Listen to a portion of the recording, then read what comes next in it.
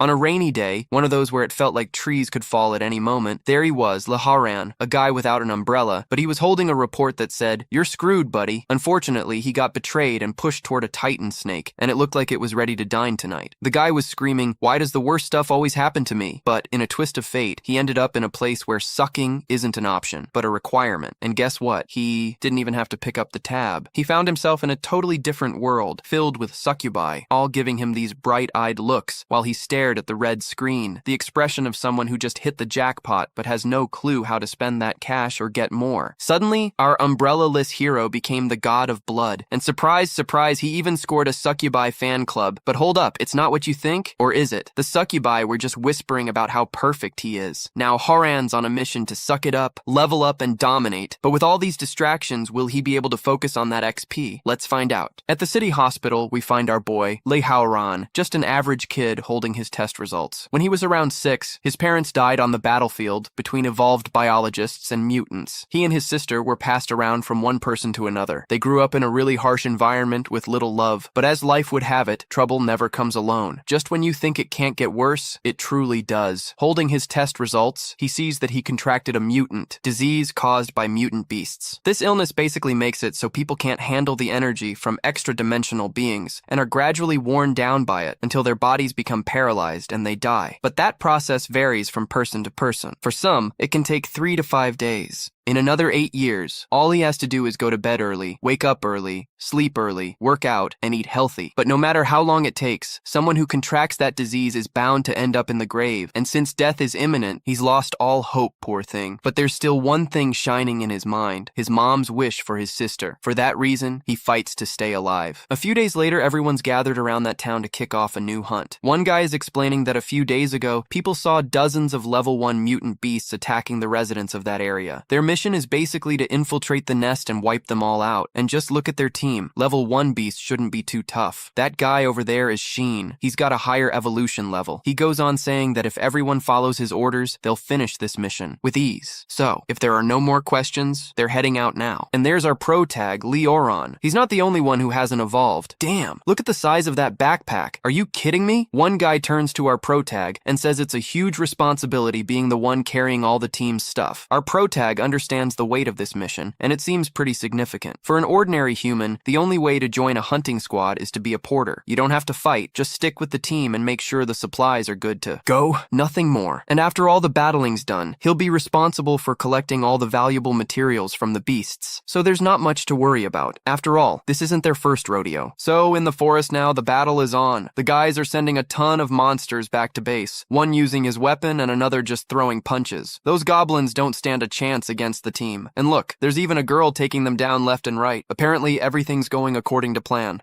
It shouldn't take long to finish up. You see, ordinary and evolved humans are miles apart. Suddenly, he feels the pressure. Some rocks start bouncing off the ground, and he realizes that common beasties can't do that. There's definitely something way more dangerous lurking around. As the ground shakes, we now see something crawling through the woods. Huge. It looks like a dragon, and there it is. A giant snake. Enormous. A level 5 mutant beast. The Titan Cobra. Man, everyone there started, trembling in their shoes. They've seen that creature on TV, but thought it had already been taken down. It initially stares at the woman, who is shaking, wondering how there can be such a massive being when the intel only mentioned level 5 beasts. This is beyond anything they can handle, no doubt, and the whole group starts running. When the guy turns to our protagonist and asks what he's doing there, if he doesn't run, the snake is gonna get him. In other words, the snake's gonna take him. Out! Everybody starts to bolt, including the woman, even in her high heels. As she runs, she realizes she nearly froze in fear because of that thing, but when someone yelled, she managed to snap out of it and started running too.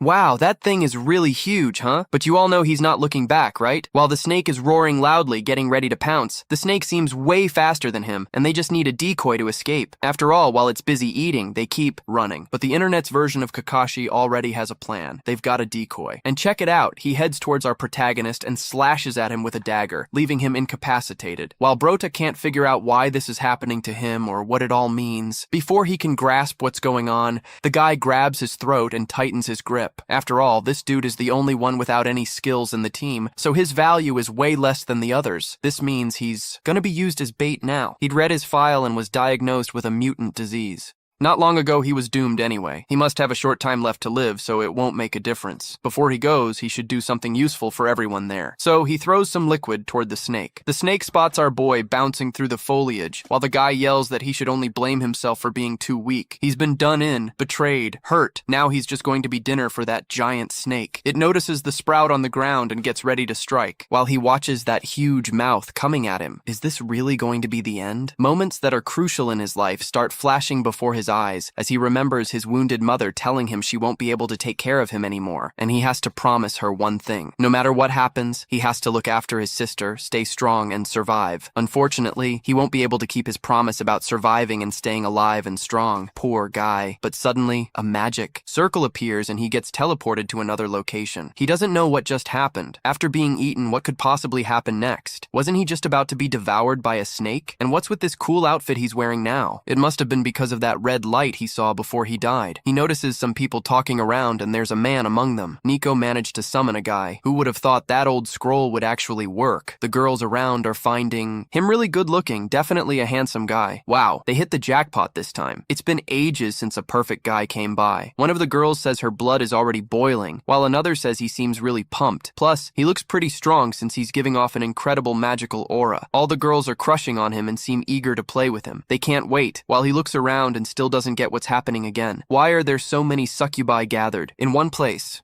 And besides that, it looks like he got himself a little system. He's a level 1 player, Lee Howan, a vampire of the Blood Demon God class. No chapters, 100 HP, 100 mana, 10 strength, 10 intelligence, 0 stamina, 10 agility, 10 spirit. Pretty average. While he's checking his status, a girl comes up to him and says she's the one who used the ancient scroll to summon him here. When it activated, the skies and the earth shook. An incredibly powerful magic came out of the ritual, and they were both freaked out. That one over there is a level 3 mutant succubus. Her name is Nico. She thinks that if this power is so huge right after being summoned, it means he must be really strong, and she swears absolute loyalty to him for all eternity, promising she'll never betray him. Check it out. The system is now notifying him that he's gained his first follower, but with great achievements come great responsibilities. The system warns that when a follower's affinity hits 100%, they can be added to the harem, and he'll get some extremely mysterious reward.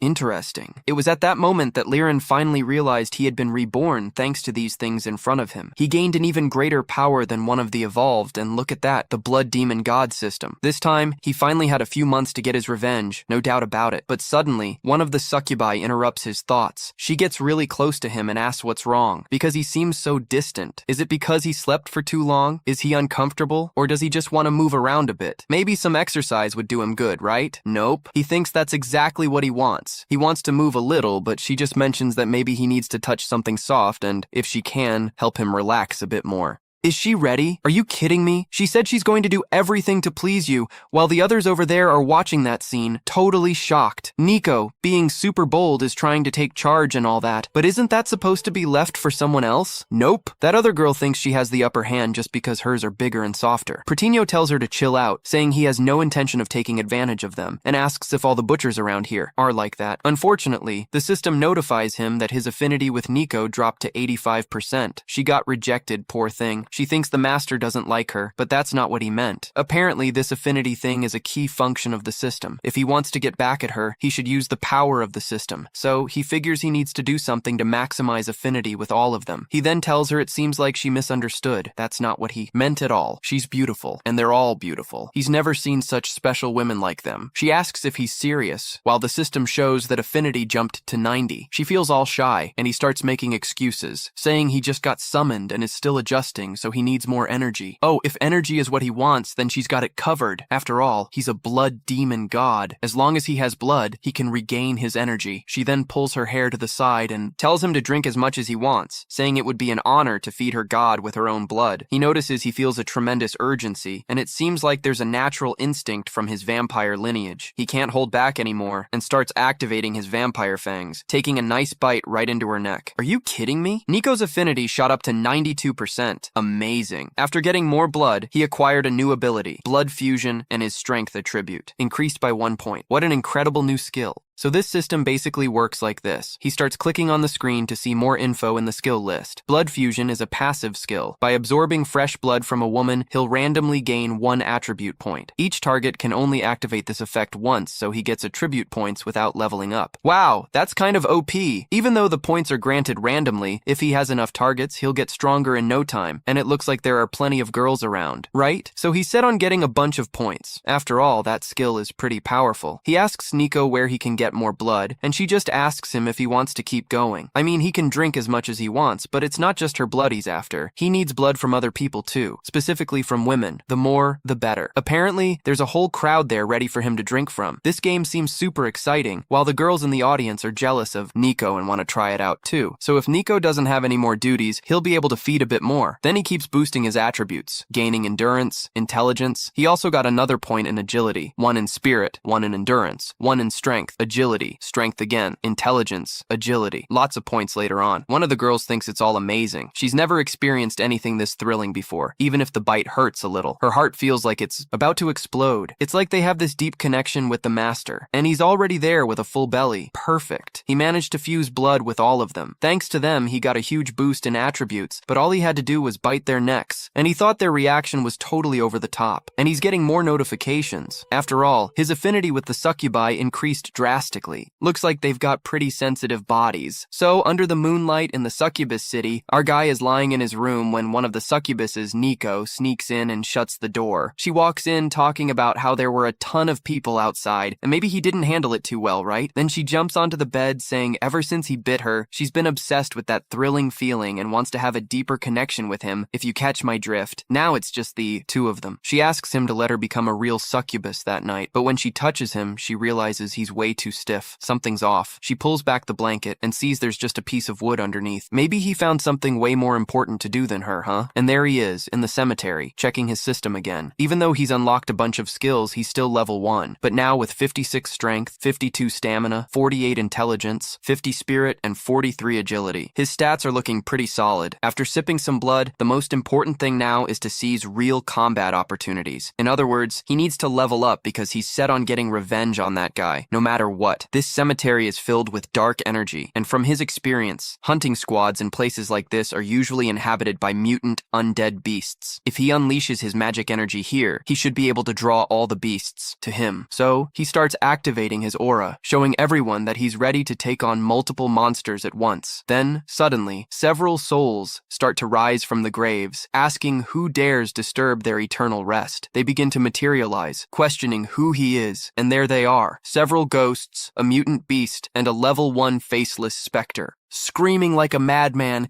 he disturbs their eternal rest, and they're gonna kill him for it. One of them starts sprinting at him, yelling that she's going to take him out, but he just decks her right in the face with a ridiculously powerful punch, claiming that none of them can even touch him. Meanwhile, 3 of them charge at him, and he just throws a left hook at one, slamming the other's head into the ground, racking up more experience. After taking out those 3, he scores 5 attribute points and keeps demolishing those specters, earning even more experience and adding another 5 points. After wiping out a bunch of them, he's racked up a ton of points, and guess what? He managed to unlock a new skill, Crimson Flash. This skill lets him pull off 2 short dashes at 5'2". After spending a lot of time fighting those monsters, he's panting and can't wrap his head around how those guys feel taking on mutant beasts. It's an exhilarating rush. He's now at level 8 and needs to allocate all his points. Looking at his system, he realizes he's not that pathetic little baggage carrier anymore. Now he's got 520 health points and 500 mana. That's a serious upgrade. For now, the attributes that really help his body are strength, endurance, and agility. In other words, he just needs to invest his points into strength and endurance. Suddenly, the system starts blaring danger alerts, and behind him is a massive level 2 mutant beast, the Butcher. That monster is about to send him 6 feet under, but he manages to dodge just in time, the shockwave strong enough to wake several graves in the ground as he escapes unscathed. He's never seen a level 2 mutant beast before, the Butcher. Despite its huge frame, this guy is not slow at all, no doubt about it. He's a monster who's not only fast but has long-range skills too. A chained axe comes flying at the protagonist, and he manages to dodge again. If that attack had hit, he would have just been another one of those faceless specters. They show up with green names, which means they aren't really a strong challenge for him. But this guy right here has a yellow name. That means this enemy is really tough for him. So now that fate has given him a second chance, no matter who's in his way, he's going to get through and take them all down. Now, to even things out a bit, he's up against two butchers. He dodges one attack and jumps up to land a kick right on the other's head. After that powerful kick, he realizes it's going to be really tough to deal with these monsters using just punches and kicks. After all, their skin is super thick, so it's going to be hard to hurt them. Still in the air, the other butcher throws his chains at him, trying to trap him mid-flight, but the protagonist notices and activates his crimson steps, managing to slip out of the chains unscathed. That was close. These two really support each other. They're quite the trouble. He then pulls out a rusty, deteriorating steel sword. At least he managed to snag one of the butcher's weapons from his back. It's a bit more damaged, but it'll do the job. While the monster still has its back turned, he lunges at it, determined to end the fight as quickly as possible to save energy. The monster, also ready to slice him in half, delivers an incredibly strong strike, but the protagonist deflects the monster's sword to the side. I mean, trying to go toe-to-toe with a rusty sword is just plain stupid. 8% of his stat points are in strength. This was a direct confrontation. He's not afraid of that big guy. He pushes back even harder against the monster's sword, yelling for it to get out of the way. The monster is now off balance and starts searching for the protagonist. Where did he go? And suddenly, a light shines down on the monster, asking where he's looking, and there he is under the moonlight, shouting that it's too late. He rushes into the trench and drives the rusty sword right into the monster's brain. Just taking down one of these monsters leveled him up 5 times, and now he realizes that fighting stronger monsters is way more rewarding than dealing with weak ones. With that, he hits level 10 and unlocks another skill, a blood ability that summons a swamp of blood in the target area to disable the enemy. Plus, he fires blood blades to seriously injure the opponent. A pretty solid skill. And look at that, what a perfect target to test it out, right? As the monster screeches and yells, he asks what happened to it. Did it hurt to see its little buddy smashed into the ground? But the monster doesn't say a word, just lets out a grunt, and he notices the monster's name has turned green. Does it know what that means? It means it's no longer a rival. He should finish this monster off in a second or two. Then, the monster throws its axe at him, but he easily dodges it, while the boomerang axe comes back trying to catch him in chains. Even though his combat experience is limited, he's got tons of experience as a carrier. He's seen plenty of battles and can evade effortlessly. After all, its moves are repetitive and easy to predict. He's about to take this monster down with his new skill, Blood Burial. The monster grabs its boomerang axe again and begins to charge it up. It's like a lake of blood, but that lake quickly transforms into multiple blood spikes piercing through the whole monstrous body of the Frankenstein butcher, and he bags another 5 points. Fighting strong monsters is definitely the way to go, no doubt about it. Even though he's already read the skill description, seeing it in action is seriously disturbing. A brutal skill, and now he's earned a new title, Zombie Slayer. With that title active, he inflicts 5% more damage to undead enemies. So, early in the morning, with the sun just starting to rise, he thinks this was extremely dangerous, but he managed to score several points. There's just one day, or rather night, that seems to have been worth it. His level is now 11. He has 500 mana, 630 health, and he even has a new occupation, Vampire. With the Zombie Slayer title, he's put a lot of points into strength. Hey, if he keeps this up, he'll catch up to that guy, Shane. They say that dude had a top-notch steel rank, but suddenly, he sees another notification. His daily mission has been generated and completed on time. A daily mission, but he didn't even know he had to complete any daily missions. Naturally, he's about to get a reward. And check out this notification. Before the next dawn, he needs to absorb fresh blood from at least one character of the opposite sex to activate the blood fusion ability. But right after that, there's a warning. Each female character can only activate blood fusion once. If he doesn't complete the mission in time, 5 attribute points will be deducted randomly, and he's already drained everyone, huh? He's in trouble. What kind of mission is this? Drink blood from a woman every day? That's definitely a vampire thing. Plus, there's a penalty of 5 attribute points. What a disadvantage. He drank the blood of almost all the juicy ones in town yesterday, and now they give him this mission today. Is this some kind of joke in this desolate desert? Where in the world is he supposed to find a woman? But suddenly, he gets an idea. Who says there are no women around here, huh? And check out the idea he comes up with. That specter over there is definitely of the opposite sex. No doubt about it, even if he's already killed her. Still, a female ghost. Does that count as a woman? He'll only know by trying, and after he tries, the system notifies him that the target's blood is rotten and he won't be able to activate blood fusion. It's obvious it's going to be rotten since she's been dead for a long time, but there are still a lot of faceless specters around, and he thinks that probably some of them won't mess with him, no doubt about it. So he starts trying to find one that doesn't have rotten blood, but the system keeps notifying him repeatedly that the blood is spoiled, and after 10 tries, he's already freaking out. This is probably happening because those creatures belong to the undead. In other words, they don't have any fresh blood to offer him, all because he absorbed the blood of all the succubi yesterday. Damn, he was way too compulsive. He starts to reset his massive aura, shouting that he needs a woman. Where are all the women in that world? Then, back in the succubi village, there she is, Nico, lying on the bed, saying that the master's scent is still on that bed, and apparently, lying there, it feels like she's in his arms too, but suddenly she gets a bad feeling. She quickly sits up and asks, what's happening with her master Oran? Does he really need her right now? Meanwhile, somewhere else, a couple of guys in suits are driving a pretty fancy Mercedes. They've been searching all day and haven't found a thing. Did they take the wrong route? But the guy insists they didn't. After all, a special magical energy appeared yesterday, even if it was just for a few moments. He's sure it was in that direction. That energy is extremely unique. It must be some kind of extremely rare mutant. Beast, no doubt about it. If they can bring it back to the corporation, they'll get promoted, and might even score a raise. But if it's as rare as he says, they really don't know anything about that creature, and it could be really strong. Can they handle that without any issues? Then, a woman in the back interrupts the conversation, calling that guy a huge coward, and warns him that if he keeps acting this way, he won't fit in at that company. He's supposed to move forward without fear. After all, that corporation didn't teach that useless guy anything. The dude apologizes to the leader because he's just worried since he has no info on that monster yet, but she tells him not to stress. She'll handle everything while she's there. Nothing's going to happen to him. Raquel is the leader of the 4 teams of the evolved at Angshan Corporation, Polar Rose Likshu. I wonder why people are so into that name Likshu, huh? She casually mentions that they're not the only ones feeling that magical energy around, and they need to stay ahead of the others. Then, they stop right in front of our protagonist, and he realizes these people are humans. Does their vehicle have the woman he needs? So only the 2 men get out, and one asks if that's the guy they're looking for. The other replies that, yeah, the magical reaction is him, but his magical energy isn't that strong. It barely hits level 2. Poor guy is in trouble. He thought there was a woman in there, but it's just dudes, and it looks like they came to hunt him down. But suddenly, a red high heel steps out of that car, and there she is, saying that based on his outfit, he looks like a mutant vampire beast, which is pretty bizarre. That woman is ranked lower in gold, and she starts to mock the underdog, saying it's a shame he's only a level 2 mutant beast because it's not even worth bothering to fight. She then tells those 2 guys to take him out quickly while she watches, and once they finish with him, they better put him in the trunk and take off. The underdog is pretty excited. There really was a woman in that car, but why does she have to be such a high-level gold? It's going to be tough. In his current state, he has no chance against her, and the red name above her head is the biggest proof of that. Plus, even her 2 subordinates aren't easy opponents for him. One's at upper bronze level, and the other is too. The guy pulls out his dagger with a grin, spots the other guy, and puts on his stylish gloves. The little guy can't just stand around either, but suddenly he disappears from sight,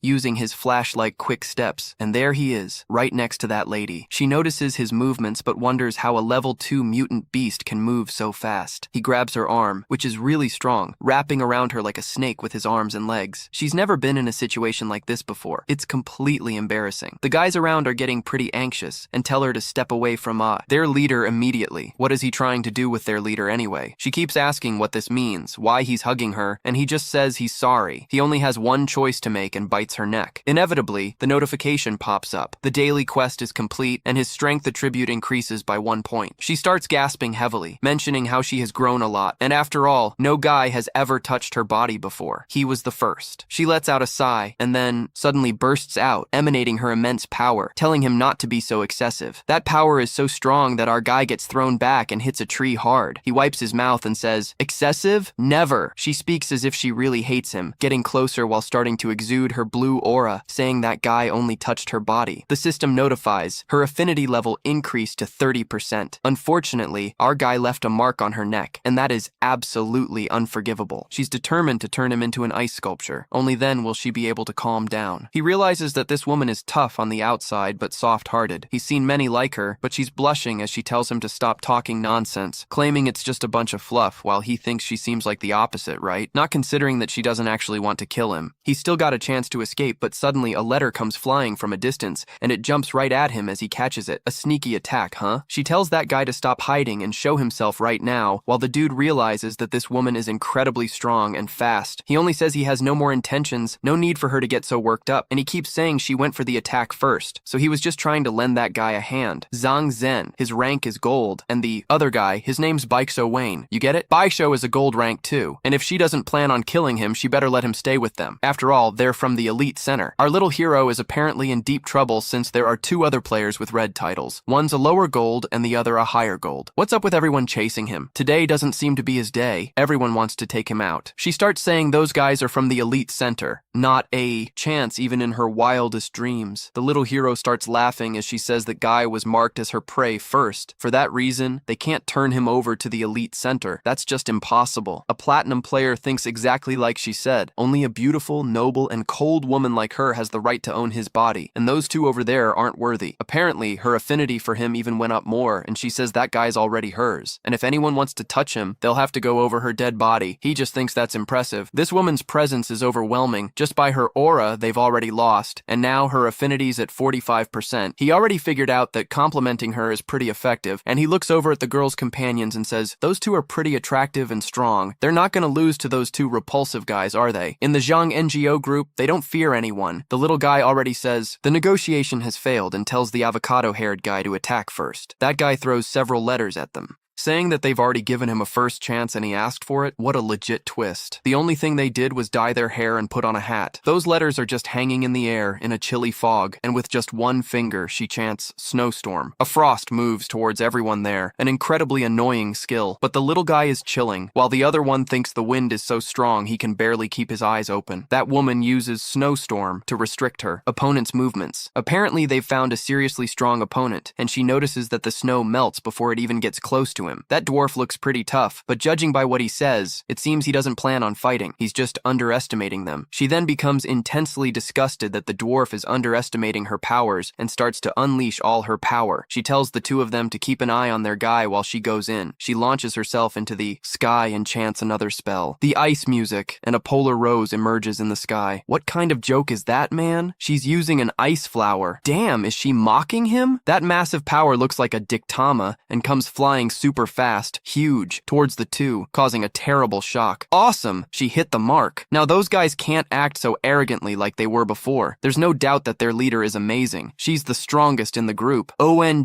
Shang. And there he is, petrified, inside the ice crystals while the dwarf is just fine. Apparently, he thinks that guy is putting him in danger. He's going to tell everything to his dad when they get back. He can't even defend himself against a woman like that. But the woman up there on the ice said that guy is really strange and keeps underestimating women even more. And he's next, but the little guy Joe said maybe she just didn't get it. His situation is intense, and suddenly, arrows with heart tips hit her guards and they're turned to stone on the spot. Wow, who did that? Is there someone else behind that guy? And then, out of nowhere, she appears. There she is, a voluptuous woman, embracing and calling Uren master. She finally found him. Our boy has never been happier to see a woman and asks her how she got here. She simply says she felt that her master, Uren, really needed her, so she rushed over. As long as she can, be helpful. She's willing to give it her all. Meanwhile, that girl, watching the lovebirds, starts to shake with rage while the two lovebirds are right there. Oh, you're such an amazing subordinate. How incredible you are. You really saved me. And she says, it's an honor to serve my master. That woman is already getting on her nerves,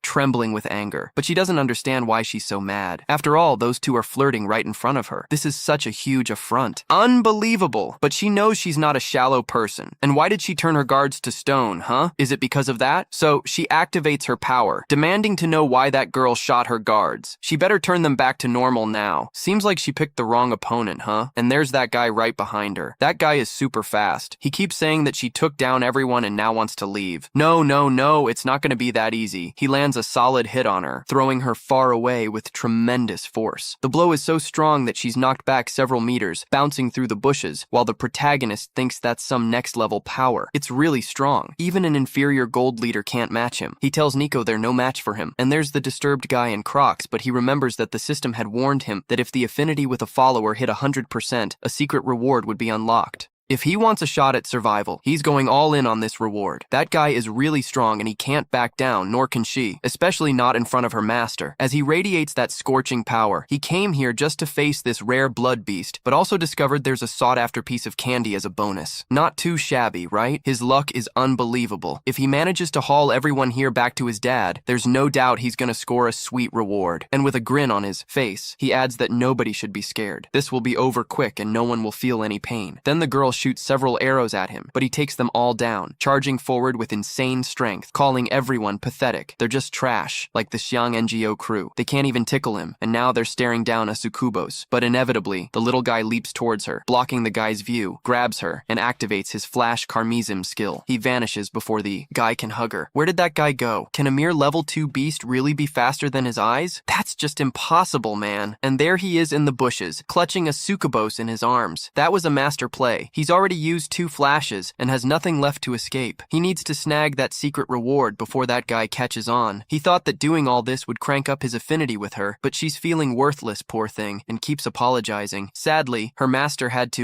step in to save her. From now on, she's gonna work harder. She hugs the Prota and gets real close to him while he tells her it's not the time for apologies. Then he leans in and gives her a big kiss, saying that the perfect moment for this is now, while she thinks, but really, master? In the middle of a battle? He just says it doesn't matter anymore and leaves it at that, and she thinks, if the master wishes it, then let's please him. And boom, there's Nick's affinity. It shot up to 99% while that guy over there, who wanted to beat everyone up, is noticing and taking in the scene. Seriously, who decides to make out in the middle of a fight? Dude, what a fool. He's really something. They're hiding to kiss during a battle? Are you kidding me? The guy's exploding with rage. After all, he's still a virgin and they're trying to hook up in the middle of a battlefield. That's unforgivable. He's going to turn their rotten bodies and souls into mere, ashes. The ground starts shaking and cracking under the force of that guy. Potter realizes it's only 1% left, and that's still isn't enough. The guy charges forward, saying he's going to kill both of them super fast, and suddenly he notices several obstacles forming an ice barrier around them, and there she is, messing up his plans again. He says he didn't kill her only because of the NGO group, so she shouldn't get the wrong idea, and she just replies that he talks a good game, but still, lets his enemies live. That vampire over there is her prey. If he wants to touch that vampire, he'll have to get through her first. As the Trash and Jan start a fierce battle inside the ice prison, Leorin has reached the final stage, and Nico's 100% notification has gone up. The kiss in the middle of the Master's battle almost made her melt, and now he's unlocked the secret reward. Congratulations! He's been given permission to use Bloodbeak once. By using the Bloodbeak, he should be able to block all attributes and skills. The Blood Demon God gains unmatched combat power, and the duration of the Bloodbeak is 10 minutes. He starts exuding all that blood power, forming a prison. That power starts blasting upward with incredible intensity. The enemies notice the precision and magnitude of that monster's power, infused with blood darkness and with vampiric eyes. He asks them, "Oh, weren't you going to turn me to ashes?" He steps in calmly, and the guy starts sweating bullets, wondering what's going on, but it wasn't a level 2 monster. Suddenly, there's this mind-blowing power. The guy is shaken, and our protagonist, on all fours with that long hair, says since that guy isn't gonna move, he already had his chance and didn't take it, so now it's time to go down. The pro launches a power that starts pulling that guy in. Skill activated, demon hands. He completely lost control of his body and was yanked straight into the protagonist's grip, who grabs his throat tightly. The guy starts trembling and stuttering, begging the pro not to kill him, but the pro tells him he's got it wrong. He wasn't talking to him like this before, was he? He used to be pretty arrogant. The guy starts stuttering and shaking, saying he was too stupid and foolish to recognize the greatness of the lord he was facing, and he begs for forgiveness. But the protagonist finds this scene oddly familiar. Back then, he was also caught like this, by the neck, like a piece of trash just waiting to be tossed aside. The trembling guy hears all of the protagonist's words, and he remembers that this guy is an evolved being registered at the Elite Center, which drastically lowers his chances of being forgiven. So he activates his demon hands, throwing the guy up into the air, and when the guy falls, he gets hit with a devastating punch to the stomach. The shockwave from the punch is so strong that the ground behind the guy gets completely demolished, launching him several meters back, crashing into the ice crystals nearby. He lands far away, battered and even smoking from the force with which he hit the ground. Wow! He starts coughing heavily. The pro gets closer and sees the power and feeling of those who are at the top. He can definitely get used to this. That's the power of the Blood Demon God. An incredible power. As the girl gets closer, she wonders if that's the power of the little vampire that bit her before. Was he hiding this terrifying power all along? But maybe he was letting her win on purpose earlier, while the sugar succubus thinks this guy is truly worthy of being the master she chose. This is amazing. She's completely smitten with him. But Avocado Hair manages to break free from those ice crystals, grinning, and says he's finally out and ready to attack with all his power. He notices that guy's presence and his posture. When did he pick up that stance? Suddenly, a big vampire activates the Red Storm ability, and soon his body starts transforming into hundreds of bats that swarm toward that guy. The guy isn't a fan of bats and finds them all disgusting, but the bats start biting him at lightning speed. In less than 2 seconds, he's turned into nothing but a skeleton. He devoured everything, nothing left, and scored 5 attribute points. Multiple attribute notifications pop up. Now we've got ourselves a ruthless protagonist. Instead of leveling up this time, he keeps checking his system. After all, golden enemies provide impressive experience. Now he's got the Red Storm ability. Red Storm summons a swarm of bats to attack enemies, dealing massive damage, especially effective against multiple targets. The guy, all crumpled on the ground, is still begging for mercy, but our proto moves in closer, Android 18 style, and asks, "Huh? I didn't catch what you said. Beg a little more and maybe I'll take pity on you." The guy keeps pleading not to die, please. His dad is the president of the Elite Center, and if he lets him go home, he'll give the proto whatever he wants. He guarantees it. Our boy just says, "Oh, so you want to go home? Don't worry, I got you covered." The guy thanks him and the protagonist launches him into the skies. He's not the type who likes to help others. He's just ensuring the guy has a heck of a ride. He throws him high up with immense strength,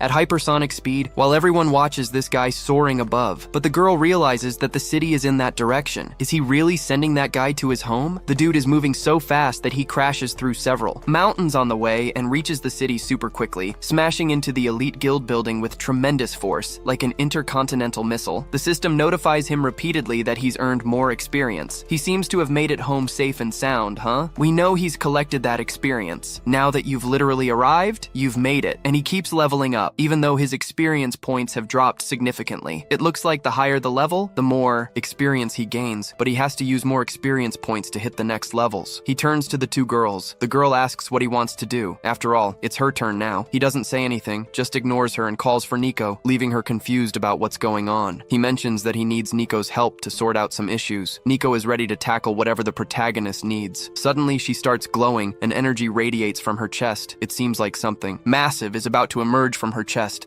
like it's hiding something incredible. The tip of a sword begins to appear, the sacred sword of Master Aran, an impressive and enormous weapon. She screams, "Please, Master Aran, take this sword away from me," but in a very gentle, slow manner. The master then starts pulling the sword out, telling her to just hang on a little longer. That special, beautiful sword has been drawn. The soul resonance ability can only be activated when a follower's affinity is maxed out, and through this reincarnation, a special weapon materializes from the follower's body, and now he wields the Black Blood Blade. He gets a really cool piece of gear from Nicole. That's it. Hope you guys enjoyed that. The side story has a few chapters, but I found it pretty interesting. It really fits the channel's vibe. The protagonist is getting super strong. Does he have other upgrades to make him even more badass? If you want to see part 2 like I do, just subscribe down below, hit like, and drop a comment. We're in this together. Thanks. And now, on to the next video. So, he pulls a weapon from her chest. That's pretty creepy. With the strength he has now, he won't even need a weapon to take her down. You can tell she's totally horrified. Is he really planning to use that sharp sword to finish her off? Then suddenly, he just swipes the sword to the side and keeps saying she talks too much. And with just one cut, Lau has shredded parts of her outfit, leaving it all torn up. She looks down and feels incredibly exposed. No way. Now we see her tights and some sensitive areas. She starts screaming, saying this is just some dirty 15-year-old prank. And if he's gonna kill her, he better do it right away instead of messing around. Why is he taking her clothes off? Then he steps a little closer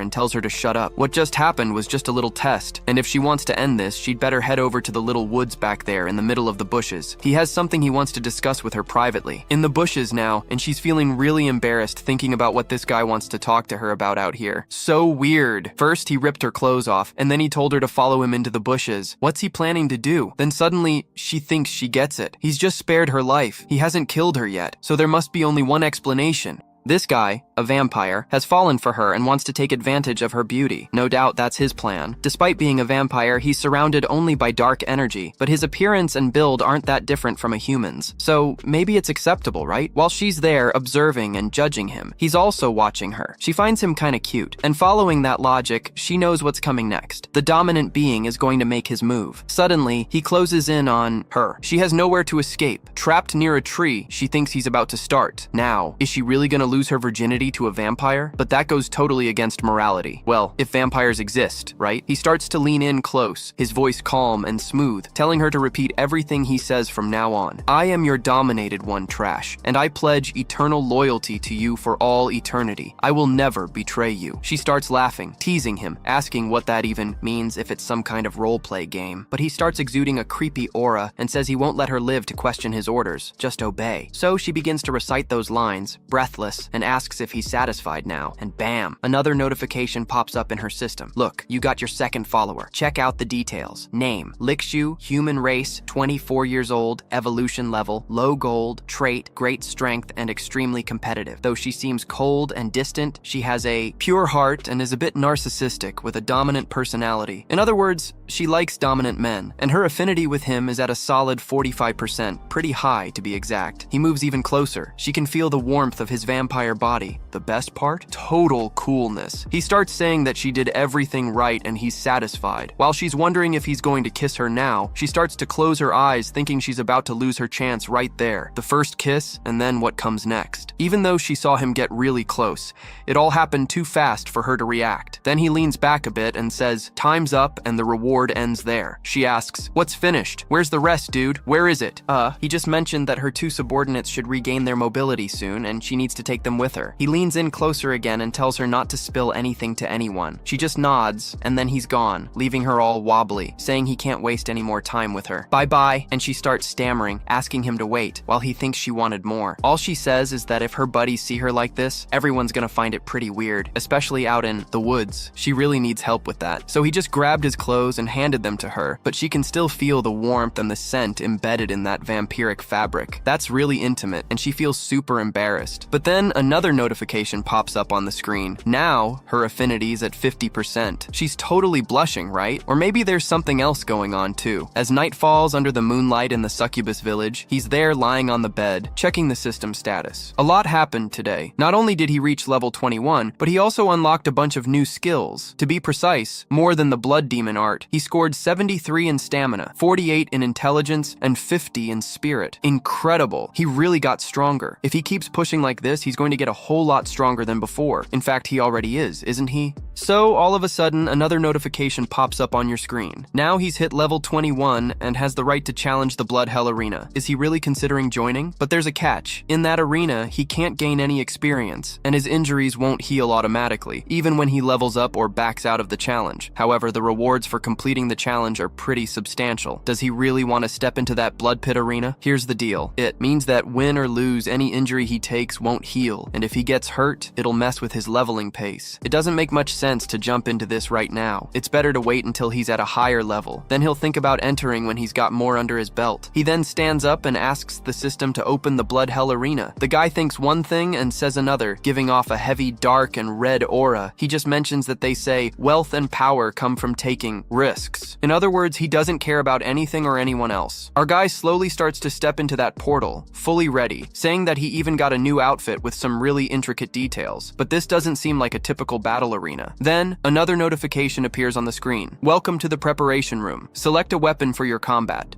A weapon. Around him, various types of weapons appear. Axe, sword, spear, shield, all sorts of weaponry. Then he notices two that catch his eye. A two-handed knight sword with 30 agility and 10 strength. There's also a piercing dagger with 30 agility, and check this out, a big battle axe with 15 strength, plus a sun shield with 25 resilience. Each weapon has additional attributes. Any one of them would be a great upgrade for him. No doubt about it, but he doesn't have experience with any of them. So sadly, which one should he choose? One catches his eye. Wow, that long spiral yellow cucumber should really be green, and it doesn't provide any stat boosts, but it has a pretty interesting effect. Attacking the enemy repeatedly causes a brief spasming effect. He grabs the cucumber, starts swinging it around, and says, this is exactly what he needs. This is going to be his new weapon for combat. Seriously, man, what a trip. A cucumber as a weapon. That's pretty weird. Even though the shape of that cucumber is definitely unique. The ability to spasm the enemy could be useful. If he plays his cards right with that cucumber, he's going to be incredibly dangerous. Why am I finding this so strange, huh? It should be pretty normal, right? Having a cucumber as a weapon. Another notification pops up. Choose one of the following upgrades to aid in combat. Look, there are 3 options. A defense break, where every time he deals damage, the enemy's defense decreases by 1 point. A potion that immediately restores 30% of his health, HP, and an equipment upgrade that gives him a random additional item. He has to choose even without knowing who his opponent will be. So, based on his past gaming experience, he decides to go for the one that reduces the enemy's defense. After all, that option is pretty versatile and highly effective against stronger, higher-level enemies. The tolerance has been activated, and he's being transported to the Blood Inferno arena now. Once in the Blood Inferno arena, the crowd starts screaming. This is the inside of the arena. It's a really cool place, kind of like a coliseum. The arena has a total of 50 levels, each with a special guardian, and if he can take out a few guardians, he'll earn some valuable rewards. And we're moving on to the next level. So now we're looking at 2 red high heels in the arena. Over there, the official commentator for the Hell Arena, Blood Hell, seems to be a mix of a succubus. I think she's a half-breed, part human. She just claims she's lovely and charismatic. The little devil knows today's challenge is a powerful crimson vampire, Oron. He starts scratching his ear, saying those guys have commentators. How about that, right? Just look at the audience, a bunch of skulls. That woman starts talking about how he's a member of a very rare race, but also a total rookie. Is he really going to win this tournament?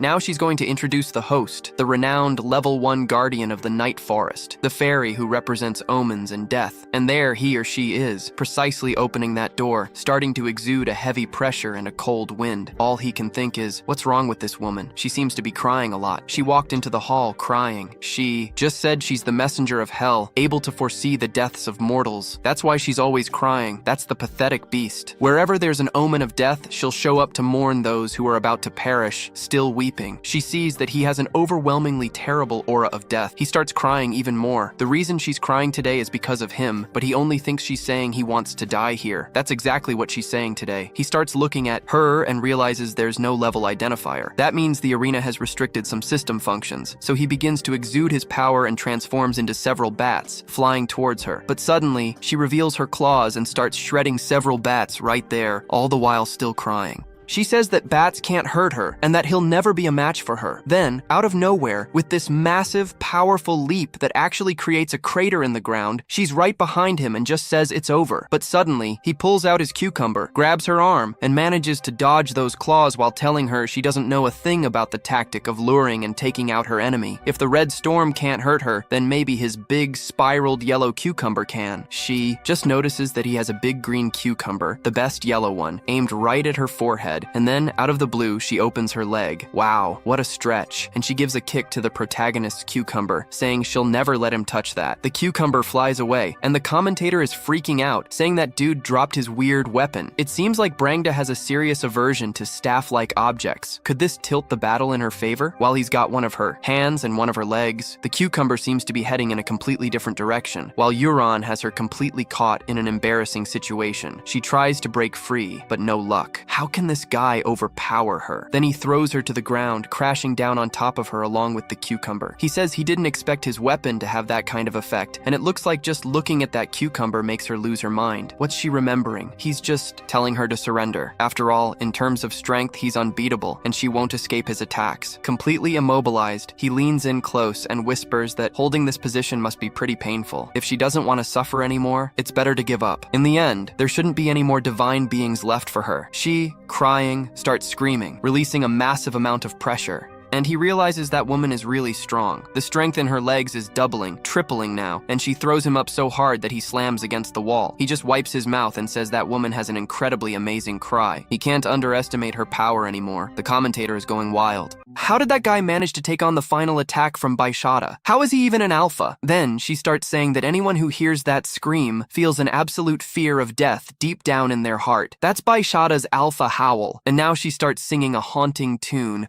gradually breaking down their spirits until they lose all capacity to fight and are finally dragged into the abyss of death. The mental strength of our Haran is only 15. That's not enough to handle all this, but it's tough for that guy to take the beat of the cries. He starts covering his ears while the commentator says that, as expected, Laharan isn't going to be able to skip any levels, or rather, ranks. It's like the outcome of this test has already been decided. Then, seemingly in Laharan's subconscious, a girl says, "It's been a long time, Laharan. Has he forgotten her face?" He realizes it's his mother and starts tearing up. Is this really happening? She just calls him an idiot. Who else could it be? My little Hauran has grown up and become an adult. Those last few years have been really tough for him, poor thing. She reaches out and tells him to come take her hand so she can look at him more closely. She proposes they come together as mother and son and never be apart again. She tells him to hurry and take her hand, but he just pockets his hands, completely suspicious, while she says that together they will seek eternity, eternal happiness, and never part ways again. But he doesn't take her hand, and she keeps asking what's wrong with him, saying she's his mother and she's reaching out to him. Doesn't he miss her? But he just says he's been fooled time and time again, stabbed in the back by his own comrades, and look at that, turned into live food for beasts, suffering from an unknown disease. Constantly threatened by sudden death, he barely escaped an accident involving evolved mutant beasts. As a kid, he had suffered too much to believe in mere illusions. His mother risked her life to save him and his sister from that disaster. It makes no sense for him to be lured in and throw away his life like that, just like that. He won't fall for that kind of nonsense. Then, all of a sudden, he shatters that illusion, unleashing his deep power. Those who say he will survive no matter what. Baishida thinks that's all impossible. He really pulled it off. So he grabs his cucumber, now armed with that legendary weapon, while the commentator exclaims how incredible this is. He really managed to resist the Alpha Howl, with his mental strength only at 16, which is nothing out of the ordinary. This is a tough fight, and it's getting scarier by the minute. Then, out of nowhere, he starts to fade away, declaring he finally understands his true power, activating the hidden blood art skill. Now it's his turn. Everyone in the audience, including Baikshida, starts searching for him. He can really use invisibility, a beta howl. That's it. Then suddenly, she starts crying even more and gets a bunch of premonitions. She begins to unleash her howl in that arena, and since she can't see him, she starts letting it out all over the place. The entire area of the arena starts exploding with her powerful sounds. The energy from her cries is incredibly potent. Her fourth technique is even more brutal than the Alpha, a reckless attack that covers the whole arena. Even if you can go invisible, it won't mean a thing. It doesn't make any sense. But then, as she screams and cries, here comes the cucumber and takes a hit right in the mouth. Are you kidding me? Cry and eat the cucumber. The system quickly announces an upgrade in his break. With her defense activated, he just tells her to stop crying. Her defense dropped by 11 points. What an embarrassing attack, man. Wow, the commentator is shocked. He really broke through that technique. He pulls the soggy cucumber out of her mouth and says, "This isn't over yet. There's more to come." Then he launches a series of consecutive attacks with that long-range cucumber, an explosion of long cucumber action, and she starts feeling the cucumbers hitting her. Consecutive cucumber smacks, breaking her defense over and over. Her defense is getting slashed down drastically, and she starts crying, realizing it's just a cucumber. How can something so simple be so painful and powerful? Her defense drops by 14 points, 16 points, climbing higher. And with each attack, they hit harder and hurt more. She can't keep taking all those hits. He just tells her she can endure more because his assault isn't finished yet. Now an extra effect from the long spiraled yellow cucumber activates. In a spasm state, he keeps attacking, breaking her defense even further. All she can do is cry, saying she can't take it anymore, she can't handle it. Her body isn't moving, and she can't control herself. Now her body is getting weirder, with even more spasms added on and her defense dropping further. 15 points, 20 points, more consecutive losses. After several cucumber hits that even make a crater in the arena floor, she's down on all fours, begging him to stop hitting her with the cucumber, and she finally surrenders. Dude, what a historic fight. I've seen a stick, but this is the first time I've seen a cucumber. Man, they won the fight. The entire audience of skulls is in shock, including the commentator whose jaw dropped. That attack is terrifying just to watch. Her whole body starts trembling.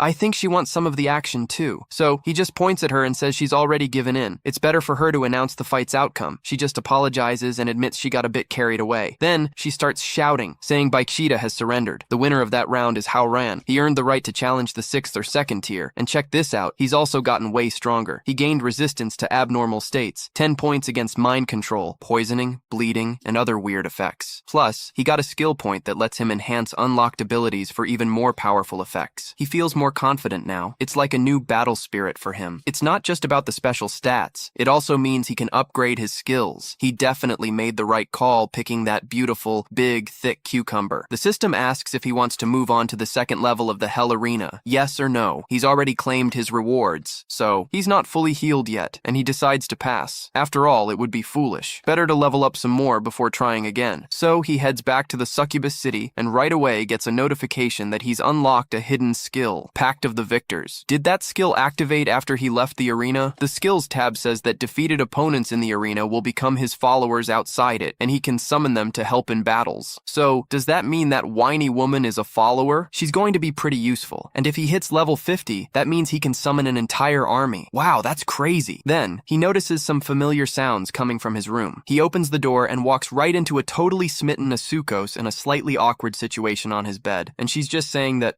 even though the master isn't there, his bed totally holds on to his scent. It's so strong that it brings her a ton of happiness. It's literally heaven for her. So, she opens her eyes, feeling that the smell of the master seems to have gotten even stronger. He, completely awkward, asks what she's doing there. She just thinks it's not what it looks like. She wasn't doing anything weird in his bed. Absolutely nothing. You guys get it? She just came in to bring him some new clothes since he gave that coat to that human woman. She stayed up all night making sure they fit him perfectly. He ruffles her hair and says he really was thinking about buying new clothes, and now that she brought them, he won't need to do that anymore. He thanks her a lot and asks what he'd do without her in this world. He mentions he's going to keep that coat and will never give it away again, and she feels so happy, thinking that Oren-sama said he can't live without her. How's that for a straightforward declaration? A full confession of love. Alright, I believe that too. It means he wants her to stay by his side for the rest of her life. After 2 intense battles, day and night, Uran finally managed to fall deep asleep. However, some succubi come rushing into the village shouting that there are orcs. The orcs are attacking the village, and suddenly she gets caught and completely immobilized by a big orc behind her, telling everyone to charge in, loot everything they can from the village, and leave nothing behind. He's got a bunch of slaves, and the orcs are snatching up all the succubi in the village. Apparently they want to take them all too. One guy is shouting to tie them all up and not let a single one escape into the orc slave bags. They're loaded with succubi while the guy tells them to grab all the gold and treasures from that hive. But then, out of nowhere, several poisoned arrows strike those 3 slaves, quickly turning them into mere stone. The guy already realizes, who's there? Who dares to attack her subordinates? Is he tired of living? But she only calls that bunch of orcs. Disgusting story. Just bastards looking to raid that village. If he doesn't want to end up like those guys, he better free all the people from her village. But he starts to give off this threatening vibe, saying she doesn't understand the real situation her village is in. What cards does she have to threaten that orc? Then, several slaves jump at her from behind, just for a quick moment, but all of a sudden level 2 blood terror rays activate, and those orcs drop dead in midair. What an impressive attack. And she can only think that this attack, this presence, is none other than Hauran saving her village. Hauran is pretty pissed, saying that sooner or later, that guy won't let him get a wink of peace. Oh, that guy's going to pay. He just tells Nico not to worry. He's there to sort everything out. In his level 3 mutant beast form, the Centurion says, what's a vampire doing in a succubus nest? This doesn't concern him. He better not get involved or he might end up 6 feet under. But our protagonist is really fed up. He says he carries the blood of each of them in his body and won't say it again. Now he's seriously angry, and it might be too late for that orc to regret it. He starts activating his Winner's Pact ability, and there she is, down and crying, still at his disposal. Nico, watching this overwhelming presence in front of him, doesn't know what to do. As his master, Horan is capable of summoning such an impressive creature with incredibly formidable magic power. Then the orc starts shouting, claiming he summoned an assistant, and his orcs number more than 80 or 100. In other words, he has nothing to fear. The beat starts to exude its terrifying chant, and all those numerous orcs,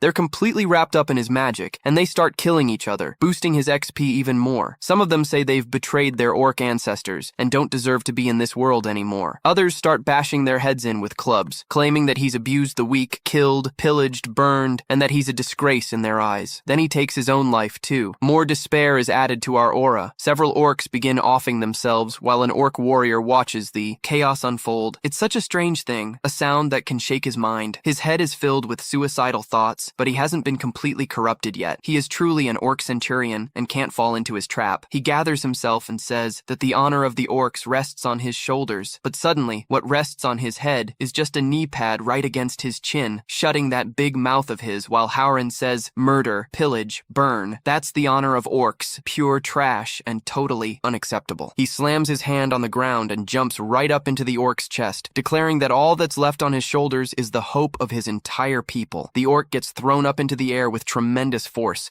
and suddenly, to finish off his attack, he activates the Crimson Storm, transforming into bats and starts assaulting that orc in midair. But the orc claims his defense is impenetrable. Those bats won't be able to touch him. If it weren't for that weird wailing from the depths of hell, he would have already become a corpse. The aura, incredibly irritated, tells this guy that he brought so many orcs to this village and expects him to fight one-on-one. Is he really that naive? The hollow starts to let out its alpha howl, and Nico uses Love's light to project several beams towards the orc, blowing everything up in the air. He lands on the ground, completely skinned alive, while Orhan says that being lenient. With the enemy, it's about being brutal with yourself. He raises his hand and activates his blood power, piercing the orc all over his body. He finishes by saying that the only thing he can give his enemies is to strike when they're at their weakest and take them out in one go. That's mercy for him. Those are just the real rules of combat. New notifications flood the screen, telling him he leveled up. Well, since everything's sorted now, thanks to him, the village didn't take any damage, and the buddies who got tied up only suffered minor injuries. The succubi there say that Howran looks so badass beating those orcs, and after dealing with those bastards, they definitely won't bother anyone again. They just ask how they can repay our dear Howran, all blushing. He steps a little closer, lowers his voice, and says it's the first time he summoned her, and she did a fantastic job. Thanks to her crying, it was super easy to get rid of all those orcs. She just says that serving him is an honor, since now she's become his humble servant. Finally, we see her without tears. She says that as long as it's an order from Howran, she'll give it her all, but he just mentions that he has an important task for her. They head off into the woods. Damn, that guy tries to take everyone into the woods and he starts to drain her like a legit vampire. As she says that last night he tortured her with cucumbers until she was in that state, she asks why he's now biting her neck and not letting go. She, totally blushing, asks what the important task is. Is it to satisfy his weird kink? She finds it painful, but since it's an order, she'll endure it till the end. Then the system fills the screen again. Affinity with the bite increased to 50%, and daily mission completed. A spirit attribute has been added. He wipes his mouth and says it's not a weird kink. As a vampire, he has to. Drinking blood from someone of the opposite sex every day to stay energized is crucial for survival. He watches her and thinks she looks a bit off. Don't tell me she's anemic. But she quickly bows her head in embarrassment and says that ever since she fought him yesterday, her body has been acting weird and is really sensitive. Every time she sees him, the scene where he defeated her in the arena flashes in her mind. And now that he's gotten so close in this intimate way, her body feels strange again. It's like she's about to lose it. She closes her eyes and breathlessly admits she can't take this anymore, saying it might be totally inappropriate. She apologizes to Howran and says she'll excuse herself for now. Suddenly, she disappears while he's left thinking about how sensitive she really is. Later that evening, by a beautifully tropical lake, she's there with Nico and a few other succubi, chatting about what happened in the village before Howran saved everyone. They feel like they need to repay him in some way. It's only fair. One of the others suggests maybe they could use their bodies to show their sincerity, but she, still standing with her feet in the water, points out that Howran is only interested in battles, and he has gorgeous women like Baisita and that human leader by his side. Plus, she has no experience with romance between men and women. You get how this works, right? How could they possibly satisfy him? And that's where our story wraps up. That's it. The tale's interesting, and I never expected a twist like this after such an epic fight, but I guess it's just what we anticipate, huh? It really can surprise us with new developments, my friends. Hope you enjoyed it. Drop a comment below, and if this video hits its goal and there are more sequels, we'll bring them to you. That's all for now, thanks, and stay tuned for the next video. That girl is still worried because Howran doesn't seem to be interested in her. She thinks he might be, because she's actually tried several times. But she never had much luck. The other one just thinks it's easy to seduce a guy,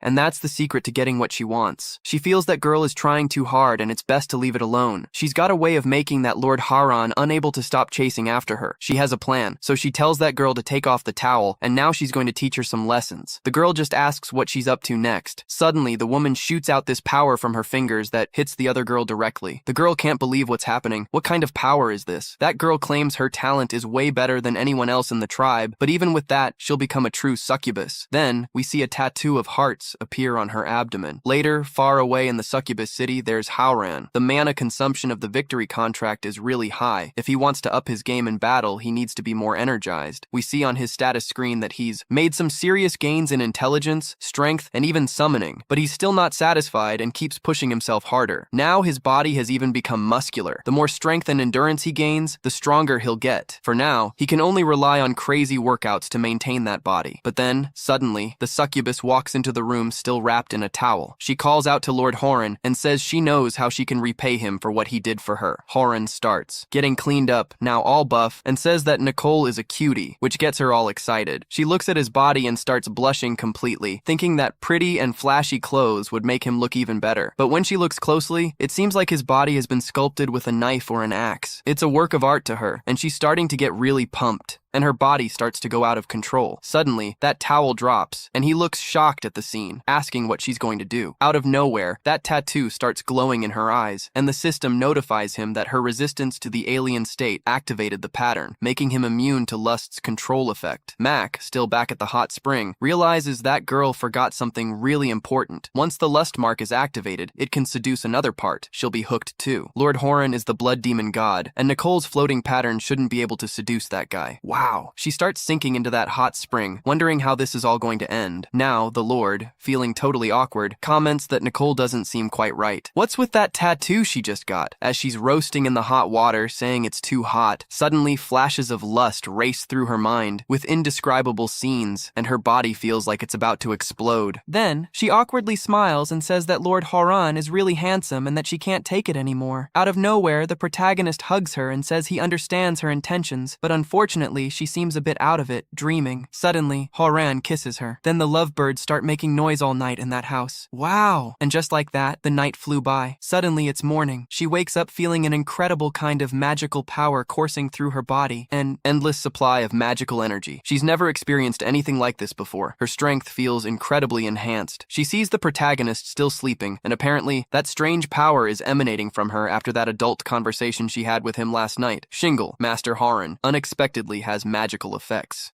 Even though the tattoo she got yesterday didn't work out, she still managed to seduce that master, and it was an incredibly pleasurable and amazing experience. She had never felt anything like it in her life. So, Yoran wakes up to a bunch of system notifications. Follower Nicole has obtained the essence of the bloody demon, and her attribute points have been greatly enhanced. Her level has been upgraded to 4. Lowered? Holy crap. The essence of that demon really has this effect, but the essence of the facial demon can only be taken by followers whose favorability reaches 100%, and can only be used once per follower. Even though that effect can't be repeated, it's extremely extravagant. 4th level down, and that attribute has already surpassed expectations. Are you kidding me? She then starts looking at Master Horan and asks if her performance in the battle yesterday wasn't enough for him. He just says no, she did great last night. She states that it's an honor to be his follower, and now she's completely his. Suddenly, the system chimes in with more notifications about his daily tasks. Please take at least 1 dose of fresh fluid from a sexual horn before the next dawn. Activate the blood-melting platform ability. Whoa, what could that even be? He starts thinking and asks her if, aside from her tribe, there are any weird animal tribes nearby, and if there are a good number of women, that would be enough for him. She begins to explain that it's actually the Bingru people's tribe that they saw the other day. It's on the other side of the forest. They've burned, killed, plundered, and oppressed other animals. There should be female orcs among them, so there they are, near the entrance to that tribe, guarded by 2 watchtowers. But Master Horan shows no fear. That's the tribe she was talking about. Those guys have been intimidating the village for a long time. Now it's time for revenge. He's excited to see Nicole's power. After advancing against 4 enemies and taking in his essence, she's supposed to remember to keep all the women alive. She then starts to channel her power and says she understands. Now she's going to show the power that Howran gave her and take her chance at revenge against those wicked orcs. She ascends into the sky, surrounded by a circle of power that sends bolts of energy flying everywhere. The orcs look on in awe. What the heck is going on up there? She shouts that this is the unmatched power granted to her by the gods to fulfill her vengeance. Now she's going to make those vile guys guys feel all the pain they've inflicted on the succubus camp all these years. That giant ball of plasma energy starts to grow and begins to obliterate everything in its vicinity,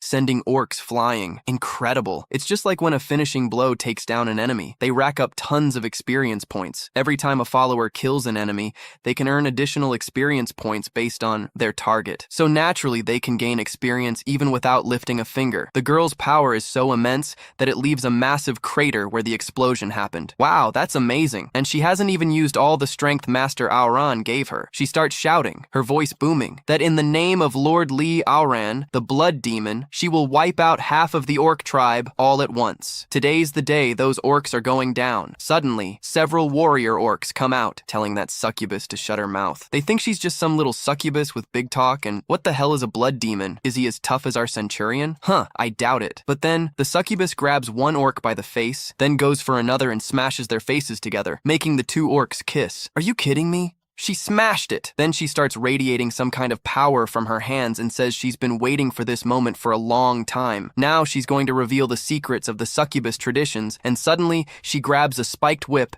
and begins cracking it on the ground. Then she starts flying, saying this is going to be the perfect way to send those guys to their graves. The whip is huge and bright pink. That succubus is determined to send everyone to the pit all at once. She starts using the whip skill, hot and furious, cracking it across the backs of those orcs. The system starts notifying Oren with a bunch of XP points that he's already earned, and he's reached 5 rebound points per day. It's all in the system's hands now. Then he gets another 5, and then 10, and even more. It's all rolling in without him doing a thing. That's a pretty suspect way to level up a follower, huh? Nicole is really helping him level up way more efficiently and super fast. What skill will he pick up at level 25? While the system tells him to level up to 25 to gain new skills, he just watches and keeps racking up experience. The skill bar pops up. Night affinity in dark environments increases movement speed by 30%. Critical hits will cause bleeding effects, dealing 0.5% of max health per second, lasting 5 seconds. Oh boy, now Raulum is fired up. He's getting stronger at night, and the darker it gets, the better. From now on, he'll have to fight at night. This time, he's really become a vampire, body and soul, while still racking up tons of experience without lifting a finger. As night falls, there she is, Succubus Nicole, standing on a mountaintop surrounded by orc corpses. She just keeps saying that those are the kind of orcs that run around everywhere. How disappointing. She was looking for stronger orcs, and suddenly this huge, muscular female orc shows up and calls her a stuck-up slut. She's ready to teach those succubi a lesson. Finally, a female orc has appeared. So here he is. It's time to complete his daily mission, but that orc doesn't even notice when the guy sneaks up on her. He starts baring his teeth and just tells her she's not welcome here, and then he bites right into her neck. But I think she didn't mind that bite at all. His daily mission was accomplished, and now his party attribute went up by 7 points. A little while later, a few hours pass, and he's got a bunch of female orcs tied up. In that first battle of the Bangaroo tribe, Nicole took out about 178 enemies, a seriously high number, and he managed to capture around 30 female orcs. Absolutely phenomenal work and extraordinary results. After she was promoted to level 4, she became super strong. Huh? Nicole asks if that town is a good place for him, and he just looks at those women and says that with her magical power, she must be able to extend the petrification time of those love arrows, right? So it's better for her to take those captives back to the village and petrify them to preserve them for future use. What kind of use is that? She just said she'd do as ordered. I didn't even know there were red-haired orcs. Now, if he can keep those female orcs in check, he won't have to worry about daily missions for a long while. After all, his daily blood supply is secured, but he wasn't the only one getting rewards. She also found an orb, an isolated aquifer, and discovered that it's a common item, and she plans to use it. He picks up that item and realizes the orb is some sort of magical accessory. Once consumed, it can raise the upper limits of speed and magical value, plus it can block the evil spirit from the outside world. In other words, if she eats that, it can keep his evil spirit at bay. But what if he eats it too? He won't be detected by the evolved ones when he goes back to the city. Basically, no hunter will be able to tell that he's a vampire. Pretty interesting object. So he consumes it, and now he's taken another step closer to his revenge. He's all set to return to the city and relive the past. The next day, after Lionheart finishes his daily task of wearing the glasses he captured, he tells her that he's leaving, but she doesn't believe he really has to go. Did she do something wrong that made him unhappy? But he just says he has matters to deal with, so he needs to head to J City, and he'll wrap those up in a few days. No doubt he'll check in about his orders when he's not around. He doesn't want her to worry. He tells her to treat that village as her base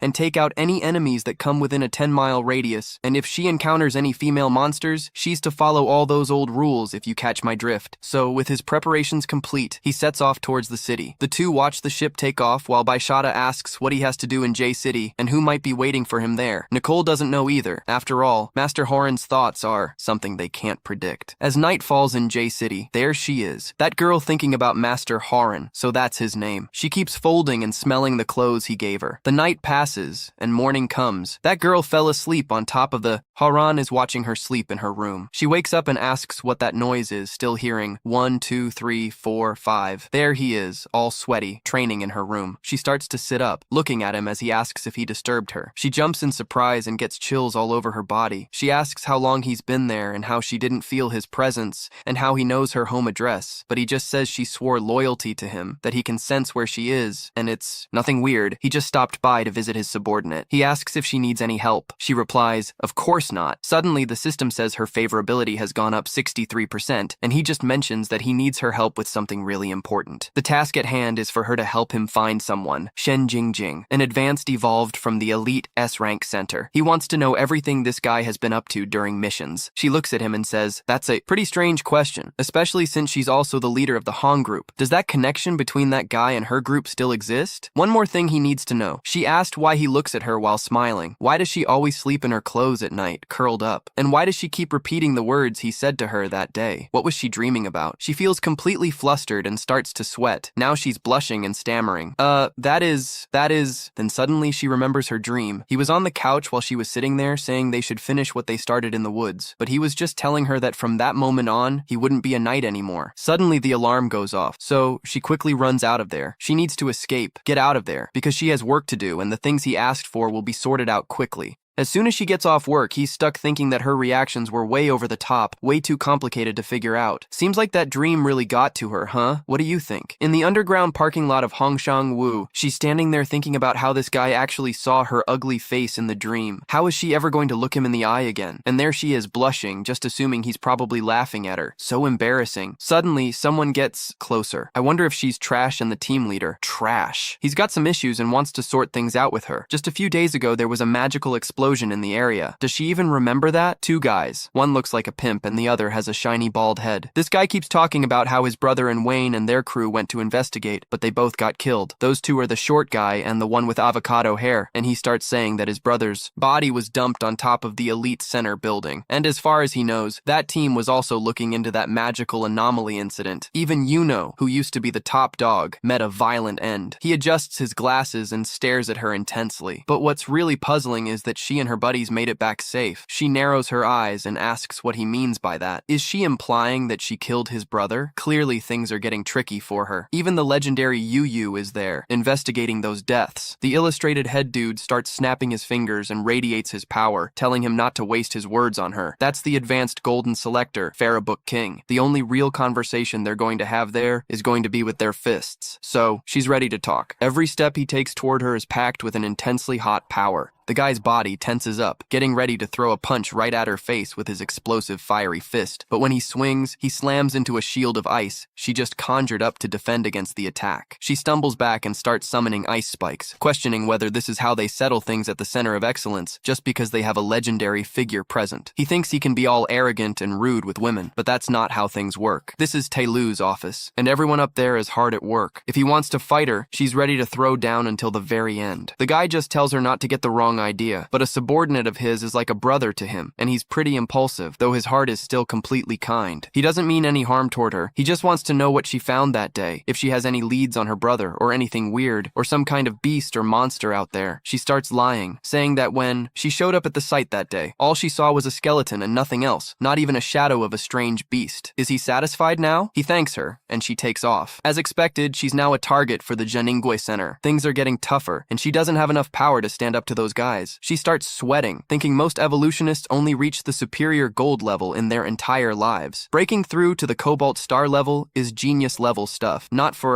just anyone, and the legendary level is even higher than the stellar diamond, being the absolute best among all the geniuses. And Yu seems nice and friendly, but dang, I thought he was just a guy. But she says he's a dangerous person, hiding daggers behind his smile, and she's going to have to remember him. In other words, she'll have to tell Oran everything. And over in the parking lot, the guy is furious. furious. Extremely upset, annoyed, and feeling like he's going to throw up, the guy asks what's going on with the master. Does he need to see a doctor? But it's nothing serious. It's just his obsessive disorder flaring up again. He's the first to admit it, the first to spill everything to John Jones. All he can say is that her hairstyle is awful, it's asymmetrical, and she smells terrible. He's so embarrassed to see her, and that just makes him feel even more uncomfortable. Now all they have to do is grab those two junk team members and then they'll uncover the whole truth. If what she said doesn't match up with what they've said, that's when they'll know if she's telling the truth or not. They're going to grab all three, and only then will they bury his brother. So, as night falls, there he is, still Horan, racking up more XP without doing anything at all. He's already hit level 27. It seems like Nicole's lackeys haven't been lazy, even though the experience needed to level up is steadily increasing. He needs to level up faster and faster, and he also needs to boost his follower count, otherwise his upgrade process will hit a wall, and then he earns a new title, Official Combat Command Battle Fighter. Everything he desires will come true. Actually, that just gives all his followers a 10% boost. By using Liu Yu, all attribute values go up by 10%. That's way more dangerous and way stronger than one dead killer. Then, out of nowhere, she shows up saying she's already figured out everything he asked her to find out. Chang says he's going to lead a team that will be leaving the city for a mission at 10 p.m. tonight, and that team has 8 members, all of them elite steel level. Those details are all laid out in the mission,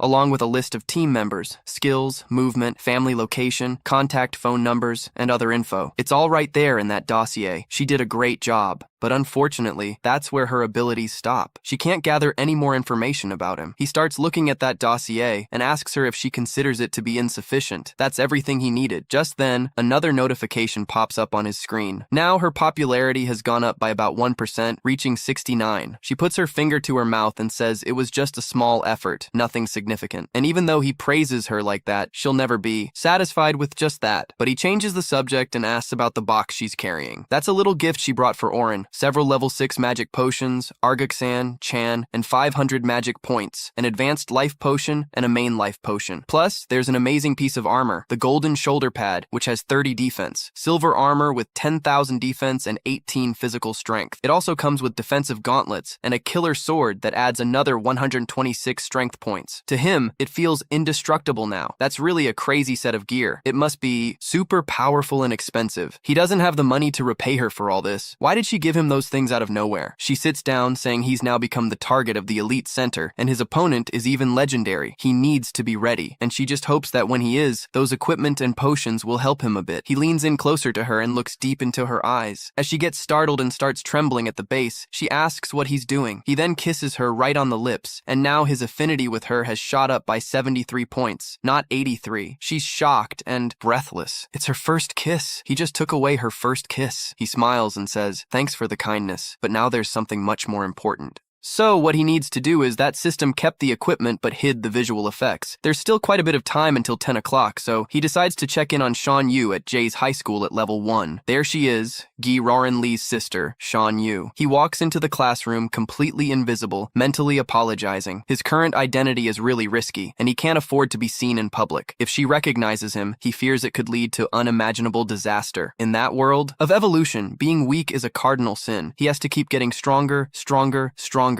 Extremely overpowered. Only by seeing it that way can he qualify to stand openly beside her. Raoran is becoming increasingly determined never to be underestimated by anyone again. Suddenly, she turns her head and notices the open door. Was that just an illusion? Then tears stream down her face, and she feels completely strange. How can she cry just from seeing the door open? Then, at 10 o'clock, there he is, slaughtering a monster bear. Mission accomplished. That's the master of fine steel, Shen Gizem, the guy who sent the protagonist packing. He needs to gather up all the gear from Commander Bear and anything recoverable from him. The guy starts to butter him up, saying that not even a 3rd-tier Earth-level Master White Bear could stop his sharp sword. The captain's current level has been bumped up to Silver Scale. This means that guy's worthy of being their champion and captain, but he doesn't give a damn about the brown noser, telling everyone to cool it. And the blabbermouth kissing up to him wants them to hurry up and get it home. Then he's planning to take a nap. Suddenly, Oren pops up. He just wants to go home and catch some sleep. He's overthinking things. If those guys want to brown nose him, they better hurry up while they still can. After that night, they'll never be able to suck up to that guy again. The dude starts pulling out his dagger and asks if he and Aurora weren't dead after being stabbed by his sword. How did he escape death in that giant python's mouth? How's that even possible? Aurora says nothing is impossible in this world. Just like he never thought someone would pull a knife and attack their teammates without hesitation, Oran starts to give off a terrifying pressure and says she's there specifically to send him to the grave, to make him pay for all his sins with his life. The guys start laughing, saying Haran isn't even an Iron Awakened, and what's up with that Dracula outfit? The dude steps closer to Haran, saying the captain decided to sacrifice him for the greater good of the situation. Does he think the captain made a mistake? If he wants to blame someone, he can blame himself. After all, he's the one who was weak. Besides, he should be dead right now, and if he's not, he will be soon. Everyone's geared up and ready to go. Why did he come here just to annoy them? And look what he's got in his pocket, $200. Considering that as personal compensation for his lost money, that's just an invitation for him to forget everything that happened. But inevitably, Aran draws her sword and delivers a precise strike right in the middle of the guy's neck. Out of nowhere, before he can move a muscle, his head hits the ground. Aran doesn't want money. All she wants is revenge. The guy now realizes Aurora means business, that he doesn't have any aura. He's just an ordinary dude. How did he manage to kill Chang, who was at the elite iron level? That's impossible. He starts to tremble and thinks that guy must have been careless. Then how did he manage to steal gear? He screams for everyone to kill that guy for revenge. Then, one of the mages, he starts to levitate, calling Horan a piece of trash for killing an iron level guy. Now his bad luck is never coming back, because he's about to die. He begins to emanate power from his hand and unleashes a thunder shock. That guy is intermediate level, and the shockwave is incredibly strong, causing an explosion throughout the forest. Then he lands back on the ground and starts examining the explosion site. After all, he hit a weak person with full force, so there's no way that guy could survive his lightning strike. But before the smoke can clear, he's already gone to the grave. An upward strike pierced his skull, and he gained another 5 attribute points. Holy crap, he just killed 2 people, and everyone's left in shock. Haran starts walking out of the smoke, sword in hand, saying that was the full force attack of an intermediate tier enchantment. He just felt a little numb and let that hit land to gauge those guys' skill level. He spots another guy over there, caught off guard. They really have a long way to go before they reach a higher level, and he's super weak. Who's next? The guy starts to wonder if this isn't just some ordinary person and that he's been hiding his abilities. But even if he is strong, he's just one guy. If everyone attacks together, they can take him down. So he signals everyone to charge at Haran, thinking he's all alone. But what makes them think he's on his own? Suddenly, there she is, sneaking around, smashing both of them with a single strike, saying channels like this won't be able to touch her master, and they don't even come close to his level. She starts dismantling everyone on one side, while the big guy takes out a bunch on the other, and he keeps racking up XP, leveling up and gaining another 5 attribute points.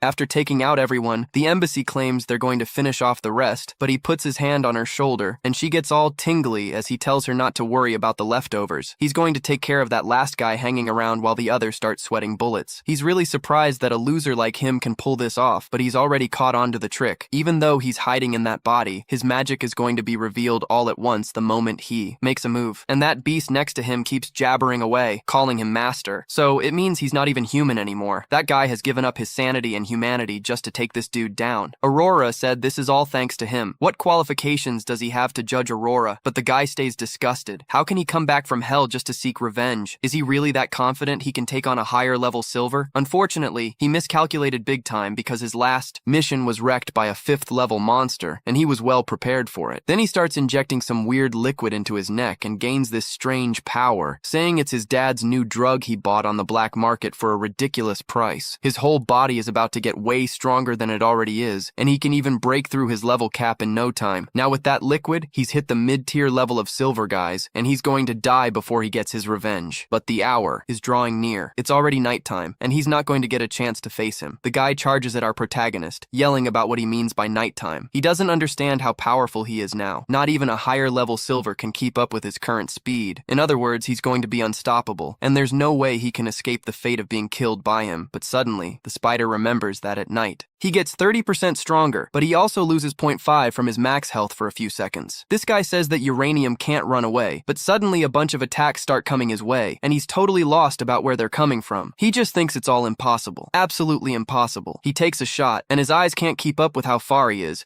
so the attacks pass right by him, hitting back for what he did earlier. Now he's in a bleeding state, losing 0.5 from his max health for a few seconds. Right now, that bleeding state makes him lose 5% of his max health over 5 seconds. lives, while more attacks keep raining down on him. He's bleeding more and more, losing health, and he just can't take it anymore. Fueled by rage, he yells, but Byakushita hears him and realizes her master clearly had a chance to finish that guy off with his blow, but he held back from landing a fatal hit. Apparently, that guy is loving the feeling of tearing the other one apart, bit by bit. As he starts to tremble, cornered and with no escape, how's he going to get out of this? But this guy is hell-bent on not dying to a loser like that, and he's ready to kill, even if it costs him his own life. Suddenly, a sword gets stabbed into his chest, and there's Raoulon behind him, whispering in his ear that this is all he needs to do. Return everything he took, and also that he has an old friend who's still hungry. You remember his old friend, right? But that's all we have for now. This. Peace, if you want to recharge, just send a super chat. That way we can unlock new parts. Helping out with a ridiculously low amount just to boost the video, around 20 cents is all it takes. Thanks for watching and stick around for the next video. Zizan just collapses on the ground, and our crazy guy Le Laurent takes the chance to keep draining health from him with his ability. Blood is pouring from Zizan's eyes as he begs Leorin to kill him because the pain is unbearable. Man, Leorin just laughs and mocks Zizan, reminding him how not long ago the dude was all cocky, wiping the floor with him, and now he's begging for mercy. Then, Leorin pulls out a health potion and says he's not going to kill Zizan that easily. Instead, he's going to heal him, and that's exactly what he does. Dude, he gives Zizan a potion that restores about 500 health points, but as soon as Zizan feels better, Leorin stabs him again. He says he has plenty of health potions for him. His plan is to stab him every 5 seconds just to keep Zizan in a state of eternal pain and despair. What a jerk. With the little strength he has left, Zizan complains that he's Hauran. It's so cruel. He's Hauran and doesn't show any mercy, revealing the final stage of his plan just to show how cruel he can be to Zizan. He says he's going to throw Zizan into the giant piton, letting the snake have him for lunch. How crazy is that? Meanwhile, Ida realizes he's Oran, loving to taunt his enemies. She remembers when he tormented her in the arena and concludes that he's a certified sadist. Meanwhile, Yugi gets some intel about a strange mana wave approaching. They say it's close to the squad's mission, and he immediately radiates a terrible aura, ready to hunt down whoever killed his brother. After Leoran finishes off Zizan, he drags the body to where the piton is and lifts Zizan's head so he can see what's about to happen. Zizan realizes the situation is dire and starts begging Leoran not to go through with it. Poor Henrique reveals his fear and says he doesn't want to be piton food man, but Leoran ignores the pleas and, without hesitation, cuts Zizan's throat, tossing the body into the piton. The snake catches it mid-air and swallows it. Oh my god. Once the viper finishes devouring Zizan, it turns and slithers away as if nothing happened. Leoran is shocked to see the snake, already leaving. Then he realizes that the serpent doesn't see him as a threat because he was labeled as a beast. By taking down Gazan, Leoran hits level 30, unlocking a new insane skill. The system displays a unique resonance ability, saying that when a follower's affection reaches 100%, their soul will resonate like that of Adelaide Auron, generating an exclusive power equipment. Auron realizes that the skill activates at max affection, but he's already felt the resonance of Nikos' soul, even though he's only wielded a blood sword for 10 minutes. The weapon's stats are ridiculously powerful. At that moment, Leoran realizes he can generate exclusive equipment from all his followers, which basically means his potential is limitless. Ida's affection is at 50%, while Desuju is at 83%. Aoran decides he needs to focus on his life right now because things are getting intense. Out of nowhere, the system sends an alert saying that an extremely dangerous target is approaching. It advises him to disappear immediately. You know what I mean? Leoran doesn't take the warning lightly and yells at Ida to cancel the summoning. Meanwhile, Yugi zooms in at full speed and makes a thunderous landing that causes a huge explosion, but he finds no one there, not a single creature, which leaves him super confused. You getting this? He senses a weak presence in the area, but suddenly the blood trail he was following disappears right where he is, and Gu starts wondering where the hell the beast went, since it's clear it didn't just vanish into thin air. Suddenly, Apatu bursts out of the forest, charging towards Hugo.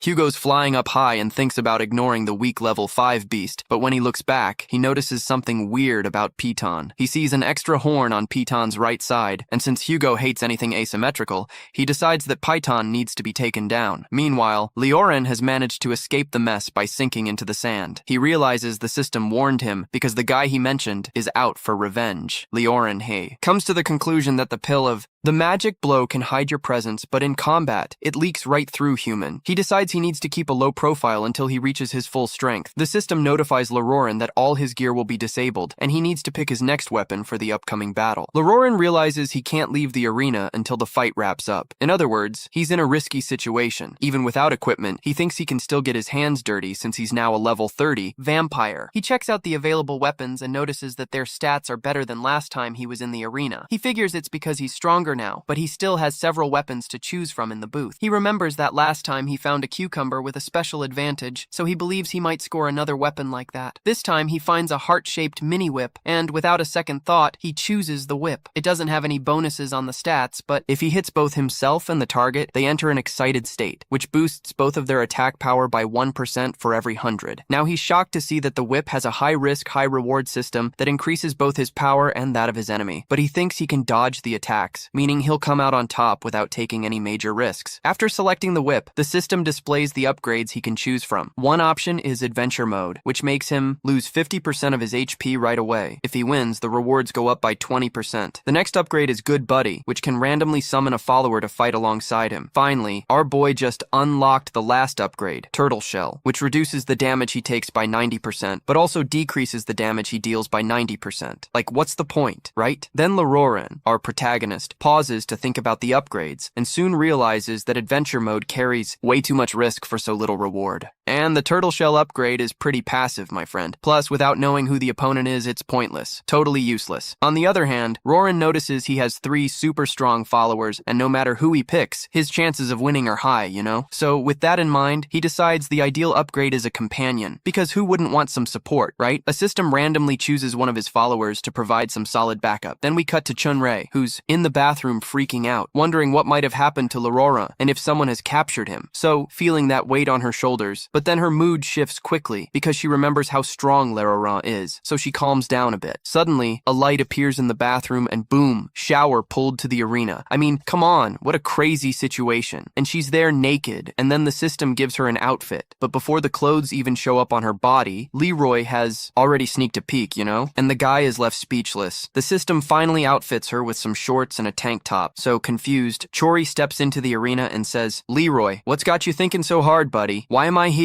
A lion tries to calm the girl down, saying he didn't see anything and was just evaluating her skills, if you catch my drift. But then, Chewie can't help but laugh when he hears that because, dude, he's holding a pleasure whip. Like, seriously, what a situation, man. Soon, the commentator jumps in, announcing that they've just entered the arena, and today's challenge is in their hands. Their big opponent is the Flame Witch Baloo, the real master of fire, flaunting all that power. And when Baloo shows up, man, her appearance is terrifying, with flames raging all over her body, a true walking lava. She's surprised to see 2 opponents ready to face her, but she's not intimidated, saying she won't back down like a coward. Watch out, she's about to turn everything in the arena into ashes. And now she's throwing fireballs the size of cars. Are you kidding me? It's creating terrifying craters on the ground. Even Ronan's jaw drops at that, thinking the raw power at play is just insane. He quickly realizes that using a whip against Balo is one of those really bad ideas because it would only boost her power, just like the damage in the arena reflects in real life. He knows this could end badly. Then suddenly, he remembers that the whip's description says that the target is the same and, like, doesn't count as an enemy. While he's lost in thought, Balo is showing off her powers, proving how fierce she is. She looks at Leo Ronan and says she doesn't care how many there are. She'll wipe them all out without mercy. And at that moment, she unleashes another wave of fireballs, showing no mercy. But Chun-Li, fearless, raises an ice wall to block all those flames. She says she hates anyone with fire attributes and guarantees she'll put out Balo's flames real quick, making it clear that Balo isn't on top just because of her fire powers. Balo doesn't waste time and fires back that she also dislikes anyone with ice powers. She warns that she's not using her full power yet, and that things are about to get serious with those 2. Meanwhile, Chun-Li seems relaxed, telling Balo it's all okay. But in the middle of this chat, Chun-Li bends down to stretch, and guess what? Leo hits her with the whip, activating its effect, and leaving Chun-Li kinda hyped up, boosting her attack. Power by 100%. What a twist. She asks, "Why'd you hit me, dude?" And he replies, "Just bear the pain because the plan's changed. Like, what a trip. Leo starts hitting her repeatedly while trying to find the right angle to deal more damage. The commentator, watching the scene, is stunned by what's happening and begins to question why Leo is hitting his own partner, and the shouts from Junie and Calm throughout the arena give everyone the impression that this fight is for real. But actually, it's a strategy. Baloo, not quite getting what's going on, feels embarrassed and starts to wonder what's up with those two. Well, to her, it seems like they're just clowning around while fighting, and she can hardly contain her nervous laughter. Chui's affection level is shooting up, reaching a whopping 90%. What are they even doing? She can't believe that a mid-level executive from Hyde series is being publicly whipped in such an embarrassing situation. She admits, despite everything, the whip does sting and it's humiliating, but at the same time, she doesn't want him to stop. You know how it is, right? Let it keep going, my friend. And wouldn't you know it, her affection level jumps to 92%. She's actually enjoying the chaos. Bye! And she feels this energy surging through her body like she's about to burst from how powerful it feels. Soon enough, she grabs an additional 69% boost to her attack power, which is just insane. Horan isn't slowing down either, activating the Battlefield Commander title, boosting Chui's stats by 10%. A total war machine. At the same time, he's gaining power too, because his Night Affinity skill is kicking in, ramping up his movement speed and attacks with some bleed effect. Then the scene cuts to Baloo, who just broke through the ice wall, and she starts mocking Chui for having such a flimsy wall. Baloo, on the other hand, is furious that they're out here goofing off while she's trying to take them on, and she's had enough of it. She takes a deep breath, and the commentator realizes Baloo is about to unleash her ultimate move. Things are about to heat up, my friend. Here we go. She lets out a lava breath, unleashing a massive wave of fire heading straight for the duo. Meanwhile, Juon is laughing and tells Leonore not to interfere because she wants to handle this herself. Total focus. If she's fired up, then so be it. But Juon doesn't back down and counterattacks with a powerful ice blade that dismantles Baloo's fire attack in an instant, and Junri's ice attack is just as strong. Baloo was an easy target with that fish in the net style, and just like that, he gets completely frozen. What a spectacle. The commentator is in shock seeing this, realizing that you shouldn't mess with Chun-Li's strength. With just one attack, Chun-Li manages to take down Baloo, so they come out victorious from the fight. Now the commentator reveals that Le Roran is qualified for the next level, and the rewards he earned from the battle include fire resistance, boosting his defense, and reducing the damage he takes. Pretty awesome, right? Our guy also secures one skill point that he can use to pump up his powers and make things even crazier. Then, the system throws a question at him. Hey, Le Roran, are you up for a third level? He finds out that new weapons or upgrades will be available, like some insane move, and Le Roran is pondering all this. He realizes that his pumped-up attack should breeze through the third level, but hold on. There's a mini whip in the air, which is already leaving him a bit stunned, and his brain isn't exactly working at full capacity, you know? He glances over at Suri and compliments her, saying she did an amazing job and that he's really proud of her. Like, you're awesome, girl! Then, he asks how she's feeling since the situation was a bit weird. Suri, who's all confused, admits she's never felt anything like this before. It's a really crazy vibe, but her body is complaining from the hits. Still, despite the pain, she's feeling good overall. Le Roran notices that Suri's not in the best shape, and if he moves on to the next level, he might end up in the same situation as her. So he decides to send Suri back home through the sand portal. He's relieved that the arena is working fine, just waiting to see if an enemy is going to want to chase them. The portal opens right at Suri's place, and she immediately complains about her whole body being sore. She asks Le Roran to help her out and massage her back, and he agrees. After all, it's kind of his fault, right? Not really. But then the system chooses Suri's outfit, leaving her with nothing on, my dude. What an awkward situation, you know what I mean? So if Ri gets startled by nudity and bolts to get dressed, like, help, somebody save me. After a quick change, she flops down on the couch and says she's ready for the massage now. With that look, it's like she's saying, come here, help me out. Leonore can't believe Ri put on black socks just for a simple massage. Dude, that's so intentional. He places his hands on her legs and notices the texture is something else. It's way too smooth. Those black socks added an extra charm, but then he realizes he's overthinking it. Seriously, chill. What's up with you? He notices that the mini whip effect isn't fading away. No way. On the contrary, it's intensifying with every touch. Chun-Li, for her part, thinks the massage is incredible and says Leonore's techniques are next level. Man, the pain is just melting away, and she's really enjoying his touch. Uncle Rima believes Leonore is the first guy who kissed her, and now he's touching every part of her body. It's all so new for her, she's still processing it all. Now Chun-Li is even thinking about marriage because the dude did all this with her, and it's a whole lot of love. This isn't stopping. Her affection meter is shooting up to 96%,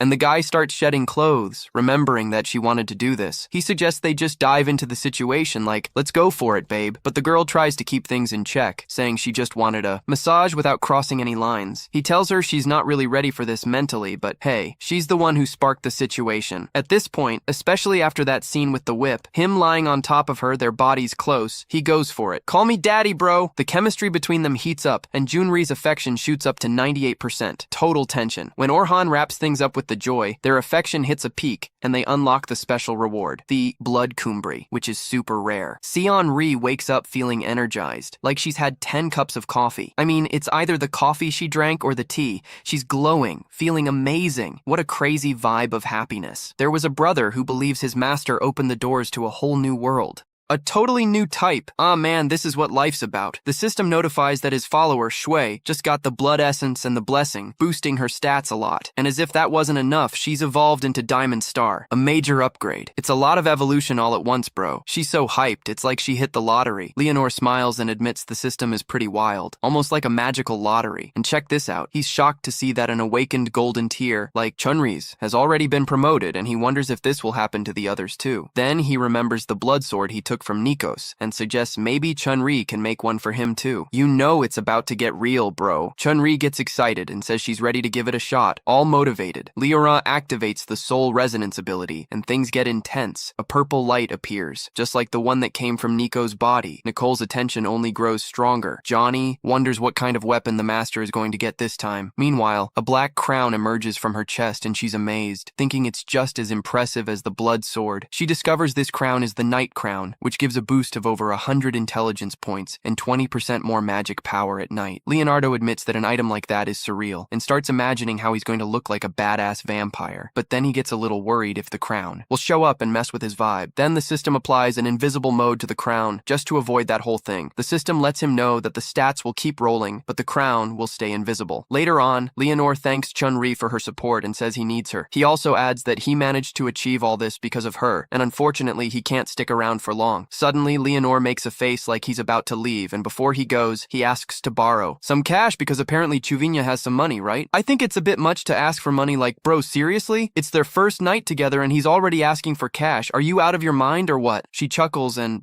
even though she finds the situation a bit weird, she says what's hers is his too. She assures that Leonora can take whatever she wants, no problem. Right after grabbing some cash from her, Leonora takes a trip to Zayu's school to drop the cash on her desk. When Kaim opens the backpack on the table, what does he see? A nice surprise. It's stuffed with money. After leaving the cash there, Leonore also wraps up her mission of the day by grabbing a quick bite from a student who thought she was just bitten by a mosquito. What a wild move. The guy is fast. Our boy isn't too thrilled about being able to see Cheyenne, but can't even say hi to her. So, to keep everyone safe, he decides that laying low is the best option. Man, hold up. That girl better use the cash wisely because he had to swallow his pride to ask his sister for it. Deep down, Leonard just wants his sister to be happy, even if that means not getting into a top college. When Chirino goes back to work, he can't stop thinking about Leon Horan and starts groaning in the office. It gets pretty awkward, right? He snaps back to reality when a teammate walks in and catches on. Feeling uncomfortable, he's shocked and starts stuttering while trying to explain what just happened. But the guy's just like he couldn't care less. She mentions that her classmates were kidnapped by some guys from the Elite Center the night before, and she thinks it might be connected to Wayne's death over at the Elite Center's factory out in the suburbs. The two guys who were with Chuva are being tortured by the bald guy. That dude is a real piece of work, no doubt about it, and they say that bald dude has nothing to do with Wayne's death, claiming that when they got there was nothing left, just a standing skeleton. The two macho guys refuse to back down and even back each other's stories up, like cool, right? They think they're being targeted by the Elite Center because they managed to find the killer, and since they're the weakest and easiest targets, it's simple to crush them. They say the bald guy, the Oni pushman, is basically intimidating them, but that just makes the guy even angrier, saying they must want to die for talking so much. Then, out of nowhere, the factory door bursts open like something out of a movie. The guy is shocked and asks who just walked in. So, there was this wealthy guy searching for his kidnapped buddies. The woman storms in with a fierce attitude, totally shifting the vibe, and demands that the guy hand over her friends. Both of them are relieved to see their leader and admit they were right to wait for her. The bald guy gets annoyed with Chun-Li's arrival and warns her that there are several silver-level guards watching the warehouse. One dude even has the nerve to ask how she got in, intrigued despite being a low-tier gold. Chun-Li mocks Worldman, saying she already took care of the underlings keeping an eye on the warehouse. She turned them into ice sculptures. She warns this guy that he's next on her list and gets ready to unleash her ice powers, maybe even to test out a new technique on him. Chun-Li sends a barrage of ice wheels flying toward Worldman, but the guy is totally confident in his abilities. He thinks her ice wheels won't stand a chance against his fire fists, even saying he got lucky last time, because Yugi stopped him, but this time he's all set to wipe the floor with Chun-Li. Chun-Li fires back, saying he's actually the one in trouble since Yugi isn't around for backup. Then she launches ice wheels 16 times in an all-out assault. It's like a massive attack. The guy insists in horror as the ice wheels come hurtling at him at crazy speed. As they get closer, Worldman unleashes his flames, shouting at Chun-Li that he's one of the strongest gold-level warriors, boasting about it, and making it clear that she doesn't stand a chance against him. Chun-Li yells back that she's not the same person she was during their last fight. The guy starts shouting and destroys the ice wheels heading towards Chun-Li, claiming that, to him, she's still the same weak person. Suddenly, an ice arrow hits him in the head, leaving him stunned. He's shocked to realize Chun-Li can control even tiny shards of ice with insane precision. More fragments pierce through his body, and Chun-Li activates them. As ice flowers sprouted from his skin, biting through him, he finally realized he had fallen into a trap and attacked the ice wheel, which was a ruse. He let his guard down and got hit by the ice shards, not realizing he had been played by the flame that had everything planned out. Chun-Li praised Odin for catching on to the plan, but it was already too late. "Crazy," she said to Odin. "The ice shards I'm controlling have already entered his body, and with a snap of my fingers he's gonna freeze up." She insisted he surrender because it was over, adding that she might consider sparing his life if he behaved himself. The teammates were watching all of this unfold, unable to stop praising their leader for being unbelievably skilled. Woodman's ego kicked in, and he remembered he was chosen as Yugo's partner because he's one of the strongest fighters. He didn't want to admit he was humiliated by a gold-level woman. That was a total blow to his pride. So he unleashed his fiery aura, challenging Ashun-Ri, claiming she couldn't scare him with that, and declared he'd melt all the ice inside him. With his blazing aura, he burned the ice flowers sprouting on his body and charged at Chun-Ri with a powerful fiery punch. But Chun-Ri just sighed in disappointment and called him a fool. Then, Chun-Ri snapped her fingers, and the ice shards lodged in Woodman's heart took effect. His body shattered, and a huge chunk of ice emerged from him. What a scene! He collapsed to the ground, shattered, dying in a horrific way. How grim. As this guy lay there dead, Ashun-Ri just kept cultivating her aura, claiming his fire couldn't melt her ice. A chilling aura radiated from her body, and she was no longer a gold-level warrior. She had now ascended to diamond level, but after the crazy dude's defeat, Chun-Ri checked in on her teammates, asking if they were okay, and they assured her that everything was cool, just took a few light hits. They say they didn't reveal any confidential information, so everything's okay for now. Suddenly, Chun feels a thirst for blood in the area. As he imagined, it's Yu-Gi-Oh! Standing at the factory entrance, looking pretty unfriendly. Our protagonist tells Shuri he's impressed with her effect, going from gold level to diamond star level in just 2 days. Man, that's when Gu lays it all out and admits he can't stand two things. First, he doesn't like people with asymmetrical features, and second, he can't tolerate liars. Yeah, dude, and Sui fits both categories. What a bummer. Meanwhile, cut to the Succubus village, where Lee Howan just returned. He activates resonance with Nico and retrieved the blood sword because he's dying to use that thing. The last time he got the sword, he just got a taste and didn't really get to test its abilities. Plus, this blood sword shines brighter at night or in dark places. It's a real beast, since it can restore 5 health points with every kill. Naorao wonders if these exclusive weapons are basically designed just for nighttime bonuses, you know? On top of that, these weapons boost the user's stats, giving 30 points to all stats per level. So, the stronger you get, the more powerful the sword becomes. Right behind him is Nico, the little red one, because when Leorin came back and resonated with her, she thought he was giving her a hug, and honestly, she's super happy about it, huh? Suddenly, Leorin gets a bunch of experience points, and quickly realizes the whole Joe thing. Thanks to the points he just received, he levels up 3 times in a row, my friend, and it's clear Joe's opponent is no joke, that's for sure. Out of nowhere, he realizes Chun-Ri might be up against some big dude at the elite center. Without a second thought, he concludes Chun-Ri is in constant danger. He grabs Nico, asking her to fly to where that girl is before anything happens. She replies she's already at max speed and complains that the way he's holding on makes it hard for her to focus. Alright, back to it.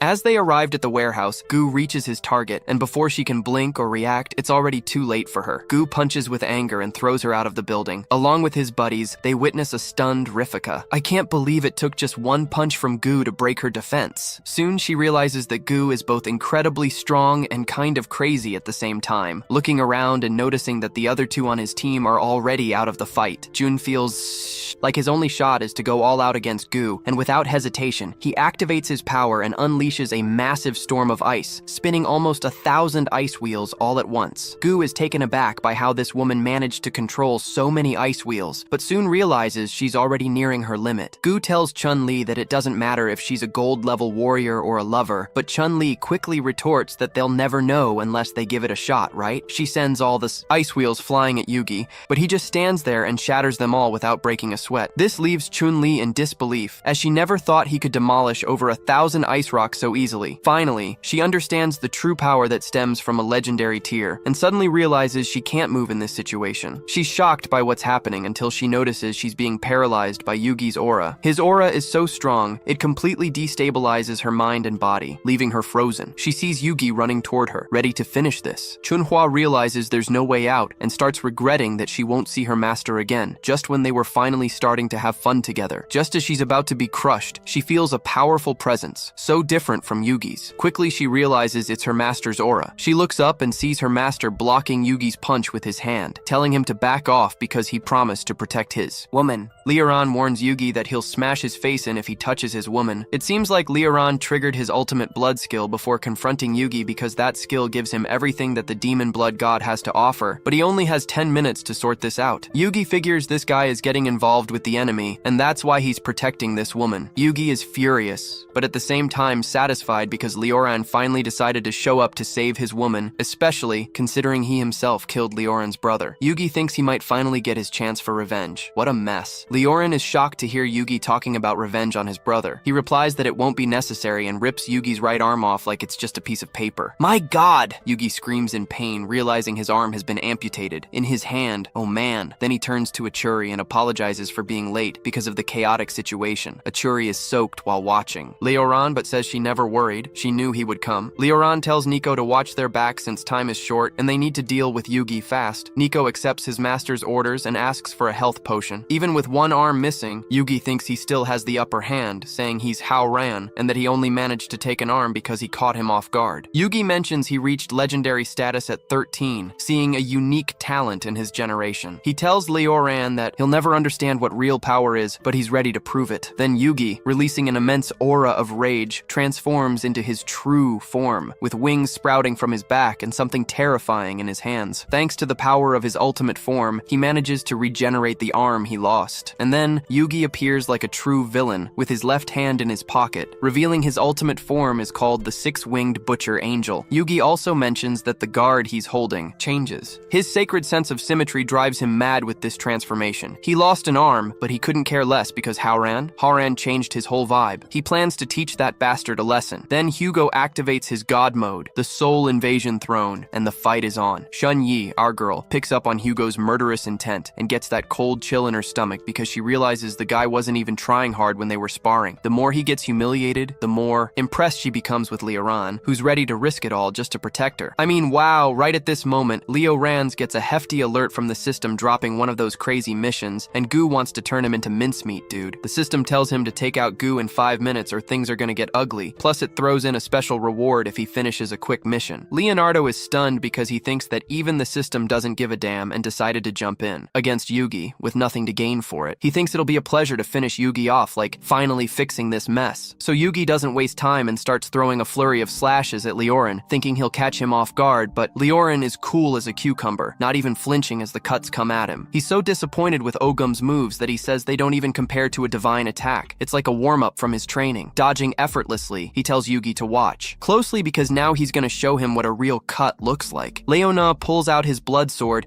and swings it with such force that it unleashes all its power. When the strike heads toward Yugi, the guy jumps thinking he's gonna save himself, but he's too quick to escape the slash, and suddenly, the bastard feels his left arm getting sliced off and screams in pain and disbelief because he thought he had dodged it. Meanwhile, Leonardo, all smug, tells Yugi he's pretty dumb for not realizing he got cut by the sword's own aura. And just to make it even funnier, he mentions that since Yugi always complains about symmetry, he just helped the guy out because now his arms are the same. Yugi, realizing things are getting messy, tries to fly away to escape the situation, but Leoran isn't going to let that happen so easily. So, with a timer ticking, he decides to wrap up the mission before time runs out. Leoran activates his flight ability, feeling like the devil now, and with that, he grows wings and goes after Hugo, saying the guy isn't leaving here alive. On his watch, the mission clock shows 4 minutes as Leoran flies toward Hugo. Hugo Hugo thinks he's got the situation under control, feeling like the king of the air with an unbeatable flying speed. Then, using the power of the Angel of Slaughter, he easily regenerates his severed arm. This guy still thinks he's going to wipe the floor with Lea Ruan's head, but his confidence starts to crumble when he sees Orhan behind him, asking why he looks like he just won the lottery. The realization hits, and Gu figures out that Orhan is faster than him. Before he can react, he gets punched in the face, making everything spin. Leona calls his special move Fly Swatter, and the attack just crashes to the ground, causing a huge noise and creating a crater. Completely out of strength, he decides to use his father's card because, well, it's now or never, right? He warns Leona that his dad is the director of the Elite Center, and if Leoran doesn't back off from the city, he will come for him. However, Leoran is unfazed. This is the same move his brother pulled earlier. Leoran tells Yugi they're not playing around. This isn't some school fight where you go crying to mom because you got a slap. No chance. He finishes by saying that Yugi needs to kill him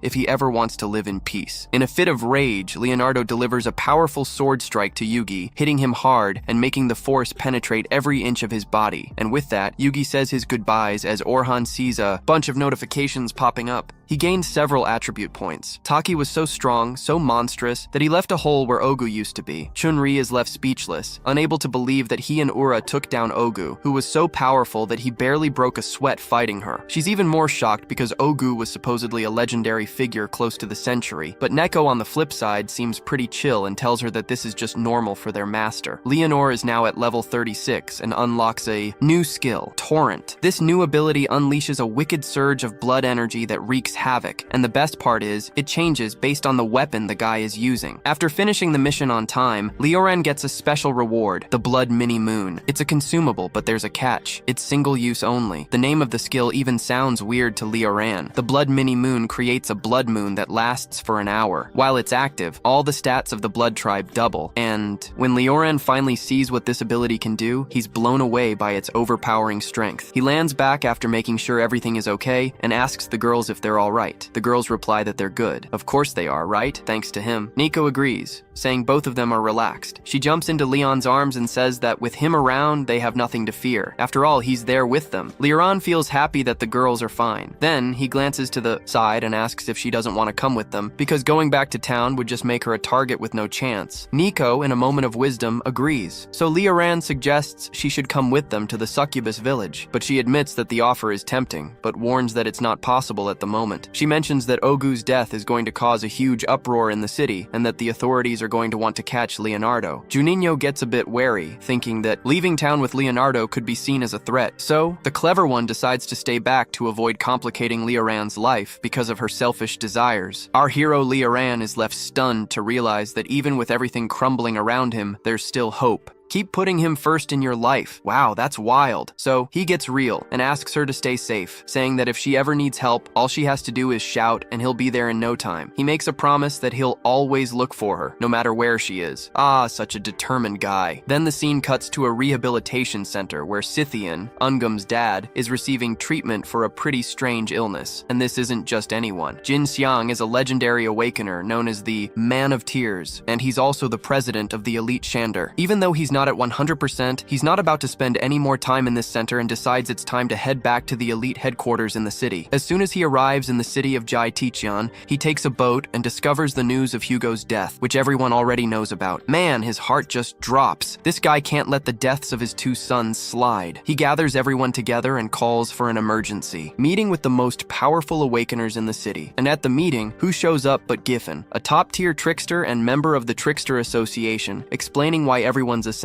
She reveals that some tricksters who worked for the Elite Center were murdered, including Taishin's own sons. Damn, things are getting serious. She mentions a suspect, a mysterious beast that appeared during the recent Mana anomaly chaos. Considering that the warriors present are the ones who run the Eye City, one of them asks what the plan is. So, how are they going to react? Then Tishin, without a second thought, is the first to suggest it's time to stir up some real trouble in the city to find out who took his sons away. But then, Billy Lion from the Zenlin group, an epic awakener awakener in the area, brings up a different perspective, questioning whether Tishin really wants to drag his men down just for vengeance. This guy doesn't think it's wise to risk everyone's lives just for personal revenge, and asks if Tishin is ready to take the blame. Losing men on this hunt has made Billy's vision super clear. He's not willing to sacrifice his guys for something so personal. Meanwhile, Lil Sam from the Justice Guild jumps in and counters his point, arguing that with great power comes great responsibility, which just complicates things even more. Then he says he's going to provide shelter for the beast, using his group's resources. Check out the strategy. Leon, who jumps in with his 2 cents, says that their passion for the fight isn't going to do them any good against that monster they're trying to take down. He reveals that he once had a run-in where Yugo fought, and he didn't find a shred of the beast's blood there. Then Goopim chimes in, saying that anyone who can take down Yugo without a scratch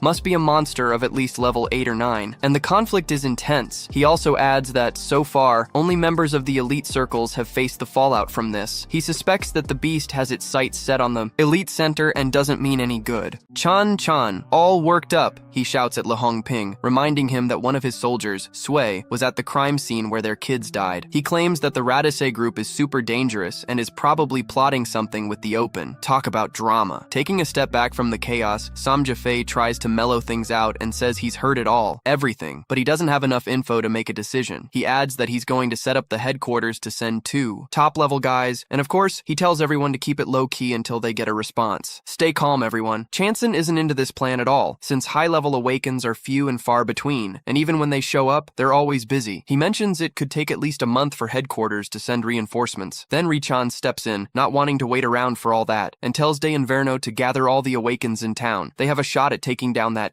beast. But just as he finishes, Gife lets out a dark aura that makes everyone shudder and says the elder needs to rest because he's really sick. Meanwhile, back in the Succubus village, Lee Howan knows he can't waste any time. He needs to get stronger before the enemies arrive. His plan is to maximize all his followers and unlock exclusive rewards and weapons. Yeah, brother, it's all or nothing. With Bushida's response not being too intense, Dia de Balos, our hero, decides to start with her. He activates the Pact of Victor and calls Bushida like he's inviting everyone to a party. Bushida rises from the depths and says she's at Leia Horan's service, her voice all eager. But the first thing she notices is that they're not on a battlefield. They're in the forest. What a change of scenery. Bushida wonders what Leia Horan is up to and why he summoned her out of nowhere. Farara mentions that the night is long, and since he can't sleep, he decided to take a walk with Bushida. And man, that's when Bushida's expression changes, lighting up with excitement as she asks if he's trying to hit on her. Leonore takes her hand and tells her to just go with the flow. Who knew such light touches could create such chaos? It's easy to follow Leonore wherever he wants to go, just by holding hands. There's this amazing vibe between them, just from the hand holding alone. Her affection for him skyrockets by 55%. Look at the power of love. She can still feel the warmth of Leonore's heart radiating towards her. Oh man, that warmth makes her feel a rush of energy. It's like magic. Life feels so shy. After all, holding a guy's hand for the first time is an inexplicable thing, and the more they walk, the more affection grows between them, if you know what I mean. How cute is that? Is it really? Leonore is buzzing because he realizes that just holding her hand is making waves. He decides to push his luck a bit. Leonore takes Eda down a path lined with reeds, and as she walks through, the plants start tickling her. Those pesky reeds are brushing against her from every direction, creating a scene of restlessness. With her whole body wet, she can't help but feel the reeds touching her, sending her head spinning. Her face is on fire, man, as she tries to figure out why her guy chose such a overgrown path. She's really confused. It feels like the plants are touching her down low, almost like hands. What the heck? Are they hands or just plants? The caresses keep intensifying, and when she's almost at her limit, she admits that the reeds are making her itch and feel hot. She confesses to our hero that her body is acting in a really weird way, and honestly, she might not be able to control herself. It's that crazy. He's practically crying. The guy looks like he's been hit hard by how intense the situation is. He didn't even know it could get this wild. Dude, I swear to you, this was absolute madness. No doubt things are reaching epic proportions. What the heck is happening? But let's keep going. He remembers the last time she went completely nuts just from sucking a little blood and realizes that Ida might faint again if he keeps this up. So, in a flash, he grabs Ida and throws her on his back. She says this will keep the annoying rushes from bothering her. She's super grateful and mentions that now the rushes aren't itching her anymore. Everything's chill. But with the two of them stuck together, there's only so much affection they can show. It feels like a competition for affection. The more Leon walks, the more he feels his body pressed against hers. And man, it's way more intense than the rushes. For her, this is way more pressure than the annoying itch from those darn rushes. She feels like she's about to lose it and tells Leon that she's close to breaking any second now. She says she needs to leave, but Leon, quick as lightning, lays her down on the soft grass. She falls, and gets all wet, thinking, oh my god, what is Leon trying to do with her? Because the vibe between them is off the charts. Leon, not wasting any time, realizes he can't let Bashida go and says he still needs her for something really important. Then, all crazy, when she hears that, she thinks he's looking to take things to a hotter level, even though they don't have that kind of relationship yet. But in her mind, it's hard to say no if he wants to make a move, right? In that moment, Leon starts touching her and tells her to stop trying so hard, making it clear that she's really important to him. He lays it all out and reveals he just wanted to take a nice walk with her and nothing more. She still can't believe it, and her affection level shoots up to about 98%. She realizes she was having some pretty sinful thoughts, crazy stuff, and Oran, feeling humble, apologizes to Ida, saying he knows it's her body, but he still took her to a place full of rushes. Terrarome starts sharing how life was cheap for him when he was younger, and mentions that when things get tense for him, he comes down to the pond just to take a look, just like they're doing now. He comments on how there's something calming about the water that even gives him relief and strength to move forward, still in disbelief. He knows the master has a vulnerable side, but the biggest surprise is that he's starting off with her as a loving couple strolling at night, and by showing that vulnerability, Aida ends up making his affection level hit 100%. He fumbles, and Ron's jaw drops when the system alerts him that he's reached max affection. But instead of getting max health, he receives a castle forged from blood. He thinks these two tests were just luck, but he's hoping the reward will be as special as the secret reward. He's gonna dig into the skill's details. The skill builds a personal fortress in a desolate area within the domain of L'Oran. He and his followers will regenerate MP and HP super quick, like a feast. Leon doesn't realize he just secured a fortress, a base of operations to gather everyone. So, at that moment, the soul resonance skill activates and Aida's chest starts glowing like a LED. A necklace appears on her chest, called the Spirit Necklace. This necklace boosts her spirit by 88, which controls all her mana. It also provides resistance and even a 1.5% chance to nullify magic attacks. There it is. Leora checks out the necklace and is stunned by the benefits. It's like a super item to take on magic users. The guy's convinced this necklace is going to give him a boost when the going gets tough. Oran explains to Bashida that this object is only for those with soul resonance and can only be used when the souls and hearts are linked by the significance of the item. Leoran assures Bashida that he owes her this favor. After this explanation, Bashida figures out why she's feeling that tingling in her chest. For her, it feels like she's giving birth to a baby. As for Laro Ram, he believes the next step is to keep pushing in the blood prison arena, defeating enemies and gaining more followers. Then he'll try to maximize the effect quickly, hoping to get max blood and change his luck. He also doesn't care if he doesn't get max blood because he's got Blood Castle to kickstart your own empire. While she's thinking about it, Ada suddenly sneaks up and grabs him from behind. He's totally taken aback, and Ada reveals she's bursting with happiness because it means a lot to her master. She sees her master as the person she's always waited for, as their hearts and souls are so intertwined. According to Leoran, Ada believes they're practically soulmates, and then she drops the bomb that she also has a baby for Leoran, which is why she wants their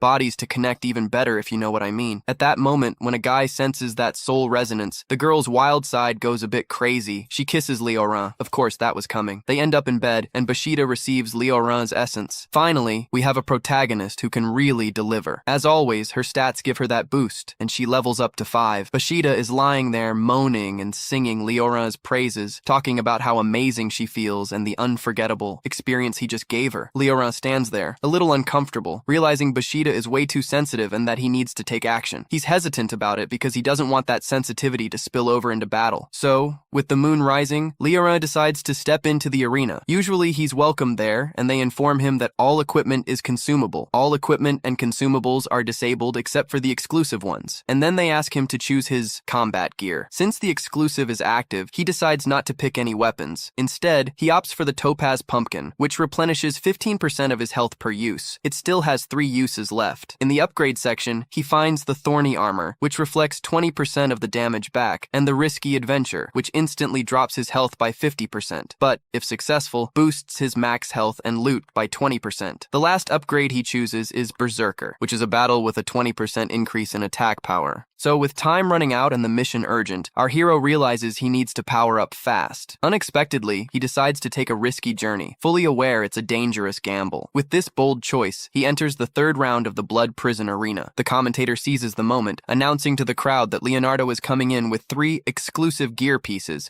questioning whether he can maintain his winning streak. He then introduces the opponent, a divine knight holding the sun and the silver moon. It's a level 5 centaur warrior named Centaur. Feeling pretty full of herself, Centaur acknowledges that Leoran is clever for having beaten the fire demon, but warns right off the bat that he doesn't stand a chance against her. While she brags, our hero thinks about how Centaur is the first rare species he's ever encountered, so he tells her to shut it because she's talking too much. Centaur immediately releases a strange aura, forcing Leon to attack. Leon doesn't hesitate and strikes with his sword, unleashing a red aura, but Centaur defends herself, weathering the blow and blocking it with her shield. Centaur recognizes Leoran's strength and tells him to keep attacking to see what happens. What they really want is for him to go all out. Leoran is annoyed by this Centaur's arrogance and promises he'll turn the tables as soon as he gets a win. But dude, all of his attacks keep hitting the shield, and they're just charging it up right now. The Leo native skill activates, giving him resistance to the nagging effect that was messing with him. He sees the hack kicking in and gets super stoked because this weird resistance got him out of that annoying situation. Leonardo is impressed by Centaur's shield, since even with his blood sword, the knight bonus can't pierce it. On the other hand, Centaur can't believe he's still moving, even with the taunting effect still in play. She starts to realize that Leonardo could be a real headache since he's resistant to crowd control, but Centaur still thinks she's got the upper hand. Because her silver moon lance is charged up, it's all thanks to our boy's attack power. The Centaur raises her spear and warns Leoran that she's about to smash him with a bolt of energy. She practically lifts him off the ground. Leoran, all battered, realizes something's off about this energy blast from the Centaur, and he comes to terms with the fact that she's used her taunt on him, forcing him to hit his own shield while she absorbs all that energy into her lance. In other words, it's a tactic that turns his own attack against him. The idea is simple. The harder he hits, the stronger she gets, and it's hurting him too. The commentator quickly figures out that Leoran is surrounded, and only a genius move can save this poor guy. So, in a moment of bravery, Leoran jumps from where he is and charges straight at the Centaur. When he's right in front of her, he drops his sword, leaving the Centaur in shock, wondering what the heck he's doing. The Centaur yells at him not to give up, and even cheers him on to hit harder. She taunts him again, forcing Leoran to attack once more, but our boy isn't shaken, and his skill kicks in, reducing the effect of her taunt. Leoran goes for it, using his bare hands on the Centaur's shield, and she finally realizes he dropped his weapon on purpose. That Centaur is impressed because it's the first time a lion's gone up against her, and he's already picked up on the flaw in her tactic, but she still doesn't believe it will change anything, since she's a level 5 beast and not just there for defense. She lunges forward and drives her spear into Leoran's shoulder, asking what he's going to do now, seeing as he doesn't have a weapon anymore. Leoran, with a smirk on his face, asks her if she really thinks he only trusts his sword. He grabs the Centaur and activates his skill, Buried, Blood Prison. The Centaur looks totally surprised, and suddenly, Leoran's blood starts to move, freeing the Centaur from his shield and wrapping around her neck like a noose, ready to strangle. It seems he's given his Blood Prison skill an upgrade, making it totally customized. The Centaur, caught off guard, realizes that everything Leoran did was basically just to provoke and attack her. She acknowledges the credit he deserves, but criticizes his use of tactics that she finds shameful. Leoran responds that he's been honing his skills and wants her to be his follower. Before the Centaur can fully grasp the situation,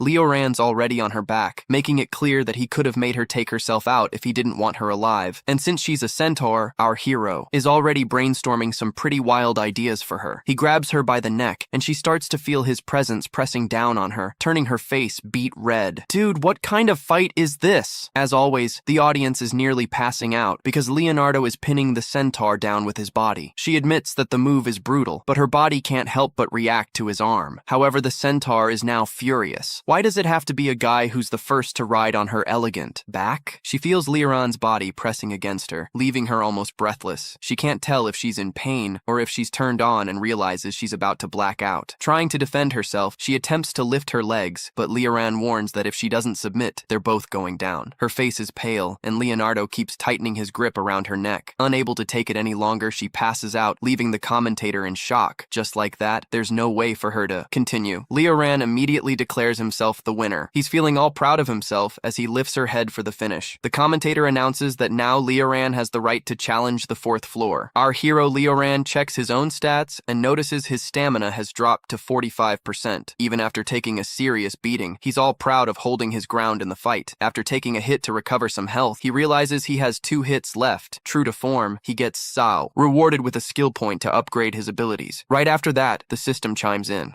If he's feeling brave enough to take on the 4th floor of drama, the system lets him know that if he decides to go for it, he'll keep his gear and upgrades, fully aware that he'll continue to level up. He accepts the challenge, embraces the plot, and gets transferred to the 4th floor. Once he arrives, the commentator starts introducing his next opponent, but the kid couldn't care less. He's confident that he's still at his best. He knows he had to be cautious in the last round because of Fry, Centauria's annoying mechanics, but this time he's ready to show everyone what the blood sword can do. If the guy gets the chance to use it, his opponent won't even make it into the arena because she'll launch her tentacles at Lee Howan. Lee Howan reacts quickly with a precise slash and is surprised to find that his opponent is eager to fight, or rather, practically begging to be defeated. Finally, the opponent takes off her mask and tells Lee Howan that his aura is so alluring that she couldn't help herself and went for it. What he soon discovers is that his next adversary is Beatty, a level 5 mimic beast with tentacles, and she's got legs like a people, brainstorming various ways to mess with Lee Howan. Lee Howan feels uneasy with her unusual attitude and decides it's best to put an end to this nonsense as quickly as possible. He charges at her, determined to slice her into pieces, but she proves to be way too quick, like a District 1 tribute from the Hunger Games. She dodges, and in the end, Lee Howan misses his attack and leaves himself open to Beatty. With that opening, Beatty launches a wicked assault. Dodging her tentacles, Lee Howan warns Beatty that her tentacles are nothing to him, but Beatty replies that the kid is judging her too quickly. Before he knows it, multiple tentacles appear around him, making Lee Howan wonder what Beatty is planning. He thinks she's trying to immobilize him, but suddenly the tentacles grab him and lift him up. Lee Howan realizes he's lost control and walked right into Beatty's trap.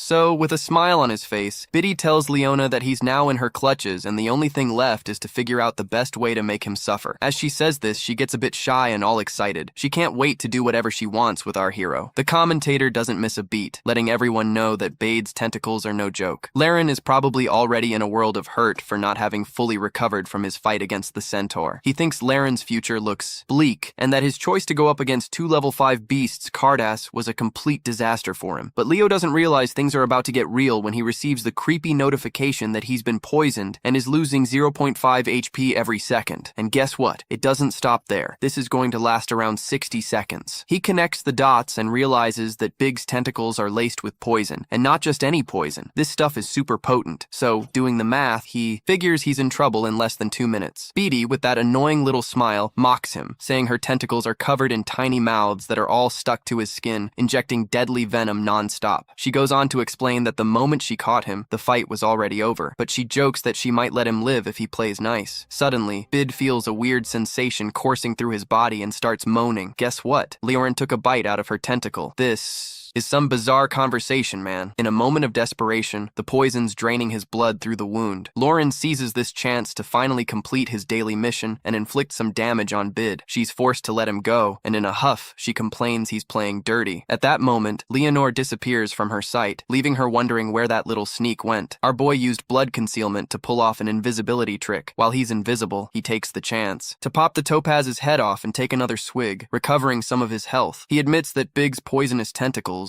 they're a problem because for every hit they take, they lose about 30% of their health. So, since the gourd only has one more use left, he realizes he could be in deep trouble if he doesn't wrap up this fight soon. Meanwhile, Bide is still trying to figure out where Leonore keeps popping up from. In the blink of an eye, he appears underneath her with a blood spike aimed right at her, almost impaling her, but she manages to dodge the fatal blow to her heart. However, before she even realizes it, several spikes emerge around her, forcing her to shift position. She jumps and spins, but when she lands, she finds herself surrounded. Leoron has scattered blood spikes all around. There's nowhere safe to land without getting hurt. For a moment, she's stuck in the blood spikes, feeling her tentacles getting sliced. The confusion clears, and she starts calling him out, labeling Leorand as a tough guy who's not cut out for mercy towards women. But she believes the fight is still on her side, so she calls Leorand arrogant. This guy just made her totally furious. Suddenly, she hears Leorand's voice behind her, and he makes it clear that he won't go easy on her until he's tamed her. At that moment, Bide realizes that the kid has more tricks up his sleeve and is way more dangerous than she thought. Leoran makes an unexpected appearance and lands a blow that leaves a trail of aura behind him. Before Bide knows it, her tentacles are done for. She falls while Leoran wields the blood sword, and Bide starts hemorrhaging, losing about 1.5 health per second, screaming furiously that he ruined her whole little body. She vows she won't forgive him for what he did. Meanwhile, Leoran's health drops to 39%, and he admits that you shouldn't mess around with level 5 beasts. Just from getting poisoned, he almost kicked the bucket. Leonardo takes one last swig from the gourd, and his abnormal state kicks in to help him resist the poison. Our hero feels ecstatic when he realizes he's got resistance against hits in the gourd, because if not, my friend, he'd be more full of holes than a wormhole. So, Leorand, feeling like the king of the hill, struts towards Bide, mocking her. Without his tentacles, he's nothing. It's like a bad joke. He raises his sword ready to deliver the finishing blow, but Bid panics, pleading for mercy and admitting he really messed up. In that moment, Leoran, acting like a vigilante, lets his guard down, playing the nice guy, but suddenly Bid goes for it. He unleashes a magical energy bolt from his head that hits Leoran. Let's be real, this guy should have been toast, but he's got some crazy luck and is still alive, thanks to the necklace he just got, a true Trojan gift. With the necklace, he finally manages to neutralize Bid's magic attack. Thinking he's hot stuff, Bid is totally stunned to see that his last-ditch effort to finish Leoran turned out to be a complete joke. Leoran is fuming. What a misleading video. But she goes on begging again, as if anyone could trust her. She claims she's really surrendering this time, but honestly, Leoran is not buying it again. Without a second thought, he strikes, and the force of his blow sends her flying backward, spraying that purple blood all over like it's some kind of crazy festival. She hits the ground in pain, looking like a lost pupil struggling to stay upright. Leoran warns her that it's time to learn real lessons, once he's taken her down, of course. And with that, Leoran, our hero, emerges victorious from the battle, puffed up with pride. The commentator, mouth agape, is blown away watching Leoran take down 2 high-level beasts back-to-back, like he's Neymar in the game. Honestly, I think this guy is more like Messi. As for the rewards, he now gets increased resistance to poison damage and also a bonus skill point, which is pretty sweet. He picks up the tentacle skill, which is super dope, summoning multiple tentacles from behind to bind and attack enemies twice. Oran, totally impressed, sees that he managed to snag Bid's ability and thinks it's a dream come true. She figures it was worth it, but then Sail shows up with a warning that could be pretty ominous.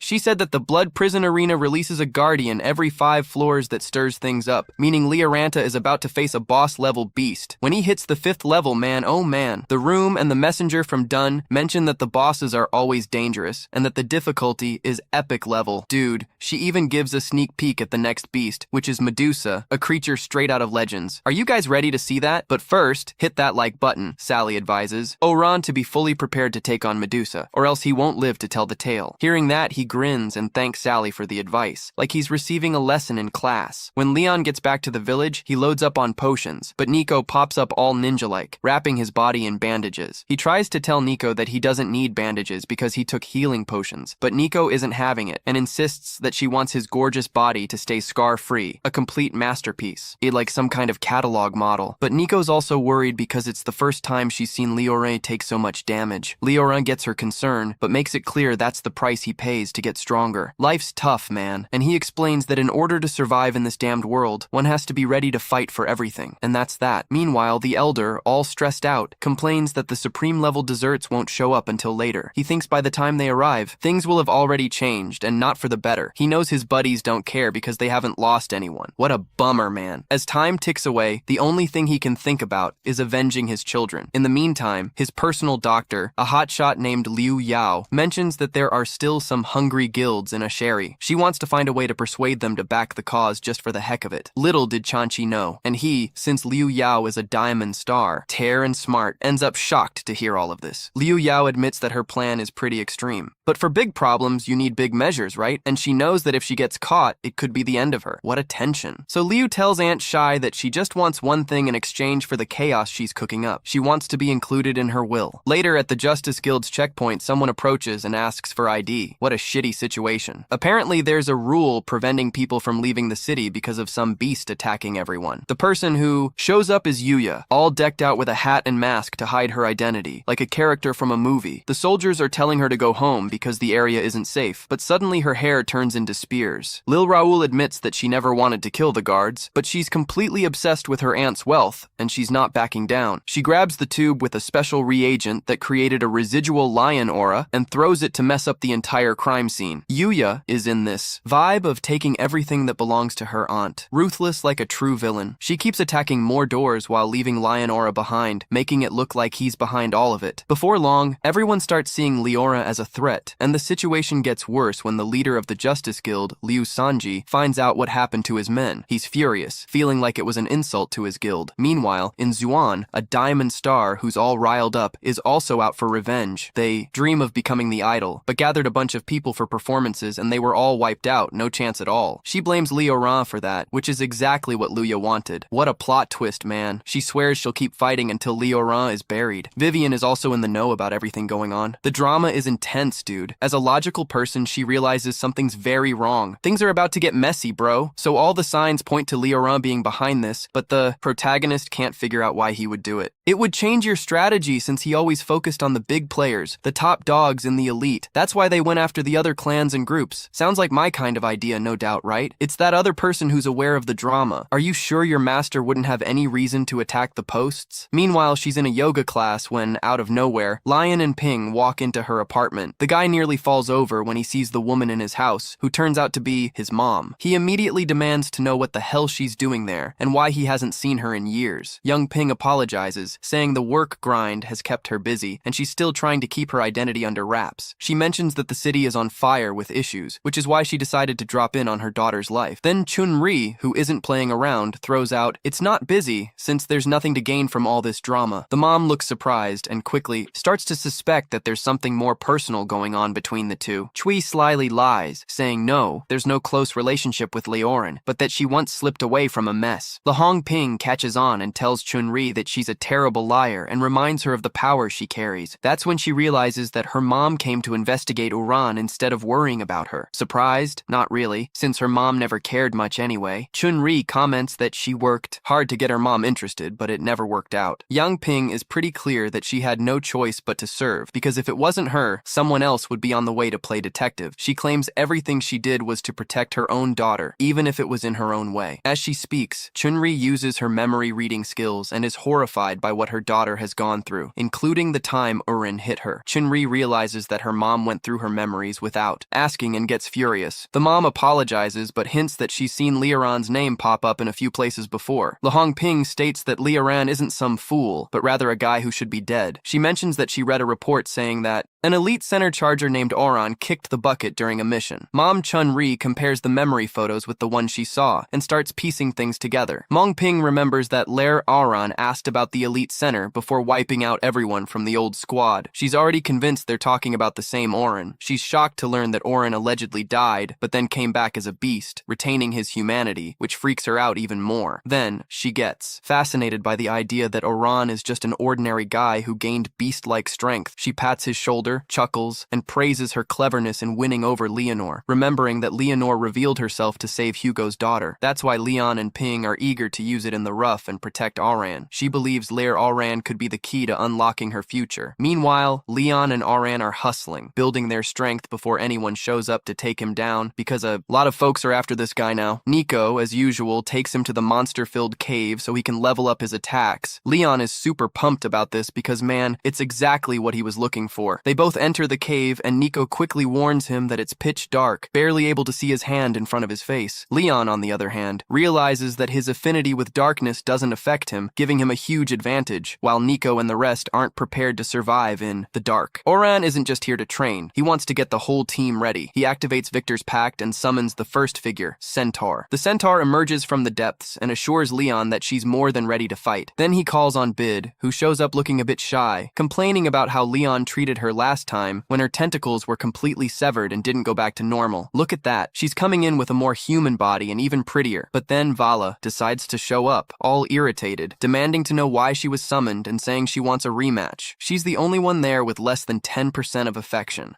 Leoran is already stressed and asks her to tone it down, because she only called her to light the team's path and nothing more. This just makes Below even angrier, saying she's not ready to light anything, and that Leoran hasn't beaten her in their last fight. Leoran gets a system alert telling her to get Below in check because her affection level is way down, and the dissatisfaction is real. The system warns that it needs to control this immediately. Leoran realizes that Below is just mad because she lost the fight, but she thinks the best lesson is to teach her a lesson and attacks. She dodges and leaps. Below, feeling confident, sends a massive fireball and says there's no way he can escape since they're in the cave. She's so sure of herself that she thinks she's already won, but Leoran pops up behind her and tells her to stop talking nonsense. Below is taken aback seeing how he dodged the fireball, but before she can think of anything, Leoran has already immobilized her with that new ability he just got. The tentacles grip her tightly, she can barely move. Leoran makes it clear she's already lost and asks if she's ready to cooperate. She replies, "Yeah, what else can I do?" With that defeated look on her face as she answers, Leoran forgives her since he just won in the victory of forgiveness, folks. And it's not like Below's affection jumped to 50% just because of kindness. So they keep delving deeper into the cave, but Nico and Biddy are holding the master like he's a lifeguard. Leoran tries to remind them they're there to train, but that doesn't seem to bother them at all. Below starts to think the master sees her as really important after all. He even copied one of her abilities. How cool is that? Soon enough, they reach the end of the cave, and wow, there are several paths to explore. Skeletons litter the floor, and the sentence asks if everyone should get ready to check out those paths. Leoran quickly says there's no need, because all the paths lead to the central chamber where they are. He mentions that the area is covered in bones from beasts and animals, like a real graveyard. Then he casts a sly glance, and realizes the trouble is more serious than it looks. Dude, they're surrounded by creatures in that place. It's one of those spots where beasts catch their prey and devour them without breaking a sweat. Eliora has Asentaro use taunts to lure the beasts hiding in the cave. Asentaro steps up to the challenge and starts calling the beasts out, daring them to fight him while unleashing his terrifying aura. That's all it takes for the spiders to come crawling out of their hiding spots. And man, they're disgusting and terrifying. The spiders charge at Centauri, but she doesn't back down and keeps the taunt going to draw them all in. Before long, the spiders surround her shield, trying to break through and making noise like, "Sorry, not happening, bro." When they're all piled up, Leora's followers attack the spiders and wipe them out in one go. Nico is the first to whip out her whip and take a swing at the spiders. Bid follows up with her tentacles, smashing everything in sight, and Below breathes fire, showing no mercy to any of the critters. In no time, Leoran's followers take care of the spiders, racking up a nice chunk of experience for our guy. Leoran is pleased with the amount of experience he's earned, even if the spiders are pretty weak. And to top it all off, he discovers he's gained a new skill. And guess what it's called? Devil's Hand, which sends out a wave of demonic energy to bind enemies from afar. But Leoran isn't completely satisfied because he suspects there's a high-level monster lurking around that cave. He i.e. thinks those spiders have a king or queen, and for some reason, that bastard didn't fall into Centauri's trap. Plus, the tiny paths aren't big enough for the spider, so it has to be up above them. Leonardo looks up, and as he suspected, the Spider King is up there, chilling, sitting around, watching everything. That spider spits a ton of acidic venom from its mouth, and Leoran yells for everyone to get back. Thanks to Leoran's warning, the crew manages to dodge it, but the acidic venom creates a small crater where Bid lands, and that venom is super dangerous. And that just one drop could be deadly. For sure, everyone's looking up and seeing the giant Spider King, a level 6 creature, glaring down at them with a not-so-friendly look. Leoran knows that, at their level, this beast is a serious headache, but he feels a bit relieved to have the gang with him. He activates the Devil's Hand ability and manages to trap the Spider King. "Hold that big guy there!" The spider slams down, shaking the ground like an earthquake. Leoran calls for the girls to throw everything they have at the spider while it's still dazed. Biddy attacks the spider with her tentacles, dealing a bit of damage. Nothing major, but it's something. She also launches a spear at the Spider King, thinking it'll pierce its hide, but to her surprise, the spider just catches the spear with its legs. Oh man. And with all this humor going on, the spider finally moves and casts its webs, trapping the girls. They try to break free, but the web is so thick that escaping would be easier than getting out of a horror movie. On top of that, it's super sticky and gross. Poor Nico is frozen in place, realizing there's no way out of this mess. Out of nowhere, the spider focuses on Nico, and she thinks her story's about to end right there. She starts to think that the spider is zooming in on her just because she's the weakest in the group. Nico closes her eyes, ready to accept her fate. In the end, just when the spider's about to chow down on her, Leoran jumps in and slices off one of its legs. When he cuts it, this nasty acid sprays everywhere, making Leoran realize that the spider is way scarier than he thought. He understands that this 6th level beast isn't playing around, but he isn't afraid to go after it with another ally in play. He releases Aida, who bursts in shouting that the spider's resistance is off the charts. She knows her alpha scream ain't gonna phase the spider, but she keeps screaming like crazy. She believes that with time, her scream could weaken the spider's resistance. The spider won't have any choice but to stay on guard when it's done with this mess.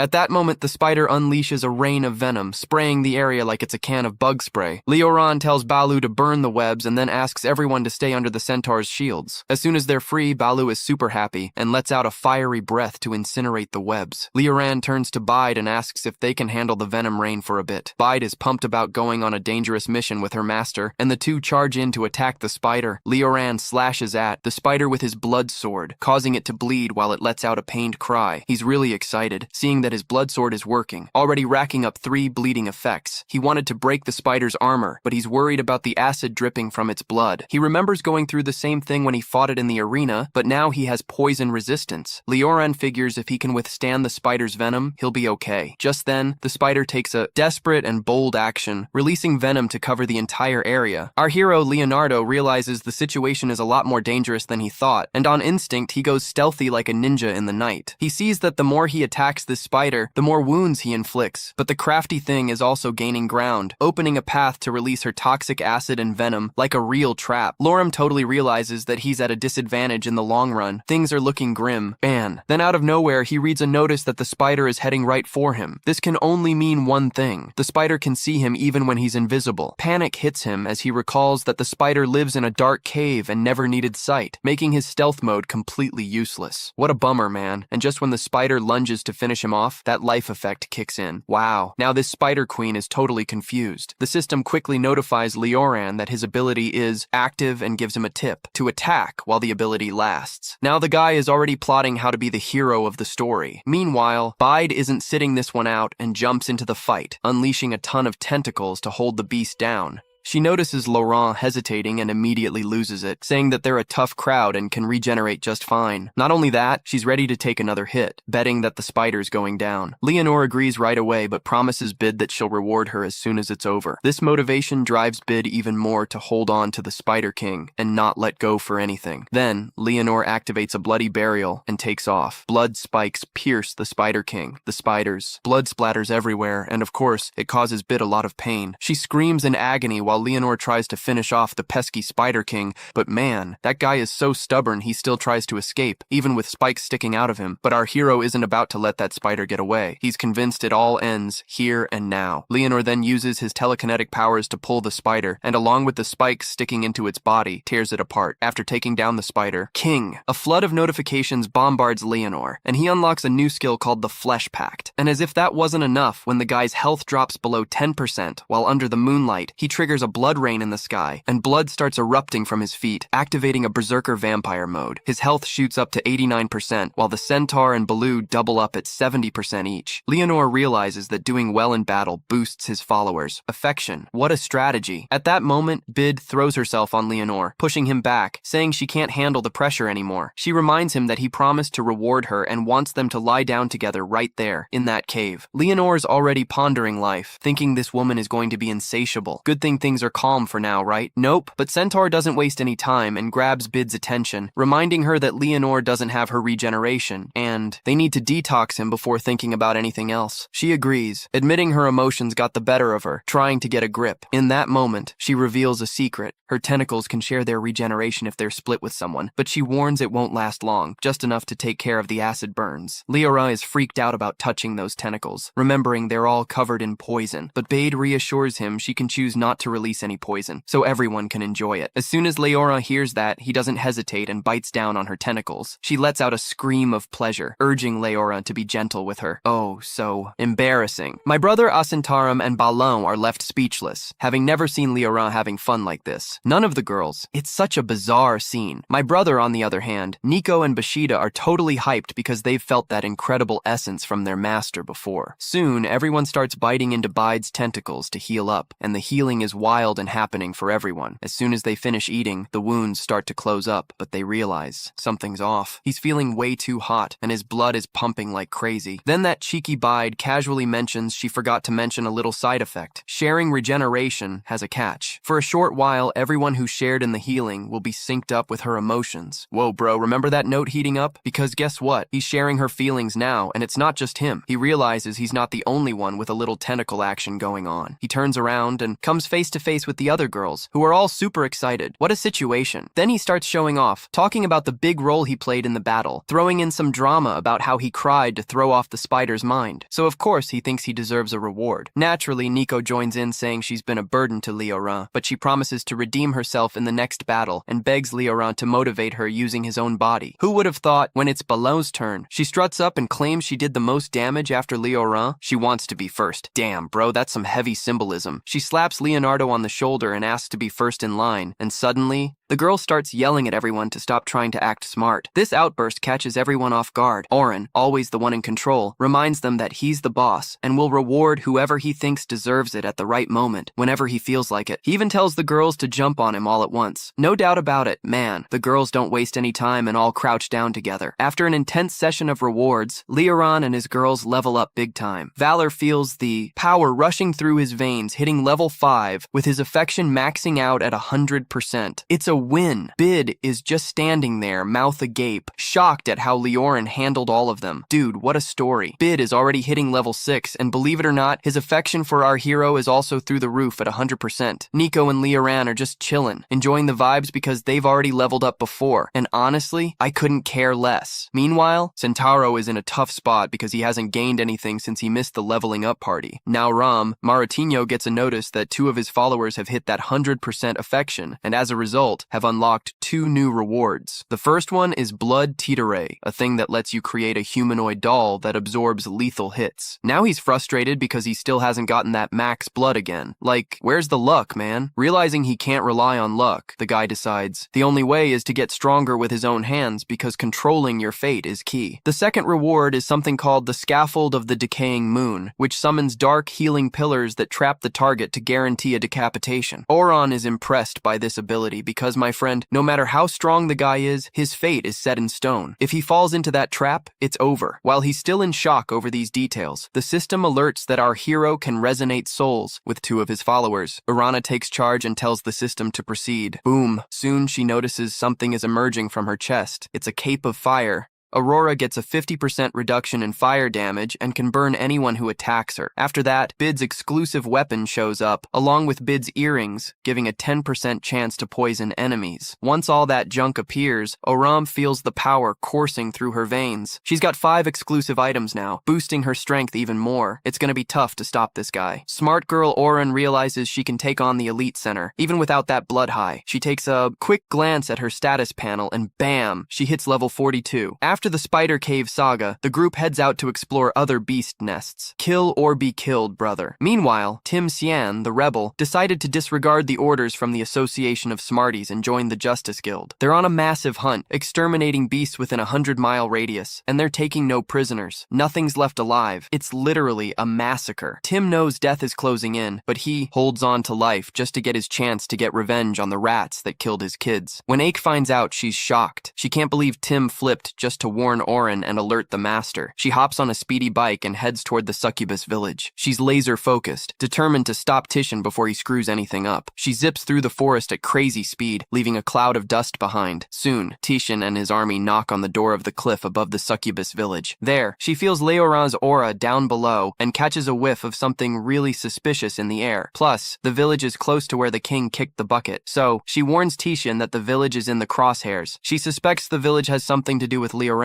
even if the guy isn't hiding out there. She asks Titian what his plan is, and he replies he's gonna do what he always does, wipe everyone out in the village. He raises his hand and sends flaming rocks toward the village, causing complete chaos as everyone scrambles to save themselves. The very skin thinks this is some supernatural disaster. A succubus trips and missteps, falling and freezing in place, realizing the situation. She notices that the meteor shower is only hitting over there in the village. In other words, this isn't normal, dude. And when they connect, they're attacking the village. These guys aren't playing fair. Then, evil warriors show up, brandishing weapons and laughing about the first invasion of the succubus village. These guys are even trying to hit on their mothers-in-law, but in the end, Tishan's order is to wipe everyone out. Out of nowhere, it starts to snow. The warriors are totally confused. What a surprise. They're wondering what's going on when a river appears out of nowhere, activating their ice flowers. Shuri's ice flower hits one of the warriors and wipes everyone out in the most absurd way. The succubus is impressed, but quickly realizes that no one there uses ice powers. She wonders who saved her, thinking it must be Lee Howan, but then she turns around to see Sue behind her. Wow, that girl made it in time and saved the succubus. She reassures Sugo, saying there's no need to panic since she's there to protect her friends. Meanwhile, Lee Howan, with a breath of ice energy, manages to put out the flames that were consuming the village. The succubi, relieved, are grateful that someone arrived before everything went up in flames. Raoul spots his master in the village and lays it all out for Yutishin. He's surprised to find out she's connected to the beasts. After all, Liu Yaro is also shocked by the power she showed, claiming her level is gold. But Liu Tishin doesn't care about strength. What really irks him is that she's a traitor. At that moment, Suri shouts to the warriors not to fall for Tishin's sweet talk because he's one of the culprits behind the disasters in Chura. The girl assures the warriors that she has nothing to do with that and that the old man brought them there with the intention to betray them. Lil Sanji, not one to back down, is the first to question the old man, asking if Sui is really on his side. He remembers the old man pointing out that it was actually Yude who broke the association's rules, putting the lives of the men at risk because of the blind trust he placed in him. So Yude, being the clever one, pulls some reverse psychology on Liu Sanjin and asks if he's really going to listen to a traitor instead of trusting him. Zoe spills the beans that the folks from the Red City have already reported Yude to the Awakened Association. Meanwhile, the Fae ICU is heading to the city, warning the warriors not to follow Yude's path because it's a one-way ticket to death. But Lo Raoul counters all of this, saying that Suri is just trying to buy time, and then Raoul jumps in, claiming that Suri doesn't have any proof for the stuff she's been saying, calling her a traitor and suggesting they should team up to take her out. Chan, who's no fool, has already anticipated this. He disappeared, helped whoever actually killed his kids, and he concentrates his power to launch a flaming meteor toward the village. Sorir realizes how serious the situation is because stopping that would mean saving all the Asukubos. She doesn't want to run away, but fears she won't have the strength to stop that meteor. Just when Sorir is almost losing hope, out of nowhere, Lioran flies in using his blood powers and literally blows up the meteor. A guy can't believe he was gone for just a few days and they're already attacking the village again. He gives major props to the girl for protecting the Asukubos and promises she'll get the reward she deserves. Churi is chill and responds that he was just doing his job. Then he turns to Yute and says he's ready to face the old man because he wants to avenge the kids he loves so much. Wow. Oran is flying like crazy thanks to one of his skills, the Devil's Wings, boosting his speed and damage. I can hardly believe it, but he confesses he was the one who killed Uchiha's kids and makes it clear they deserved all this trouble. Since Miyuti is hungry for revenge, Lioran suggests the old man should face him alone, no one else getting involved in this mess. Miyuti, with fiery eyes full of rage, looks at Lioran and reveals he's been waiting for this moment ever since he learned about his kids' deaths. He plans to take out Lioran to finally find the peace he's been seeking. Before Leonardo can respond, Tiao moves in and nearly lands a lethal strike on the guy, but he manages to dodge at the last second, coming away injured. Lioran realizes that, despite his age, Yutian is one of the most legendary warriors and is just a step away from taking down a supreme awakened god. He acknowledges that Yutian's fire magic is seriously intense, and that if it weren't for his protection, things would have ended really badly. He tries to keep up with Uchiha's lightning fast movements, who suddenly appears behind him, almost landing a hit. Uchiha can hardly believe that Lioran, someone who looks so slow, could be the reason for his children's deaths. Then the guy channels an insane amount of power and shoots a colossal fireball at Lioran. With no time to dodge, Lioran gets caught in the attack. He sees the fireball barreling toward him and realizes Tio isn't messing around. The impact is brutal, obliterating Lioran and everything in between. The others are stunned, screaming Oren's name, fearing that he's done for. Luciano G is also in disbelief at what just went down, struggling to comprehend how a guy like that can summon such a crazy fireball that wipes out anyone. The flames consume everything, and Tiao rises amid the fire, convinced that Lioran is finished. Even if he hasn't truly died, he must be incapacitated. Tiao declares the battle won and feels a sense of relief for avenging his dead children. Suddenly, he hears Lioran's voice questioning why he thinks the fight is over. Tiao is dumbfounded and as he looks closer, he sees a charred puppet where Leoran should be. It seems that Leoran used a blood puppet to summon a creature that absorbed the lethal attack and took his place. The system then detects Yudian's hostility and gives Leoran 5 minutes to finish him off, just like he did with Gu. If he completes the mission, he'll get a reward, but if not, he'll lose attributes and end up worse off in the Abyss Zone. He figures the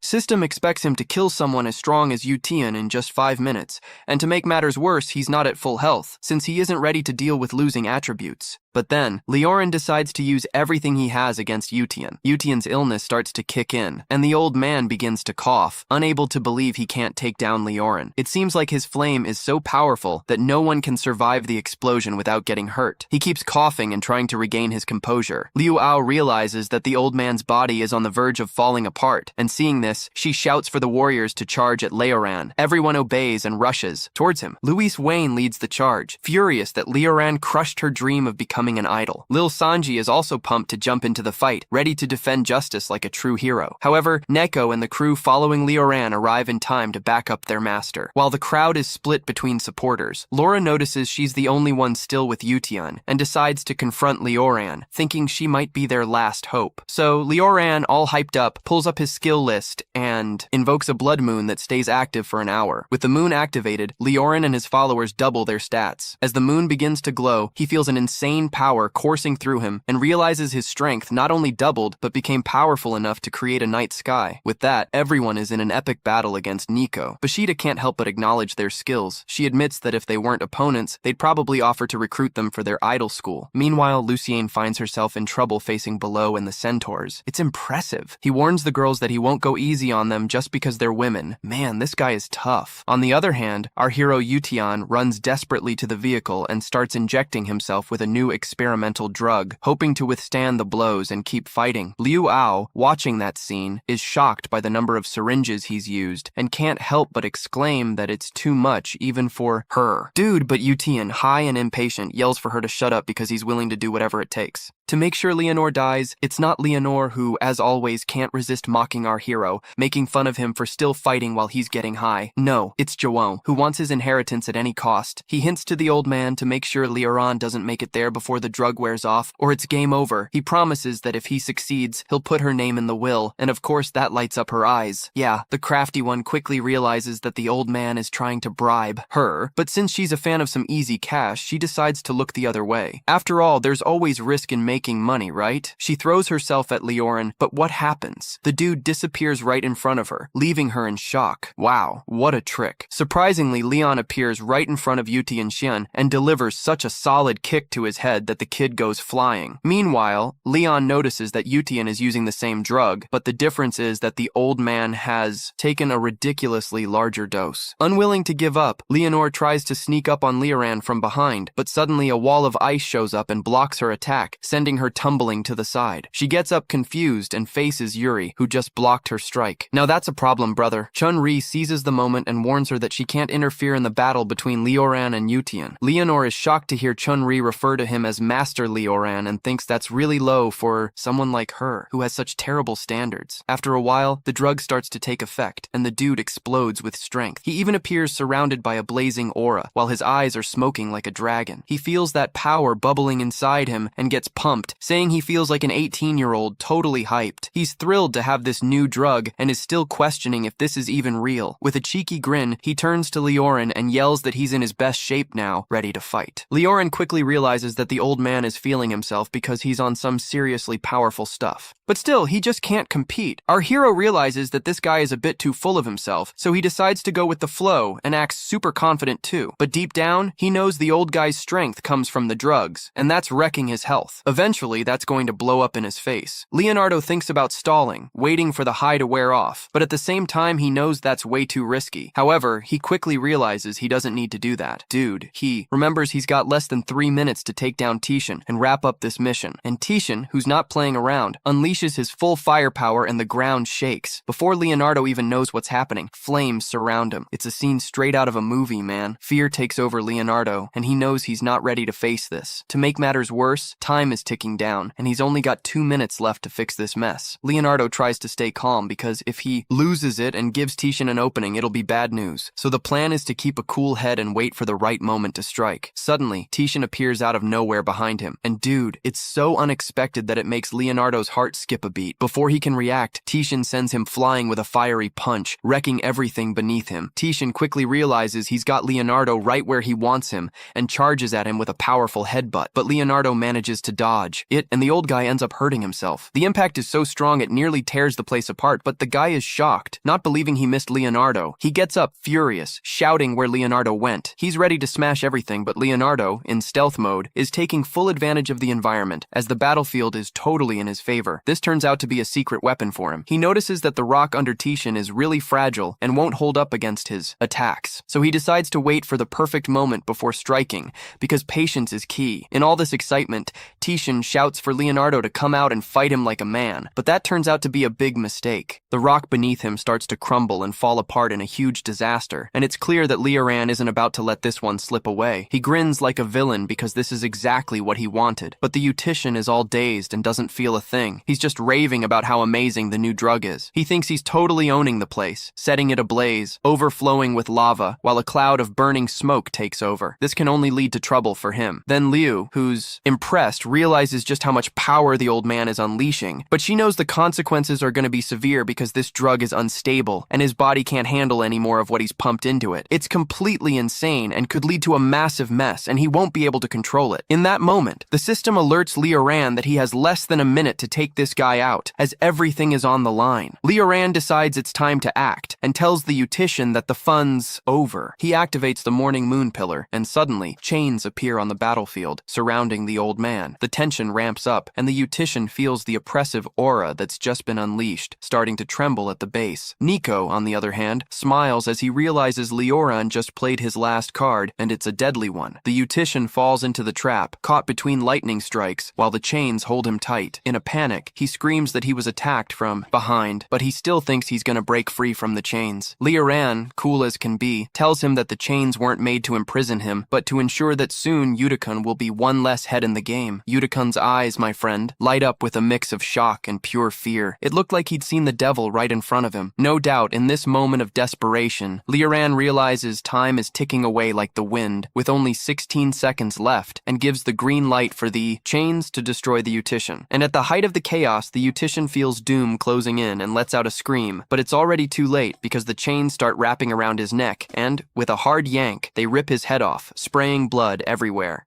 As the decapitated body stands still in front of the pillars, it's a true horror show, man. And then his head flies off and Leoran gets that epic notification. Congratulations, you've defeated the Yuti. He gains a ton of attributes and stands there on a mini blood moon looking like a total vampire god, super pissed. Since he completed his mission ahead of time, he pulls out a special reward, 3 transformation skill points. It's like he's getting some serious upgrades. After taking a breather, our main guy turns to the other warriors and says, "Hey, you guys can head out, no worries." He explains that the fight against the Eutychian was personal and had nothing to do with the other warriors. He's sure that Jusian was just using them to get ahead, so Leoran promises he'll play nice because his mission is to take him out and nobody else. With that serious tone, he tells the warriors to drop their weapons and clear the area, giving them just 30 seconds to bail out or things are gonna get crazy. And just like that, time passes and Lu Aruan, who's playing the survival game, starts to realize that Yute really messed up but still lost to Leoran. He realizes this guy is incredibly strong, but he's starting to worry that Leoran might be having a moment of generosity, which feels really off. Rao starts to think about why this guy is acting this way, almost like he's finally waking up. He wonders if Leoran might be tired from all the fighting, but come on, who wouldn't be, after thinking it over? Rao decides it's better to scram. Can't risk his life on a hunch. He turns around and starts running because,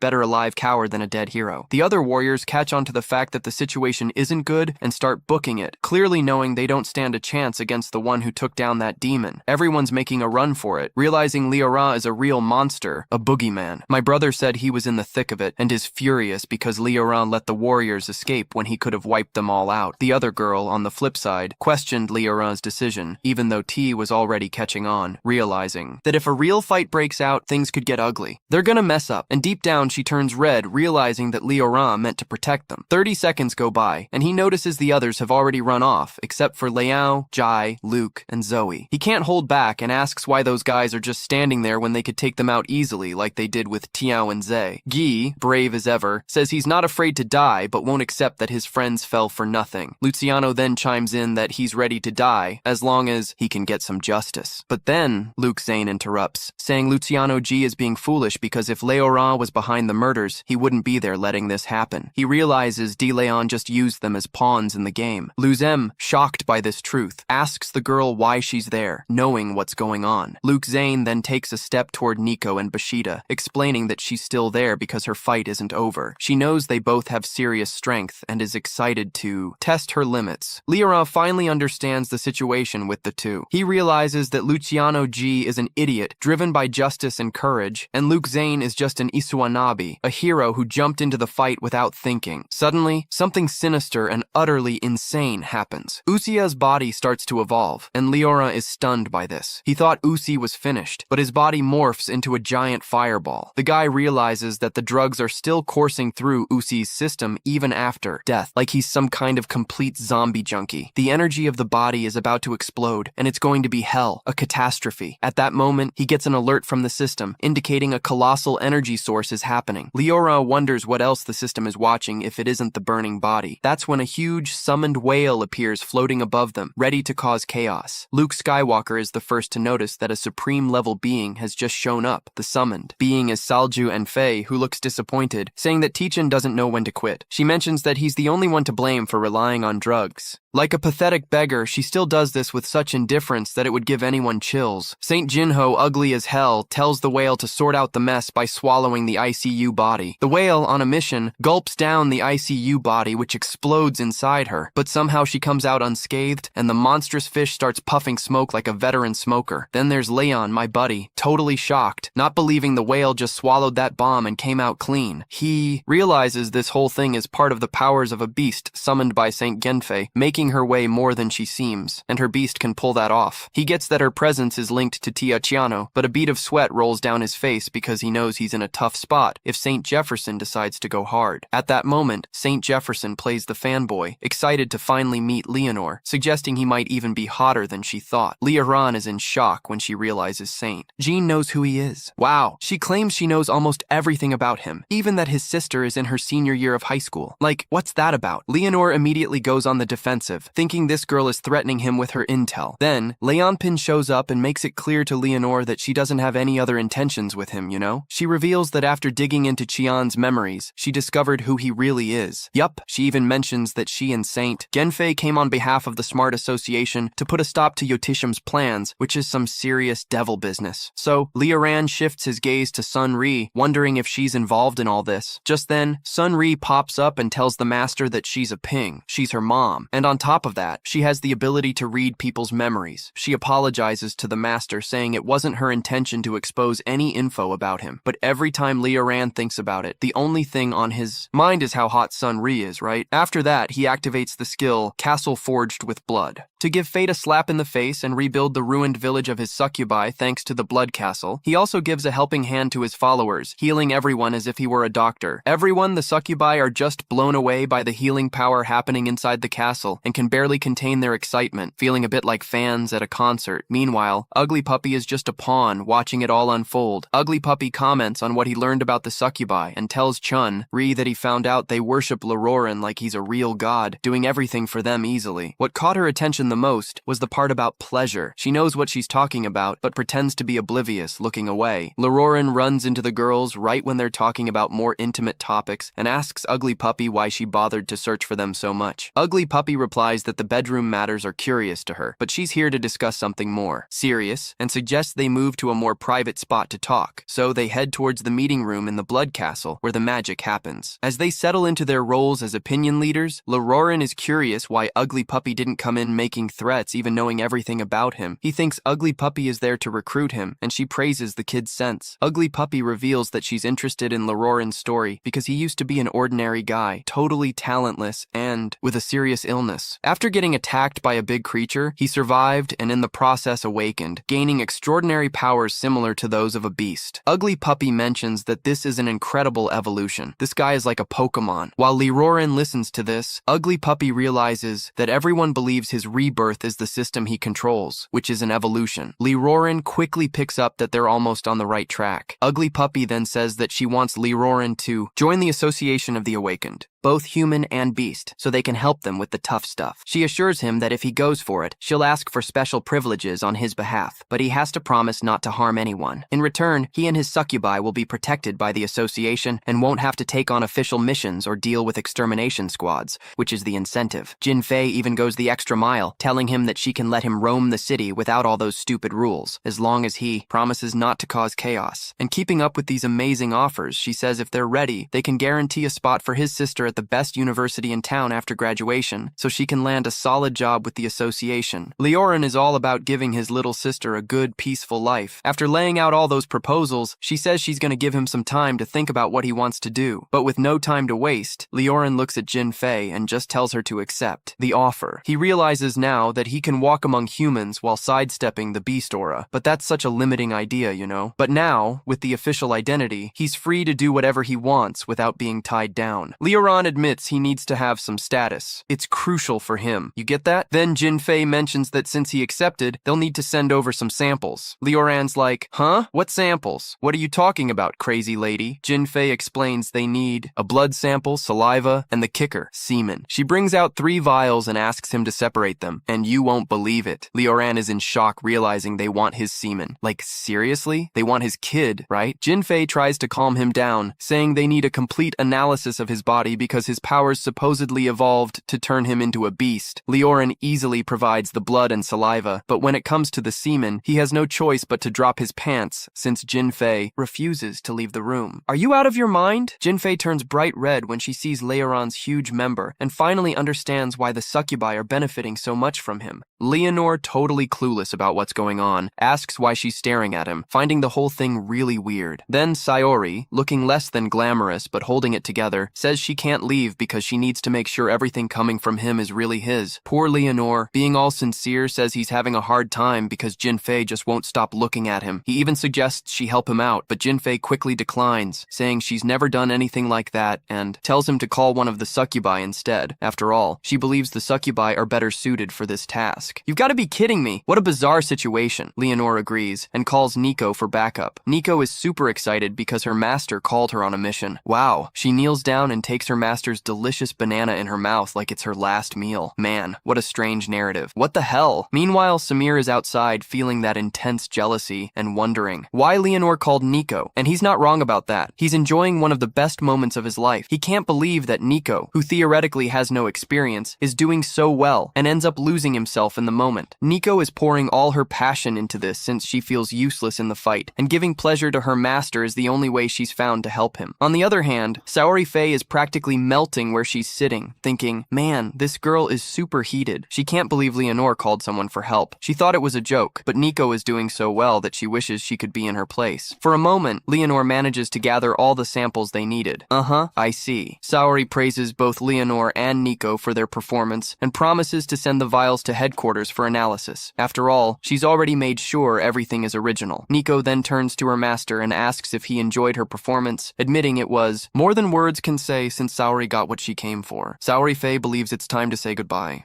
And she lets Leora know that there's going to be a level assessment for the awakening at headquarters next week. She also says she'll pick him up at the time. Everything gets a bit tangled with this, and someone clarifies that joining the association means he has to go through an evaluation to prove his strength. Everyone in the association has to do it, and he won't be an exception. Only Guy mentions that he felt his power. He kind of woke up at dawn. He believes Leora is stronger at night, and promises to schedule the assessment for the end of the day, so he can show off his full power. I'm sure it's going to be in a training room, no doubt. Leora is impressed with her insight, his mind totally reeling as he realizes how powerful the awakening feels with that supreme tear. Then there's Juf, who reminds him of a pretty cool proposal he made and encourages the protagonist to perform well so he can brag about it later. Then, the scene cuts to where Bid is chilling, spying on everything, with her tentacles. If Ri shows up, and instead of causing chaos, she's just chilling, interested in what Bid saw. Bid tells her that Ri witnessed something incredible, and tries to explain with a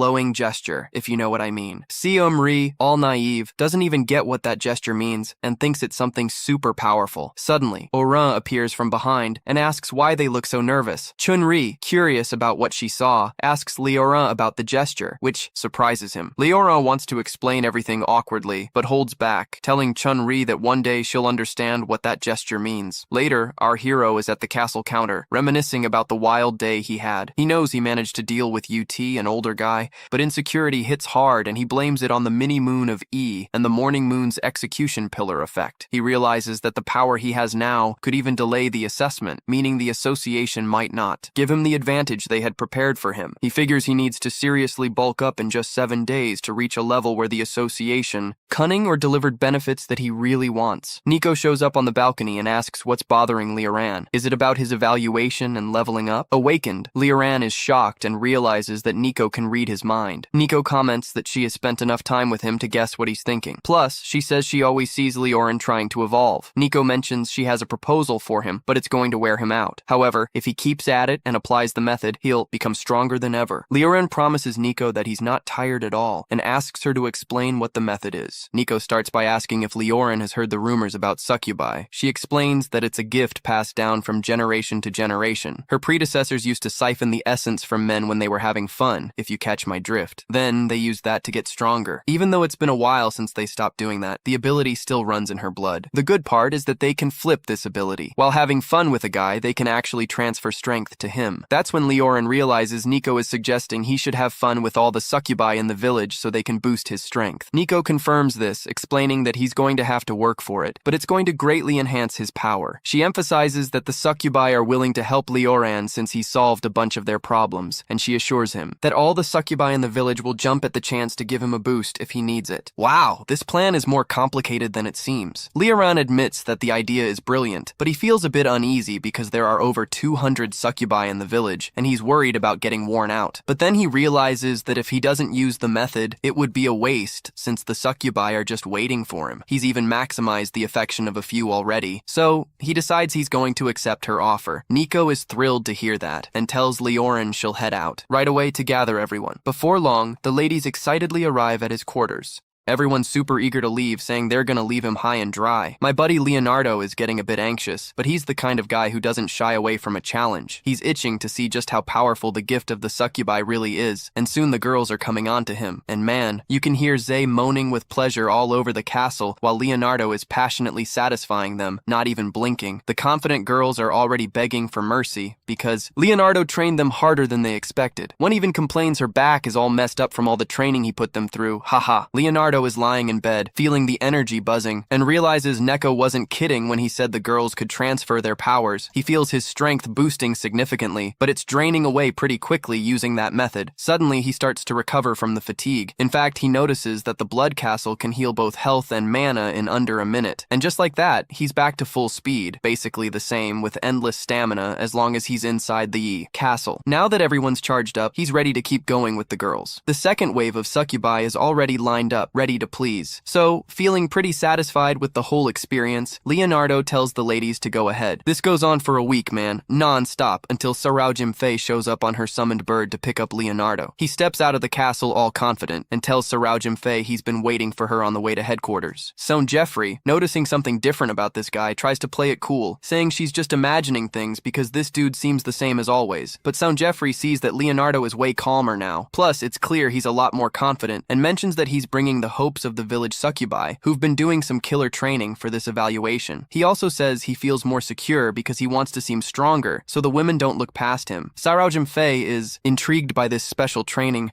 and already starts imagining all kinds of funny scenes. Then, out of nowhere, she realizes she's been daydreaming. And he's been flirting with some spicier visuals ever since he saw Nico backing Leora. The girl was so shocked that she didn't know what to do when she blushed, instantly boosting her score. Dude, her expression changed so much. It looked like she was guilty of trolling the sushi, but she quickly tells him to pipe down and says it's none of his business. This guy is sharp and realizes that even though Sao Jifei is a total beast, she's also pretty sensitive. Meanwhile, at the smart guy's headquarters, everyone gathers for the evaluation. Among them is a dude who looks just like Vegeta from Dragon Ball, I swear. hair. He keeps saying that he needs to prove his worth to his mom because he feels like a complete loser among the wannabes. There's another guy with red hair, but Fugger stands out. This kid is only 18, and he's already ranked gold, thinking he's the next big thing. He tells the other aspirants that they should worship him, acting like a total celebrity. Then, out of nowhere, something crashes into the arena like a meteorite, grabbing everyone's attention. Through the smoke appears Lee Jin, a supreme tier awakened. She's surprised to realize she's the first supreme tier to show up, and that she arrived earlier than expected. While she's pondering that, the guys are drooling over her. They always thought she was pretty on TV, but seeing her in person is a whole different level of insane. She's gorgeous, but they're freaking out seeing someone so powerful in the center of the evaluation. But Fugger starts to think that Linamim is here because of him. The banished guy sees himself as a pretty promising candidate, and is even contemplating accepting Lin's offer to snag a mission and a car, you know? But then he gets so lost in his thoughts that he feels this eerie aura behind him and hears a voice telling him to know his place. It's a blind old man, who immediately tells Fugir that this gold ranking isn't for him. The dude can't handle the pressure and just bam, falls to the ground scared out of his mind. He recognizes the old man, and even Lee Jin gasps when she sees him in the center of the evaluation. The old guy mentions he's curious about who he should hunt down, but now he's about to be his co-worker. Turns out the old guy is Luan, who's also a Supreme Awakened. Things are about to get real, man. Lil Sanju, with that scary vibe, says he needs to see what Aurora is really capable of. Meanwhile, the beast of Shang Jinfei arrives and warns the Supreme Awakened that Leonor is already in the mix. Both of them are super curious about who Leonor is and what kind of power he's hiding up his sleeve. The other candidates are stunned when they see a giant bird above them, and the smartest one explains it's a summoned beast from Sao Genfei. Everyone is blown away when Sao descends from his beast. The aspirants can hardly believe they're seeing two beauties in one day. Wow. And at that moment, everyone's eyes are on the guy next to his incredibly awkward awakened, who's Liaran. They're super interested in how he managed to be with his queen, and start throwing some jabs right away. Liaran, on the other hand, just ignores them, but can't help but flip them off. So Jeffrey introduces Leoran to the other Supreme Awakens, asking them to chill out because he's not the target anymore. Then he tells Lo to greet his bosses. Woman Oran doesn't waste any time and compliments Lin Himim's power and beauty. This makes Lin Himim super embarrassed, but the old guy doesn't miss a beat and asks why she didn't compliment him too. Now Juninho says he's about to do that, but Luan Zhou slaps him on the mouth while making an observation. The old guy says Leonor isn't looking as good as before. Luxonio then tells Leonor that he should be thankful for the critique, because if he hadn't been invited, he would have gone after him. But he assures him he'll keep an eye on him, and any weirdness he'll handle on the spot. This guy doesn't understand how Leoran is curious about how the old dude plans to do that since he's blind. Wow, he really doesn't get it. Soon Leoran's evaluation starts, and the dude crushes it. He scored max points in strength, intelligence, everything you can think of. He's killing it.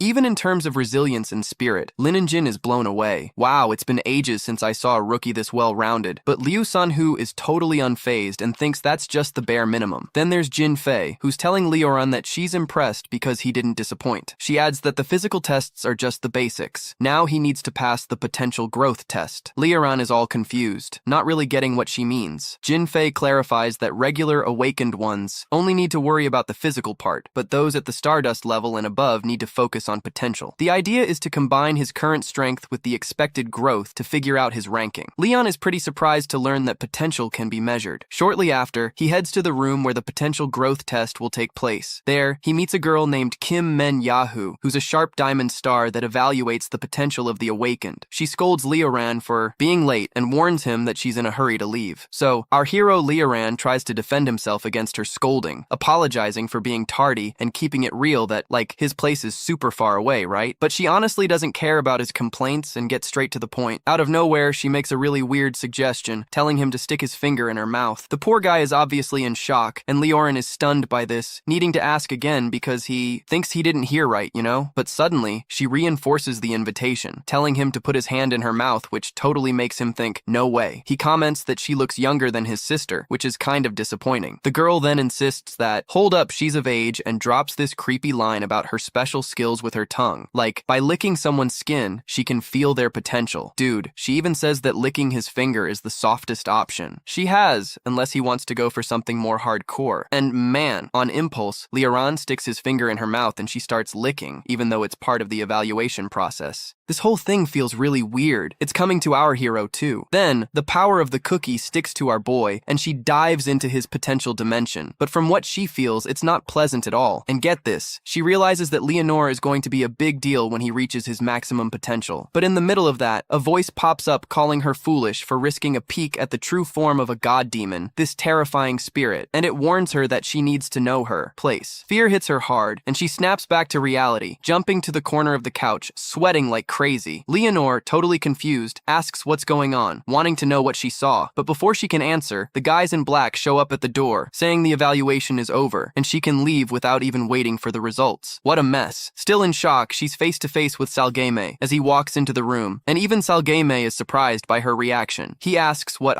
level she thinks this guy will reach. Leonore takes the chance to tease him, asking if he's going to be better than her. And the Supreme Tier, feeling smart and thinking she's going to shine, says definitively that Leonardo will be tougher than her. Leonardo goes like, wow. Stunned by what he just heard, the girl storms out and gets even more curious. Then, moments later, the PA system blares, and everyone has to listen, announcing that the final prospect has completed the evaluation. They declare his rank as legendary, and due to the awakened title, Leonore got the killer Crimson Blood of Demons. Now, Leonore feels on top of the world hearing this. She realizes it's a huge sign of respect from the older guys, and best of all, it's not a flashy title that puts a spotlight on him. He's happy because it fits perfectly with his vibe, but before he can think too much about it, he's already surrounded by a bunch of journalists snapping photos. News spreads everywhere as if it's wildfire. People are shocked because they've never heard of this Leonore before. When Sao Yu finds out, he smiles and pats his chest. And Leonore is her sister. She's all proud to see her brother made it through, even after hearing some creepy stuff 30 minutes before the announcement. Song Genfei is still chatting with someone about the rankings. In disbelief, Song Genfei can't believe that Leonore could actually surpass the supreme rank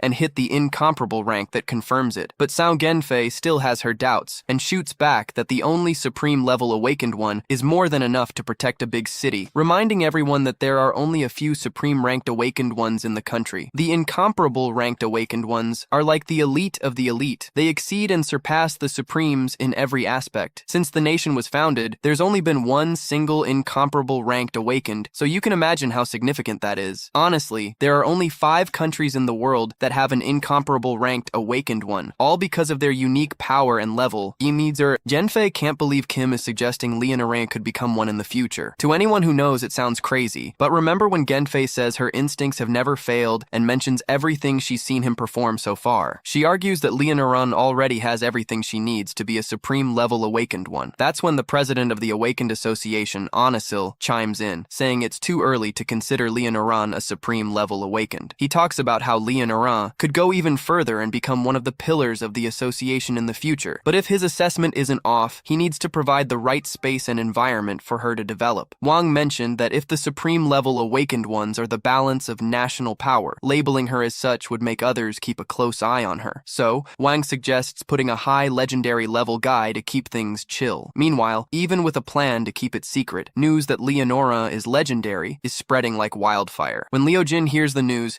he gets the whole picture and finally realizes that Leonore has actually defeated Yutian. He's relieved he didn't do anything stupid that could have upset Leonore. On the other hand, Lion King is disappointed, because for Leora it was a legendary angle, wanting him to be more. Zoe's feeling a bit down for not getting closer to Leora. This guy's fame could have helped her shine later on. Sonjan, Fei, and Leora start heading back to the castle. On the way, Sonjan can't take her eyes off Leora. She always knew the kid had potential, but she never imagined he'd be on that level, an unmatched awakened one. It's like he's a national treasure, and she realizes she's literally right in front of him. Leonore notices Sound Jeffrey can't keep his eyes off him and asks if there's something he wants. Sound Jeffrey, trying to play it cool, denies it and says she's just stretching so her neck will be a bit more comfortable. Dude, this guy is so sharp he can tell she's lying through her teeth after hearing the lamest excuse ever. Meanwhile, at the blood-forged castle, a bunch of journalists and media people surround the mansion because they've found out that this chaos belongs to our hero Leora. These folks storm the area, wide-eyed, unable to believe Leora built his castle out in the middle of nowhere, like really in the ghetto. Rumors are flying among the press while the crazy folks snap photos of the castle, which is seriously impressive. Some say Leora can tame strange beasts, which is why he built the castle just for her, get it? And since they haven't found Leora yet, the media is capturing images of the succubi inside, all curious about what's going on in the castle. The succubi are already fed up with these journalists and can't believe these guys showed up to bother them so early. But they can't do anything, because Leora has told them not to hurt humans now that they're officially registered and can't touch them anymore. Suddenly, one of the girls decides it's time to take action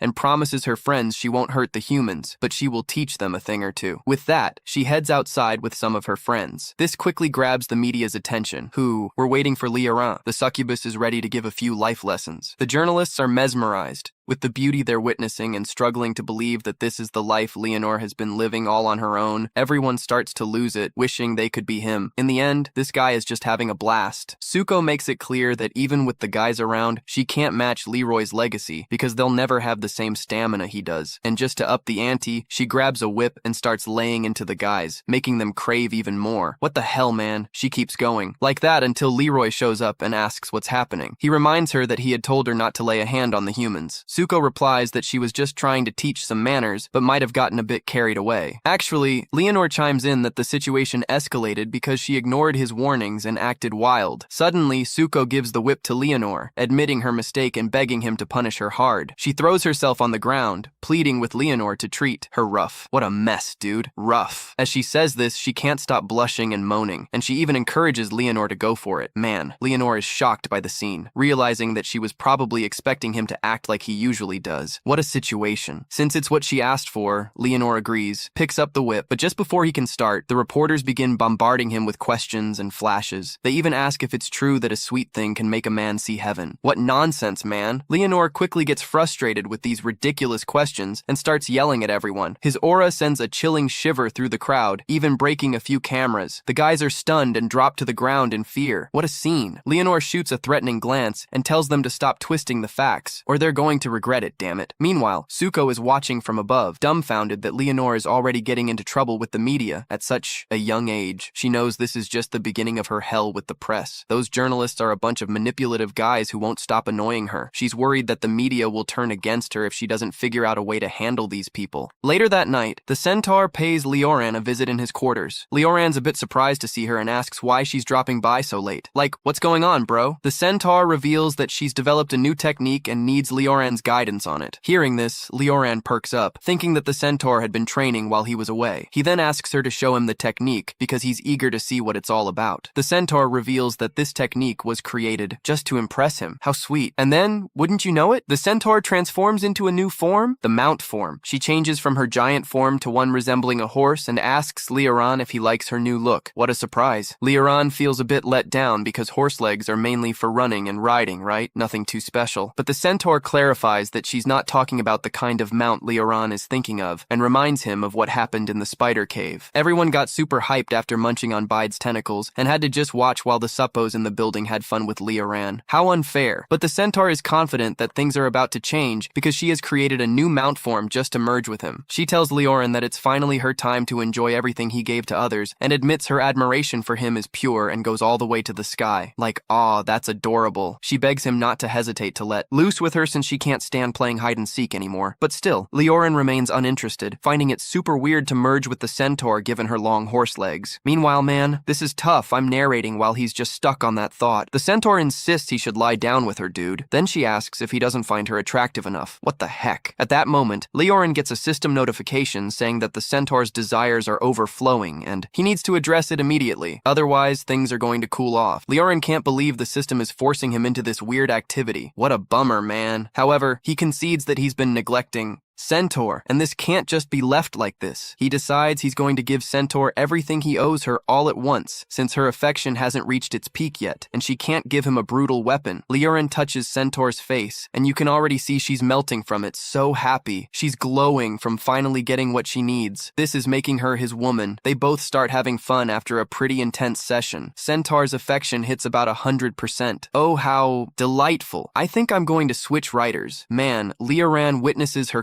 combat prowess while they're together and realizes this is no joke. At that moment, the system notifies him that he's unlocked a mysterious reward, a rare gem called Heart of Nature, which doubles the potential of nature-type abilities when equipped. What luck. Dude, he finds Centaur. Finally, she wakes up. Our boy Leoran asks how she's feeling, and look at that. She flashes a big smile and says she feels amazing, like a goddess. She even mentions that just thinking about it makes her body tingle like she's been shocked. And guess what? Just like Rin, Centaur gets the notification that that she's reached level 6, all thanks to Leoran's essence. Now, Leoran activates Soul Resonance, and out of nowhere, an exclusive weapon emerges from her chest. It's a tough weapon with various stats, and it has an enormous chance to reflect damage. He's blown away by the armor, especially by that specific chance to reflect damage. Dude, that's just insane luck. But wait, he also notices he's gained a boost to his resilience. That means he's going to have a ton of HP. Then he starts getting a little worried about the Heart of Nature gem, since technically he doesn't have any nature-related abilities.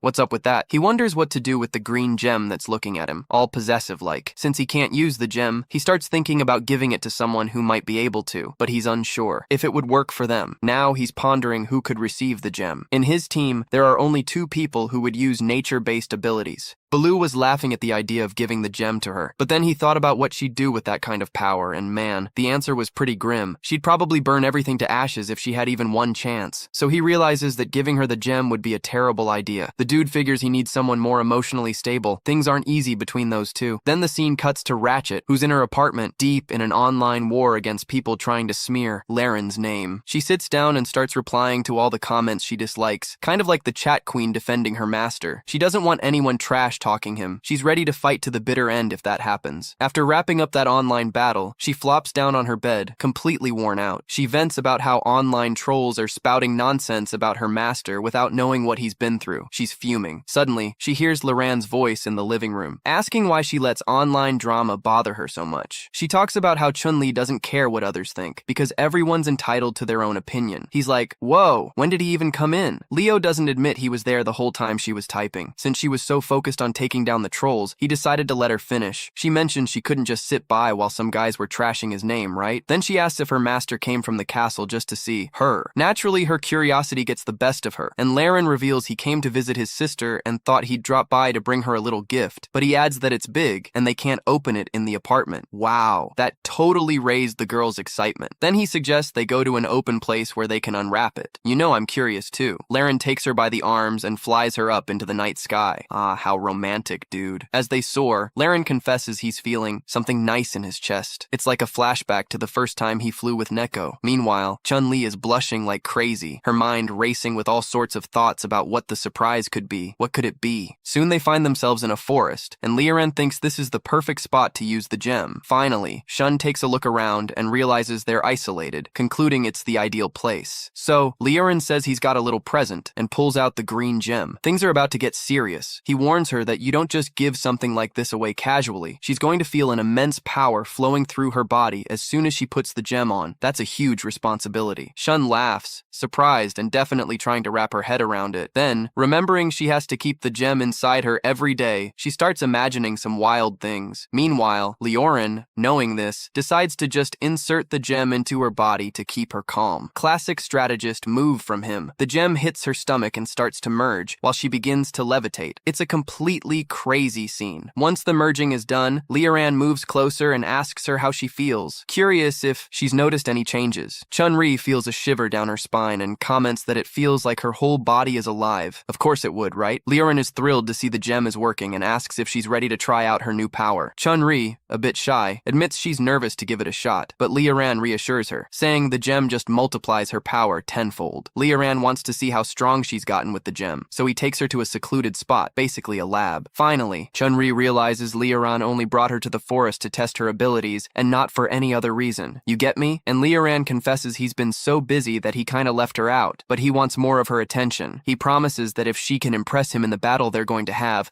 he'll reward her properly. Ooh, Chun-Ri gets excited hearing this and asks Leoran not to back out when the time comes. The anticipation is just building. Chun-Ri then takes the first step, summoning her 16 ice rings. It's a real show. The rings form around her, and she launches an attack at Leoran. Even Chun-Shi is surprised to see the ice rings. They're bigger than before, a clear sign that the ability worked. She feels confident, believing that this will help her earn Leoran's reward. As the rings approach him, Leoran repels them with a blood counterattack. After preparing for the ice ring, Leoran looks completely disappointed, clearly unimpressed with what he just saw. He mentions that he found it amusing and wants to see some real limits, meaning it's time for the real deal. Leoran unleashes a red storm filled with bats, and the tension rises. The bats swarm swarm around her, though they're a bit confused. But since she hasn't fully reached her maximum potential yet, she decides to show Leorin what she's really capable of. She releases a powerful burst of ice energy that deflects all the bats at once and creates an ice domain that freezes the entire area in an instant. Our hero, Leorin, is caught off guard by Chun-Ri's attack, and wouldn't you know it, the system immediately updates that he's been hit by a cooling ability. What's going on? Suddenly, his speed drops by half, and his attack power is reduced to 75%. Leorin is shocked by her ability to freeze everything around her like it's nothing, and he feels the impact hit him hard. He's thrilled that he decided to give her the heart of nature, thinking it was worth it. At that moment, he finds her laughing joyfully with the master's praise, thanking him profusely, but deep down, she knows she hasn't fully impressed him yet. Determined to push herself even more, she leaps towards Leorin, apologizing for what she's about to do. And can you believe it? She jumps over him, wrapping her legs around his neck, making the scene even crazier and catching Leorin by surprise. She uses this position to drag him down and activates her wicked spell, the Ice Prison. A massive ice structure envelops our protagonist, and you can feel the chill of the ice prison. Then she asks Leorin if he's impressed by this move, even though he's trapped in the ice. Prison, thanks to that anger necklace, Leorin becomes immune to its effects. To add a touch of humor, he comments that he tried to take the situation lightly, but to make everything weirder and funnier, he reveals that the part he enjoyed the most was she had him laughing, mouth wide open, because the guy can still move after that scissor move and the ice crystal trap. In a burst of bravery, Leorin decides to step up his game, breaking the ice by saying he doesn't deserve to be called a master. Something like that throws him off. Chun-Ri, stunned, seizes the moment to praise her master, declaring that he's the best. No question about it. She apologizes, thinking she could learn from him, but realizes she trusted her strategy too much, using her best attack to no avail. She admits that the showdown was epic and that she ended up losing. Chun-Ri, staying sharp, reminds Leorin that he promised a reward and she wants him to deliver on that. At that moment, a system notification pops up, saying Chun-Ri misses him so much that she wants him around at the very least. And the dude, not paying attention, is about to experience a drop in Chun-Ri's affection. And to make matters worse, if her affection goes below 100%, that's it. The exclusive gear will stop working and the blood demon essence will vanish. Leorin is stunned by this info. He knows the affection system requires some effort, even though he has maxed out the good vibes with his followers. Leorin isn't about to let all his hard work go to waste, so he jumps into action, declaring that possession is awesome. Chun-Ri, smiling, suggests they move forward with this adventure. Chun-Ri agrees, gives him a kiss, and without a moment's hesitation starts stripping right there in the snow. While this fun and passionate interaction rolls on, Chun-Ri imagines she's playing with bamboo, shifting directions with infectious energy. She's twisting and spinning like a real ballerina, super pumped about how Leorin treats her. After this whole show, she can't help but ask what Leorin thought of her performance. Leorin, smooth as ever, assures her that the show was lit, and at that moment, reveals that he has one last wish. He wants Leorin to join the Red 7 group. She connects the dots and realizes her mom was the one who encouraged her to do this. He gets that his mom is trying to use their relationship as a way to get him into the Red City group. Chun-Ri casually mentions that she wasn't surprised he noticed, apologizing and explaining that his mom insisted, so she had to go along with it. Shuri, on the other hand, reassures him that there's nothing to worry about, since several groups have been trying to earn his trust. But deep down, she explains that now that he's got some status, he doesn't need to join any guild or group. And then, she drops the big news that's going to change everything. He plans to start his own group of Awakened. That's right, this narration has been long, man, and there were some trickier parts to narrate, right? I hope you enjoyed it, and if the series does well on the channel, there'll be more parts. Thanks. Don't forget to share what your favorite moment was, and stay tuned for the next video. Our protagonist, who we will affectionately call the Popular, has a problem every otaku dreams of having. He is so good that all the guilds in the area are fighting to have him on their team. But, since he is smart and doesn't want to become a punching bag for those left out, he decides to start his own fan club. His own organization of the Evolved. His loyal sidekick, who seems to have forgotten to wear long pants in the cold, quickly throws a bucket of cold water. Creating a backyard group is easy, but if he wants something respectable, he will have to go through an evaluation by the association. The basic requirement? Just capture a level 7 monster. No big deal, right? Just the equivalent of a legendary beast that probably has heroes for breakfast. Our hero even tries to keep his cool, but deep down he knows that finding such a creature is harder than finding a recap video without clickbait. While he worries about monsters, someone in the city is much more concerned about her wardrobe. We cut to the city of Joe, where we meet Joey Faye. And if you think your morning routine takes a while, it's because you haven't seen hers. The woman decides to hold a private fashion show just to prove to herself that she doesn't lose out to the succubi of the castle. She tests her looks, just out of the shower, mall casual, and even a Chinese anime villain look with grandma glasses. All this while complaining that she's too absorbed in work. Sit down, Claudia. We know the only job here is to ensure that the camera angle highlights the plot. She is absolutely convinced that if she decides to really dress up, the Succubi will have to retire due to invalidity in the face of such beauty. But the runway model moment is interrupted by an old man who doesn't know what privacy is. The phone rings and it's Grandpa Fumi Anfu bringing the gossip from the underworld. He warns that our protagonist, there in Hyora, has decided to accept a mission in the endless Black Marsh. Zal and Faye, who now has a soft gothic look, almost drop their glasses. That place is so dangerous that the mission has been gathering dust on the shelf because no one was crazy enough to face a superior level 7. But there's more to it. Intelligence says that the witch Uka Shui was spotted there. And no, she is not the kind of witch who brews love potions. She is a supreme evolved being who was expelled from the association for using living people as lab rats in bizarre experiments. Now, as the effect completely loses control, she goes into bear mother mode, or perhaps protective stalker mode. She starts to freak out, calling the witch a pervert. It's funny coming from someone who just changed clothes 5 times to compete with seductive demons. Grandpa on the other end of the line doesn't even understand why she is so worked up, but the explanation is simple. She is the one who recommended Lee Howan to the association.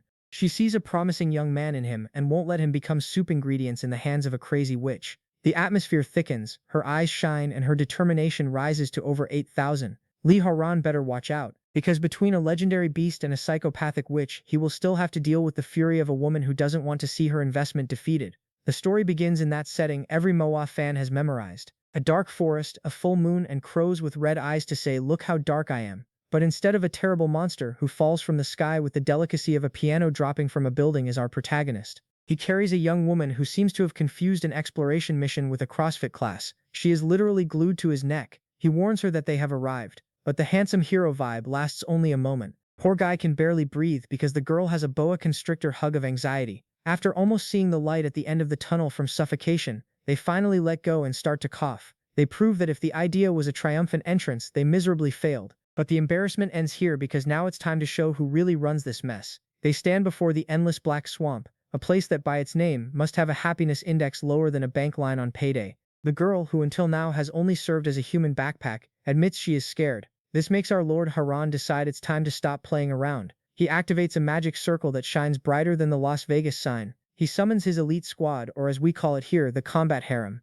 The mime of tentacles appears, Bid, the Banche Banshita, and the centaur Balrog Centaur. The guy has a collection of powerful subordinates. They look like they walked straight out of a luxury cosplay event. With the team gathered, Haran decides it's time to give orders. His plan is much less diplomatic than you might imagine. The command is simple: annihilate everything that moves in the swamp. Haran divides the tasks with a rather peculiar logic. The men kill the beasts and the women capture them. That way he can drain their blood later. Because, you know, a vampire lord can't go hungry. He also warns, if you see a rank 7 monster, don't try to be heroes, call me. They nod in agreement and disappear into the shadows faster than your paycheck at the beginning of the month. The scene then focuses on Bibe, the girl with tentacles. Right off the bat, she is surrounded by a bunch of mutant crow women. They think they own the place and start barking, or rather cawing, that the territory belongs to them and that Bibe is going to become dinner. Poor things. They have no idea that their opponent's fetish is their worst nightmare. The crow woman charges for the attack, but Bibe doesn't even break a sweat. In the blink of an eye, she releases her pink tentacles. Let's be honest, they look like they came from a genre of anime we don't watch around family. The villainess is horrified, screaming that the attack is obscene, sticky, and gross, while the crow complains about itching. Whatever that means in this context, Bibi keeps that smile of someone who knows Haran will have a lot of work after this fight. She makes it clear that she is only doing this to deliver a little gift to Lord Haran and, who knows, earn some affection as a reward if he is in a good mood. With the enemies properly immobilized and humiliated, it's time to find out what else the dark swamp hides. What will be the next monster to be embarrassed by this army? The scene begins in that way that YouTube loves and moderators hate: tentacles everywhere. A beauty with pink hair and 3 eyes, because 2 weren't enough to admire her own arrogance, declares that fighting is pointless. According to her, her sticky toys won't release anyone anytime soon, and in the end everyone will become a snack for someone called Lord Raora. While the villainess makes her speech of superiority, our unlucky one this time is a young girl with blue hair. She is in a tight spot, literally. She complains that the tentacles are getting tight. It causes a tingling sensation and pain. But let's face it, with that flushed face and that reaction, she looks like she is anywhere but a battlefield. She tries to call the attacker despicable, but the villain doesn't care. Her goal is clear. She wants to deliver the package to her master. But if you think the tentacle fetish is the strangest thing in this forest, just wait until you see who is strolling a bit ahead. We cut to another part of the forest. A redhead with horns is walking calmly. She moves as if she is in a shampoo commercial. She sings a bizarre song about fat witches who can't fly and clairvoyant black cats. Yes, her sense of danger is null, but fate loves to play tricks. Out of nowhere, the ground decides to swallow our singer. What the hell is pulling me? She screams with all the indignation of someone whose song was interrupted. And who shows up for dinner? An army of level 3 underground ratmen. And let me tell you, these rats do not hop in sewers. They clearly spend a day at the gym taking expired supplements. Their shapes are more fit than yours. But these buff rodents made a fatal mistake. They chose the wrong girl to try to drag into the hole. The redhead isn't interested in playing cheese and mouse. With eyes shining brighter than a searchlight, she identifies the aggressors as suspicious pests. She decides the atmosphere feels a bit chilly. You like digging holes, huh? She asks before activating her ability, the lava explosion. What follows is a collective barbecue of rodents. She literally spits a fire cannon that turns the buff rats into instant charcoal mash. In seconds, the rat army turns into smoke and ashes. But of course, like every powerful diva, her first concern after decimating a horde of monsters is not danger, it's the smell. Dead rats stink, she complains while cleaning the meat trail. And as she complains about the odor, the system starts beeping non-stop. Someone is gaining a lot from this rodent genocide. While the redhead was doing the dirty work, the system collapses from sending too many notifications of experience point increases. And who is reaping those rewards? Our handsome master strolling through the forest with the calm of someone in a mall. He comments, with the biggest shamelessness in the world, that everyone seems quite motivated today. Beside him, a blonde with a bun watches with loving eyes. For her, the dark and scary swamp is not a problem. In fact, being close to the master makes her feel so safe that, in her mind, this isn't a dangerous extermination mission, but a secret romantic meeting. It's that old story, the world ending in fire and tentacles. There's always someone thinking the weather is perfect for a romance. But will this meeting continue smoothly when they discover that the forest has much more than just gym rats? The scene cuts to a dark, cold, gloomy forest. It's the kind of place where any normal person would be praying not to get devoured. But our protagonist here, a blonde centaur with a lot of attitude and little patience, is having the most boring day of her life. She is busy smashing ancient level 1 worms as if they were cockroaches. She uses a skill called Stomp of War. But let's be honest, it's just her walking on slimy larvae. She looks at the remains of green goo on the ground and begins to complain. Seriously, is this the lair of a superior beast? She asks indignantly. Fighting against these meat snacks is an insult to her resume. She wants blood. She wants glory. Or at least an opponent who doesn't just die from looking at her hooves. But, as the saying goes, be careful what you wish for. The universe loves irony. Out of nowhere, the ground decides to expel a giant, furious vibrator. It's Lord Ancient Worm, a level 6 creature that decided to show up to avenge his children who became pate. The creature emerges shouting that it will tear the centaur apart, all full of authoritative teeth. Any sane person would take a step back, but our blonde looks at that mountain of purple blubber and lets out the biggest. Is that it? To her, the Great Lord is just a bigger worm. The mockery is so much that the monster must have felt humiliated even before the fight began. It's a classic case of a warrior who has so much confidence that her sense of danger simply took permanent vacation. She's dealing with the problem of a giant plumbing issue in another part of the forest. Things are getting strangely warm. We shift focus to a young woman in a purple dress. She seems to be having a nervous breakdown or a very specific heat stroke. She is sweating, blushing, and having thoughts that YouTube would certainly not allow me to describe in detail. She wonders why, out of nowhere, has my mind turned into a catalog of scenes forbidden for minors? Am I a pervert at heart? She questions while trying to maintain the dignity that is slipping away along with her sweat. Spoiler, it's not her fault, it's just the writer wanting to add some unnecessary spice to the story. The reason for this sudden urge has a name, a surname, and a ridiculous flower hat. Enter the luxurious sovereign flower of level 7. Yes, that's her name. She's basically a conscious plant with questionable fashion sense. The flower explains, with all the calm in the world, that she has released a pink gas that drives anyone mad. The rule is clear and worthy of a low-budget B movie. If you smell her perfume, you are guaranteed to find someone of the opposite sex to play doctor with, or you will die of hunger, thirst, and dissatisfaction. It's a rather convenient biological ultimatum, isn't it? The villainess is literally forcing the plot to unfold in a controversial way. But Ross doesn't just want to kill. She has a much more disturbing hobby. Ross reveals that her favorite pastime is watching her poison's victims throw themselves at the first person who appears, whether human or beast, handsome or ugly. It's basically a twisted botanical version of a dating reality show. The poor girl in purple is now properly tied up by vines because of course there had to be vines. She is desperate. She calls the plant a pervert. But fate, which never misses a chance to be cliché, makes someone appear in the distance. A stylish guy in a black overcoat walks calmly through the forest. Ross gets all excited, ready to see the show begin. Will this stranger be the hero of the night or just another victim in this horror garden? The scene shifts back to our handsome protagonist, receiving a spiritual Wi-Fi signal. Apparently, someone named Bichada has found the owner of the Black Swamp, and of course, like any proper hero, he decides that the priority is to save the damsel in distress. Only, it's not the damsel beside him with a pair of bat wings. Those wings would make any vampire cosplay weep with envy. The master simply hits the turbo and bolts at light speed. He doesn't even look back. The poor servant is left there, looking like she was forgotten at the bus stop. She processes that the master prefers to fly alone rather than carry her dead weight. It's the famous goodbye, good luck in the haunted swamp, thanks bye. But the problem isn't just the void, it's what is hidden in the mud, waiting for her. Now, alone in the dark Disney, our young woman begins to panic. She starts questioning if there are water ghosts around. Let's face it, the place isn't helping at all. Suddenly, the water starts to bubble as if someone threw a giant bra into the swamp. Instead of running like any sensible person, she decides to act tough and yells for the ghost to appear. It's that classic intelligence of a horror movie character that we love to mock. If something wants to eat you alive, why not invite the creature for tea, right? Her request is granted, but the creature that appears isn't here to chat. From the depths emerges a level 6 Naga mermaid. She looks like she stepped right out of a questionable budget RPG. The creature comes in hot, saying she's had her eye on the girl for a while, but the master was too strong for her to attempt anything. Now that the winged Uber is gone, the Naga wants the treasure the young woman carries. This is where the script turns into fan fiction. Instead of worrying about the giant spear, our protagonist starts to glow and feels all emotional. She decides that the heart of nature in her chest is not a power item,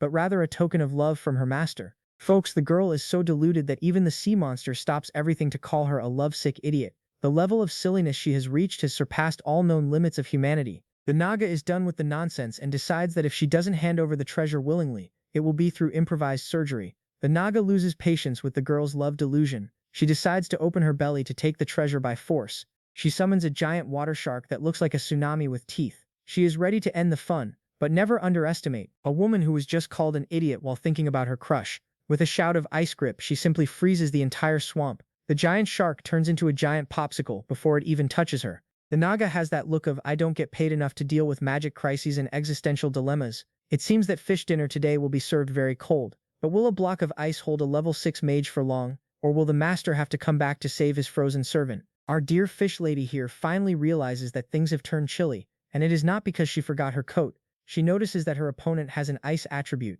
and she begins to feel that trouble has hit hard. But like any self-respecting hand villain, she has the self-esteem of a motivational coach. She decides to ignore the danger. Light of the waters, all imposing, calling our protagonist a stupid woman. It is that classic line, "My element is weak against yours, but I am muscular and I will win through brute force." Spoiler, this is usually where the mistake begins. To prove she is not playing games, she decides to use her most original technique, the water prison technique. She screams, thinking she is in the Chunin exam. She traps our ice diva in a bubble. She thinks the fight is over and dinner is served. The fish lady charges with her spear, shouting the famous punch, ready to become the protagonist of the barbecue. But, surprise, in the middle of the way there was an iceberg. In the blink of an eye, the water that was supposed to trap our heroine turns into a giant popsicle. The spear hits the ice, and the only sound we hear is the villain's ego shattering along with the frozen water. Now the fish lady enters a state of absolute denial. The look on her face is priceless. She goes into that mental breakdown of someone who refuses to accept defeat. How could she move?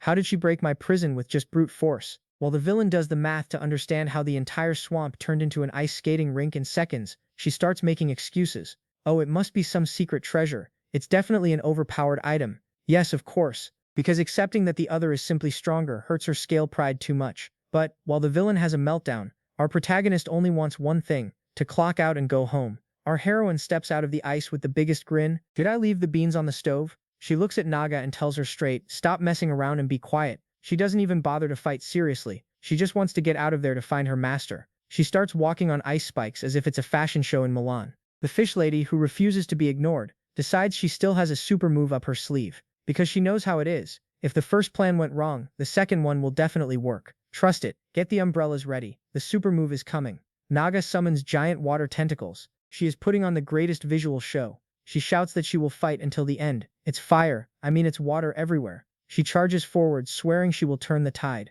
And what does our protagonist do? She doesn't even turn around properly. With a look as if judging the fish lady's family for 3 generations, she says, "You overestimate yourself too much." And bam, a freezing beam of light pierces everything. The super move turns into a refrigerator magnet, leaving the fish lady looking like a fish out of water. With the threat properly frozen, now we need to find out where the hell this woman's master went. The scene opens with what seems to be the end of the line for this mutant mermaid. She is coughing up neon purple blood while apologizing to her master. On one side we have our protagonist, who apparently does CrossFit in the middle of the apocalypse. She boasts a look. "I went to the gym and ended up killing a monster." She tries to act superior, saying that her master's treasure is not for just anyone, but soon the realization hits. She realizes she went overboard. When she checks the body, the level 6 beast that should be a dimensional terror has turned into a common water snake. Yeah, the disappointment is big. It's like ordering a dragon from a catalog and receiving a garden lizard. But if you think a water snake is strange, just wait to see what the carnival vampire found in the forest. We change the scene to a forest that clearly looks like it came from a shopping mall Halloween setting. We meet our hero, a young man who decided that the best outfit to explore the wilderness is a complete Dracula cosplay from Shopee. As he walks, the system, which has nothing else to do, sends a poisoned warning. But hang on, our vampire is resilient and the effect is weak. The problem is that the air is filled with a pink mist. It looks like everything but a good thing. He spots something among the trees. It's Bakita the Banshee, going through the worst spa day of her life. She is all tangled up in thorny vines. A flower is in her mouth to keep her from complaining about the service. The hero decides to play the knight in plastic armor, but the rescue comes with a very peculiar price. Our Dracula cuts the plants with a stylish blow and frees the girl. However, instead of a thank you, the Banshee starts shaking more than a green rod and turns as red as a bell pepper. She explains with all the subtlety of a fifth-rate fanfic that the flower in her mouth released an aphrodisiac perfume. The diagnosis is serious. She needs intense physical contact in less than an hour, or she will literally die of desire. Yes, the screenwriter gave up on trying to create real danger and chose the shortest path. The protagonist's "what do I do now" face is priceless. While the Banshee struggles against her own magical hormones, if you think Dracula would run away, know that the poison has much more direct plans for him. As the hero tries to process the situation, the Banshee decides she won't wait for Dracula's consent and goes in for a lip attack. That's when we meet the true villain, a sentient flower with a mockingly smug face, watching everything from the sidelines. It reveals the plan. The guy resisted the gas, but the liquid poison via kiss is another story. The system that loves chaos goes into total panic mode and sends the most absurd warning of all. Do the act now or die. That's right, the game has given our hero a reproductive ultimatum. Now he is there, all flushed, poisoned, and with a system notification forcing him to end his single status. Will he accept this sacrifice for the sake of health, or will he try to find a custom pharmacy in the middle of the woods? We will see that later. Our hero, Lord Howan, is facing the greatest challenge of his life. And no, it's not a 10-headed dragon, but rather the dirty trick of a creature that plays with the most, let's say, primitive instincts. He is there, sweating profusely, trying to maintain the pose of a saint while staring at his companion's backside. The girl, instead of helping, plays her card. Master of the script, no more need to endure. It's to save our lives. Ah, of course, the famous excuse of vital detoxification. Meanwhile, hiding in the bushes, a monster with horns and little clothing observes everything. She waits for a heated battle. Basically, she is the first subscriber to the recap channel of this neighborhood. But will Raron resist in the name of honor, or will he accept this terrible sacrifice? Raron looks to the horizon. He makes that face like he is about to sacrifice himself for humanity. And he declares, since it's to save lives, I can't care about this anymore. It's a true Mars, ladies and gentlemen. He approaches Benita, who is more ready than a lunchbox on a day of strike. She prepares for the most pleasurable medical procedure in history. But look at that twist. The monster, a voyeur in the bush, is shocked. She expected an irrational beast, but Raron is a knight. He maintains his sanity and decides to detoxify in his own way, with style and personal preference. Who would have thought our protagonist was a sommelier of intimate moments? Now that the tension is high, the audience of one will see something they never imagined. And the costume for space. Raron tears his shirt with the fury of someone who discovered detox requires skin-to-skin contact. The fight, if we can call it that, begins. The green monster nearby goes into a mental collapse. She is used to wild and brutal scenes of nature, but what she sees now is a humanistic spirit. Yes, she is doing an emotional technical analysis of the act. She feels infected by their emotions. Congratulations to the couple. They turn the saving moment into an award-winning play, even monsters respect. Benita, of course, doesn't want to fall behind and decides to take control of the situation. She asks her lord to show all his strength. There is a lot of health involved. After such energy spent, what remains is the daylight and a sudden change of life. Suddenly, an explosion of light, sparkles, and the feeling that the world has been saved. Benita is there, lying on the grass, looking at the sun as if she just won the lottery. She delivers that deep monologue. I was a banshee of the dark, I brought bad luck. But now I am a pure bride, bathed in sunlight. People, Lord Howan's detox doesn't just cleanse poison, it cleans the criminal record and the soul. She ends up stating that Lord Howan is the light of her world. It's moving, it's beautiful. And it's the biggest excuse the manhwa world has ever invented for a protagonist to raise the arum with the now purified and passionate banshee, who will be the next victim needing such intensive medical treatment. Back in the dark magical forest, our purple-haired princess wakes up more confused than a blind man in a shooting. She wonders why the hell did it wipe out. Her conclusion is the best. The detox was too intense. When she says detox, she means that our protagonist, Lord Hywarn, took care of her to cleanse a poison of lust. The boy's resistance is out of this world. The girl feels renewed but still has wobbly legs. Lord, with that face of someone who was just doing his charity work, warns that she didn't sleep. She fainted from pure enthusiasm. Well, my friends, the guy is either a hero or a danger to public health. But if you think her sensitivity is the only problem here, just wait until you see who was watching the show from the VIP section. The princess tries to act naturally, but just looking at Lord's face makes her body short-circuit. She is literally having spasms just remembering the previous stimulation. Lord Hywarn, who has nothing foolish about him, or perhaps has everything, notices that her skin is too sensitive. While she is there melting, he switches to annoying detective mode.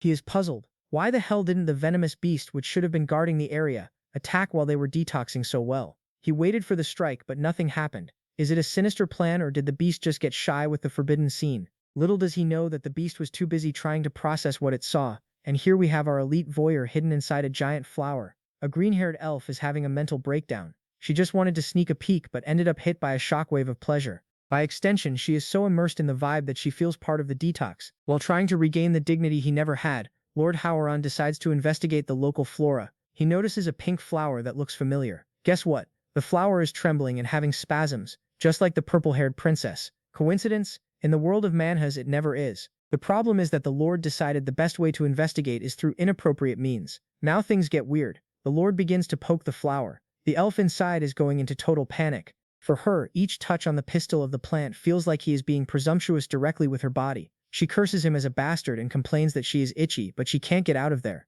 And the Lord? Oh, he decides to take the investigation to another level. He smells the flower and says he doesn't feel anything special but notices an obscene odor coming from the core. To solve the mystery of this aphrodisiac, he decides to follow in the footsteps of the ancient sages. If you don't know what it is, just shove it in your mouth and eat it. He decides he's going to taste the poisonous flower. The elf can only scream mentally for help, because her detox is about to get much more personal. Will he discover the taste of victory, or will he end up needing a detox himself? Our protagonist Lee Howan decided that the best pastime of the day was to play botanist with the giant flower in the middle of the jungle. What he doesn't know, or pretends not to know, is that this plant is actually a powerful creature struggling to maintain its dignity and not reveal its true form. While the plant goes into an internal panic, hoping not to be seen in such a humiliating state, the young master decides to take the research too seriously and gives the stem a basic lick. His conclusion is somewhat salty because yes, the guy is a forest sommelier. The poor creature just wants the ground to swallow her up to end this embarrassment. But if you think licking the plant was the peak,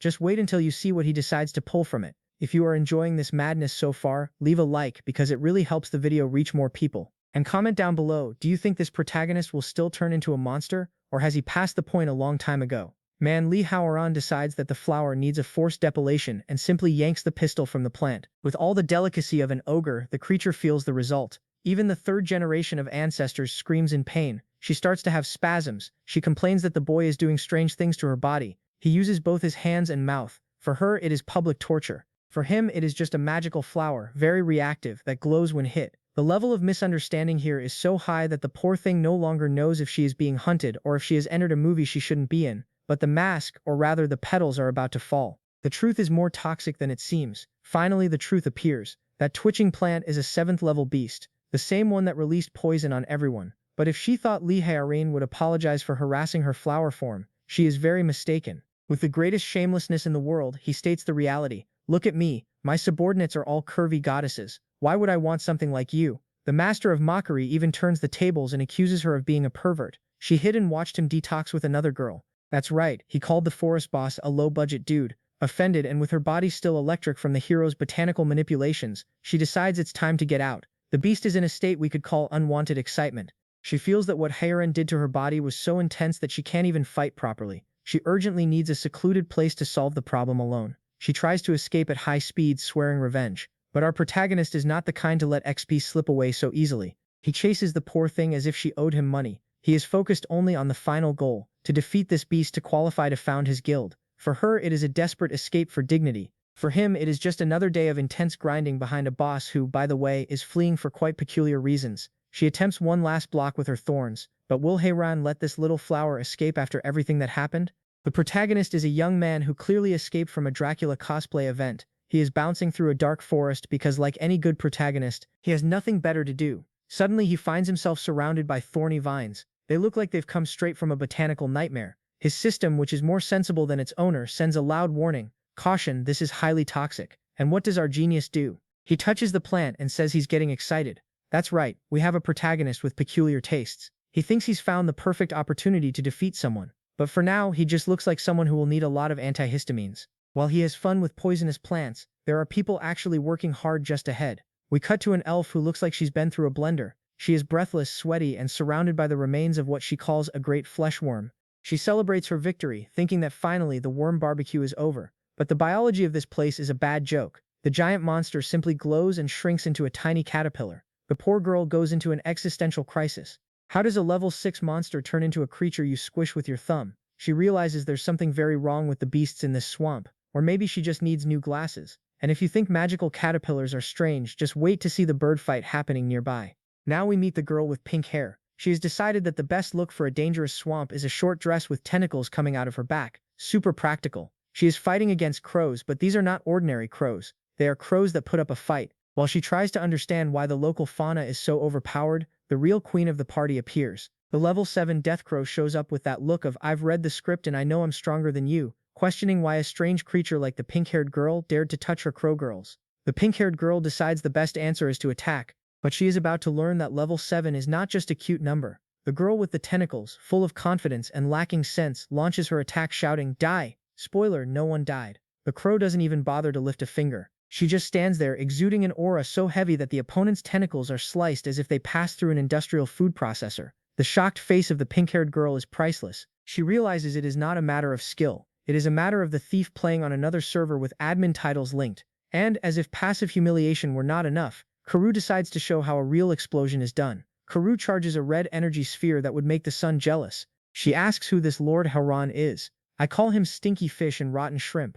With a single blow, she sends a beam of destruction that redefines the concept of deforestation in the region. The result? The girl in pink is now just a heap of bruises and shivers, barely able to stand. She asks if Karu is the beast her master is looking for. The answer is a resounding yes. He is looking for death. It's official, Karu is the new definition of "don't mess with those who are quiet." But after so much explosion and destruction, it is time for a moment of peace, or almost that. To cap it all off and ensure YouTube's algorithm does not ignore us, we switch to a serene lake under the moonlight. There we find a plant woman with a giant flower hat. She decides that the best way to cool down is by taking a cold bath. Because nothing says fantasy sea like a random bathing scene in the middle of a monster war. She seems relaxed, but in this swamp, even the water must have some dark secret. Is this flower lady an ally of the excited vampire, or just another victim of the death crow? Our dear swamp elf is trying to reboot her brain. She is there, submerged in the water, repeating, "Calm down, breathe, don't freak out," as if she had just seen a teenager's search history. The reason? She decided to spy on the detox process of a certain couple. And well, let's just say the treatment was much more stimulating than she expected. The image of Lee Howan being, let's say, very helpful with the other girl does not leave her mind. It's that classic case of "I shouldn't have looked, but now that I have, I want to see it again in 4K. But wait, her taste for espionage is more exotic than you imagine. The cat dives deep into the water, trying to understand why she is so affected. According to her, the black swamp is the end of the world. So the only thing left to do is stalk the neighbors. And look at her spy resume. It's enough to make any Discovery Channel documentary envious. She has seen it all. Passionate orcas cosplaying as tomatoes, lizards in compromising situations, and even a minotaur who apparently likes being tied up and whipped. Yes, the girl is a master at spotting bizarre things. But none of that prepared her mind for our masculine vibe. The problem is that the poison she herself unleashed seems to be taking effect in the wrong place.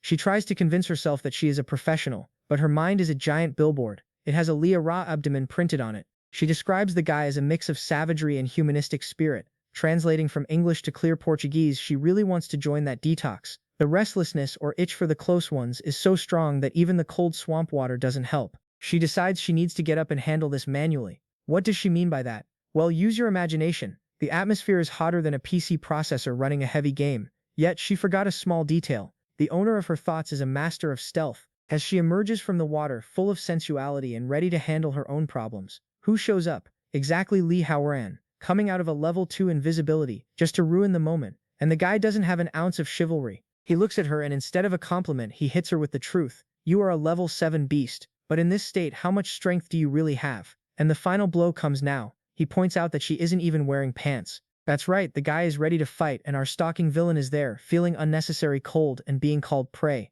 Will her dignity survive this fight? The elf goes into full panic mode. She tries the ancient tactic. Wait a minute. She begs the guy to wait at least until she puts on some clothes before they start trying to kill each other. Fighting without pants was not part of her world domination plans, but Lee Howan, oh, he is zero interested in her wardrobe. With a look of someone who hasn't eaten anything since the last chapter and a flaming sword in hand, he warns her that he can't wait another second. He charges at her with everything, and we are left here wondering, is he in a hurry to fight or to end this embarrassment quickly? Our protagonist decided that today was the day to, spending the entire animation budget on a single blow. He activates the Scarlet Flash. It is nothing more than good old teleportation. Everyone who wants to save shoe soles uses it. The elf, who did not expect the guy to be so hasty, is in shock. He also sends a torrent of blood blades just to ensure the scene looks very red. The result, an explosion worthy of a Michael Bay movie. This should have ended the fight right there. But since we are in a manual, our hero lands in a pose as if he just won a debate on Twitter. He notices that his opponent waved goodbye and disappeared into the smoke.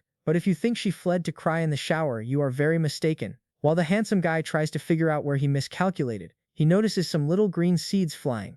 And no, it is not the start of a community garden. They are vibration fruits. Basically, our elf, a botany master, decided that organic grenades are the future of war. The protagonist becomes the center of a not-so-festive fireworks show. As he is tossed from side to side, the elf patiently explains that these fruits cause paralysis. The guy, even while taking a beating, still has the audacity to think, wow, using this only as a hidden weapon is a waste. Congratulations on the tactical analysis, while his internal organs are turning into jelly, buddy. Speaking of waste, wait until you see this villainess's #1 priority. In the midst of chaos, in the middle of the fight, what would a normal person do? Finish off the enemy. What does our elf do? A fashion transform. She lets out a sigh of relief because she is finally dressed. Yes, apparently fighting a powerful vampire is secondary to having her witchy look from Shopee in order. She puts on a hat that defies the laws of gravity and a dress made of thorns. Super comfortable for a Sunday afternoon. She even says, next time I'll save my face because beauty comes before survival. Obviously priorities, right folks? Now that the look is complete, she decides it is time to take things personally. The protagonist, who has no time for a fashion show, demands a real fight. The elf, now offended in her fashion pride, decides to use her supreme killing move. She invokes the whirlwind of leaf blades. It's basically a hurricane of cutting lettuce that covers the entire sky. Our hero looks at it and thinks, there's no way to dodge this thing. As he accepts his fate, the elf begins her villain monologue. I didn't want to kill you, but you saw me naked. Now it's a matter of honor. It's classic. If you saw what you shouldn't, your death sentence comes in the form of aggressive gardening. She was already ready to celebrate her victory and post on Instagram, but she forgot that the protagonist has a script by his side. The elf stands there all victorious, thinking she turned the guy into organic fertilizer. But suddenly, a wooden dummy appears on the ground. It's the sworn blood dummy, the famous substitution skill that every high-level protagonist has in their backpack for when things get rough. Before she can say what plant that is, our hero appears right behind her. In the best style, he says, nothing personal, kiddo. He gives her that bear hug no one asked for and says, gotcha. The villain, who seconds ago was the queen of the swamp, is now blushing bright red and doesn't understand how the game turned so quickly. Now with the elf properly captured, will our hero want her contact number or continue fighting? The scene cuts to that classic cliche every fan knows too well. The tight, unintentional hug that makes the wife's pressure rise more than gas prices. Our green-haired elf Rice is having a true internal short circuit. She is trembling so much she seems like a phone on vibrate, thinking about how our protagonist's body fits perfectly with hers. The guy, who is no fool, holds her with the authority of someone who knows the script is on his side and says, don't even think about fighting. You won't escape. Little does he know that the danger doesn't come from a sword but from a hormone out of control. But wait, Rice has a trick up her sleeve, or rather in the controversial. She tries to maintain the pose of a dangerous villain, but with that face of someone who just saw an overdue bill. She swears she's not resisting. It's just a natural reaction of the body. Sure. Like our hero, Lee Howan decided to play in zero mercy mode. She chooses to resort to her most overpowered ability, the strange flower fragrance. Basically, she releases a perfume that would put any Saturday night party in a state of emergency. She believes that now the game has turned. Lee Howan will become a little puppy in her hands. However, the spell has a habit of backfiring on the sorcerer. The air turns purple. The suspenseful music rises and Lee Howan realizes, the guy poisoned me. He begins to feel a heat that even the air conditioning on 15 can't resolve. His breath shortens, the desire expands. The Rosa is already celebrating her victory in the WhatsApp group of magical entities. She explains with all the didactics of an RPG villain that there is no cure for this lust poison. Unless, well, you know, the famous instant vapo with someone of the opposite sex. It's the well-known technique of, either you love me or you die of desire. Super healthy, right? But this is where Lee Howan activates the cheater protagonist mode. When the Rosa thought she had the world at her feet, she suddenly smiles like someone who knows that caution is key. She says, I lied to you. Out of nowhere, his heat disappears.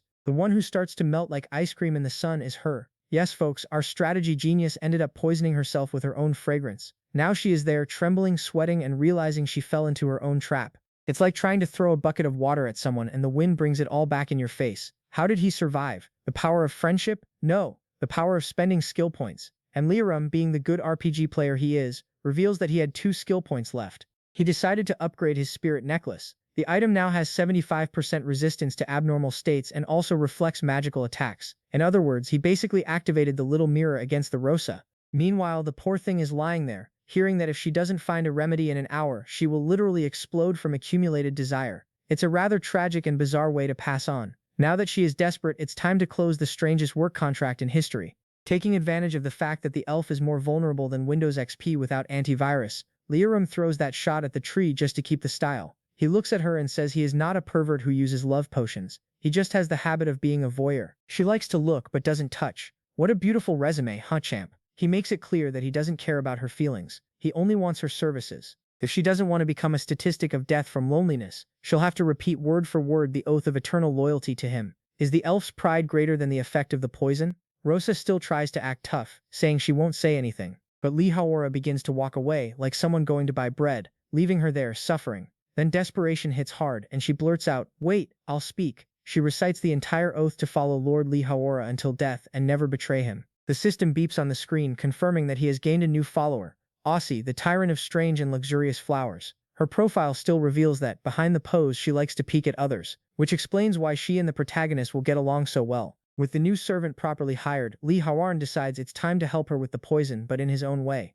Lee Howan looks at the moon with that vibe of someone who will have a lot of work ahead. He says that since his subordinate has been poisoned, he can't just sit back and watch. He prepares to spring into action. The scene cuts with a visual effect of power that leaves us wondering if he will cure her with magic or if the recap will have to change categories. In any case, Lee Howan has just gained a powerful and quite problematic ally for his collection. The young girl with pink hair starts proving that in the world of Manhwas, having a third eye on her forehead does not prevent her from taking a monumental beating. She is there, sprawled on the ground, gasping and admitting the obvious: the opponent is too strong. To make matters worse, she soils the victorious one with white hair with that look of someone who has just stepped on an insect. She threw out a sarcastic compliment, saying it's impressive how a level 6 creature held out so long against her. It's the classic, "You were brave but now you will become barbecue." But before the final blow could be delivered, something very strange starts to happen in the air. When the villain was ready to finish the job, a whirlwind of green leaves appears out of nowhere. It's the famous narrative convenience leaf cyclone. The albino quickly realizes that the sister, he decided to resort to a special move. But the problem isn't the wind, it's the smell. She senses a strange floral fragrance. Instead of fighting, she thinks it's a great time to run away. After all, if the scent is too sweet in the middle of a dark forest, it can't be a good thing. While one flees, another just walked into a very hot mess. Now cut to the girl in white, who was running to help the master. But she ends up breathing in the forbidden perfume of Jakiti from the shadows. She starts to feel a heat that isn't fever. Suddenly, her clothes begin to tighten and her dignity starts to fade. She transforms into a sort of demon. The redhead with horns is completely out of control. Her inner dialogue is a summary of any website with questionable content. Why am I so excited? Am I that type of woman? Without my face, science calls this a plot to generate fan service. She decides she desperately needs to find Lord Hiron to fix this problem. While she searches for the antidote, the other, defeated, is having a moment of reflection. Back in the hole of defeat, the pink one shows she has excellent health insurance. She possesses a regeneration that would make Deadpool envious. She gets up, all glammed up with sparkles. Dusting herself off, she realizes that the other went after the boss. She knows she needs to prevent that meeting, probably because she knows Lord Hiron's treatment is very specific. She doesn't want to lose her place in line. But speaking of Lord Hiron, let's see how his hard work is going. Here we have our hero, Lord Hiron, shirtless because apparently clothes hinder magic. Detoxifying a green elf, the system keeps beeping. Favorability improvement. The elf is on cloud 9, saying she feels reborn, both physically and mentally. Raoran, with the most shameless face in the world, complains that it's very hard to detox her.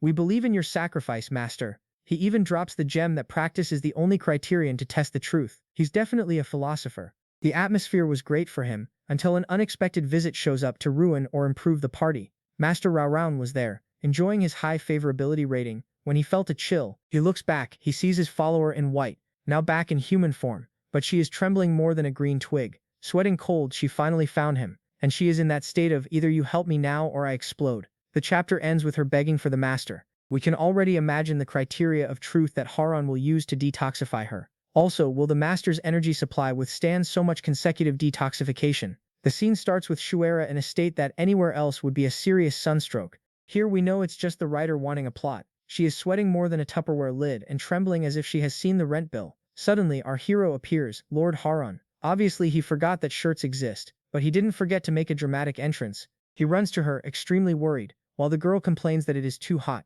Look, if I earned $1 for every time the author uses the climax "I'm hot," I would already have bought YouTube. But wait, the scientific explanation for all this fire is about to come from the most reliable source possible. Then a girl with green hair appears, with the classic look of "I live in the forest and don't wear functional clothes" to give the diagnosis. Shuera was poisoned by the scent of a strange flower, and the antidote, stick and water, a magical antidote that involves intense physical contact and zero pain. Haran, being the saint that he is, doesn't waste time with bureaucracy or with feelings signed in triplicate. He goes straight for the cure kiss. It's the kind of medicine you won't find in the public health system, but in Marode, Arem, it's more common than a cold. It's winter. As the treatment begins, someone in the audience is not happy about just watching. The green elf is there, watching from the sidelines. She is dying of jealousy and questions why Aurora is trying so hard with the other girl. But hold your heart, because the line for the health center of lust just keeps growing. First, a red demon appears, complaining of an unbearable itch. Right behind her comes a girl with pink hair, saying she is freezing and needs his body heat. And to top it off, a centaur appears claiming she is starving. It's impressive how the ecosystem of this forest is focused. 100%. He leaves the females of all species in a critical state of need. Aura finally realizes that he is the problem. But his solution is, let's say, ambitious. Our genius realizes that the girls were attracted by the poison he is exhaling. Instead of taking a shower or isolating himself, he decides that the only ethical way out is to seek all of them at once. Yes, his plan is the famous community service.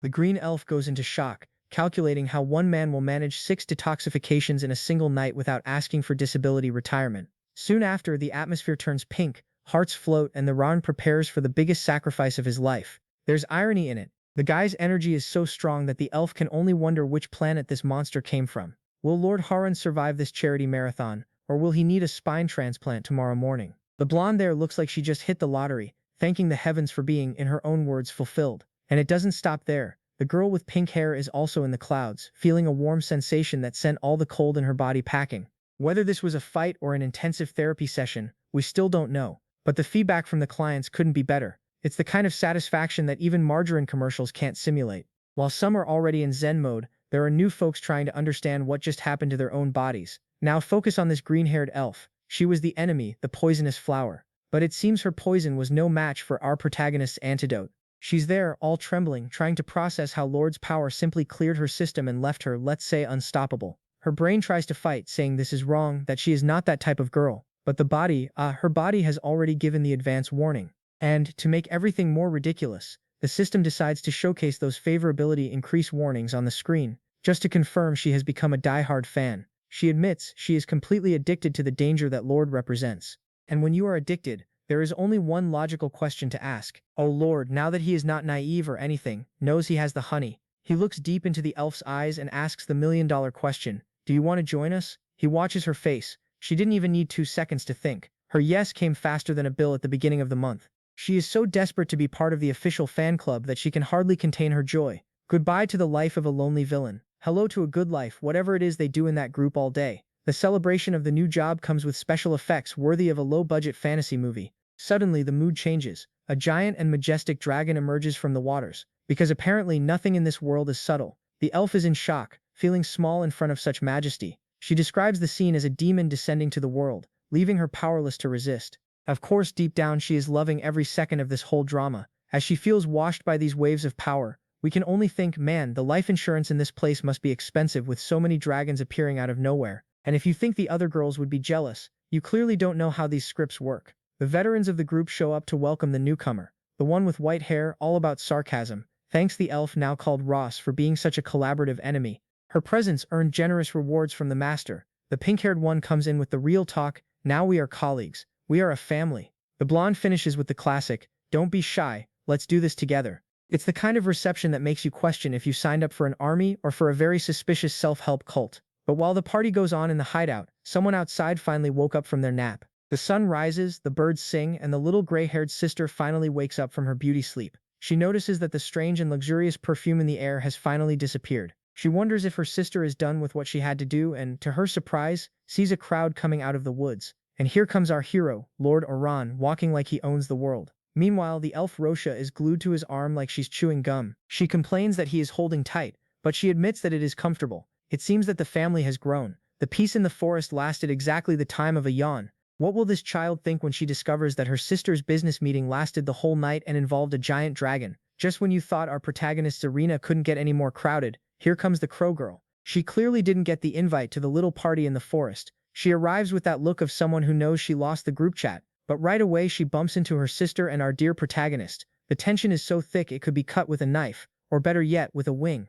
Our hero, with the audacity of someone who has a script in his favor, decides to call the powerful girl who messed up a little girl. A fatal mistake, my friend. She immediately shoots back, I am not small anymore, which in the dictionary of the wicked means get ready to get hurt because I'm going to prove that I've grown in the worst possible way. But her size is the least of her problems compared to what she is about to imagine. Kiro looks around and realizes that something is off. The elf is red, the demon is sweating, and even the white-haired extra looks like she just ran a marathon in the Sahara. Kiro stops and thinks, wait, what faces are those? And this is where our young winged girl's mind goes into overdrive. She projects an entire movie in her head, imagining the protagonist use the infamous strange flower perfume to turn the forest into a set for a movie restricted to minors. In her mind, the guy is the master of botanical seduction, and his sister is victim number one of a kiss worthy of a soap opera. It's the old story, where there's smoke, there's fire. If there's a sweating elf who messed up, she already thinks there's scandal. But before she can file for divorce from her sister, a new target appears to unleash her anger.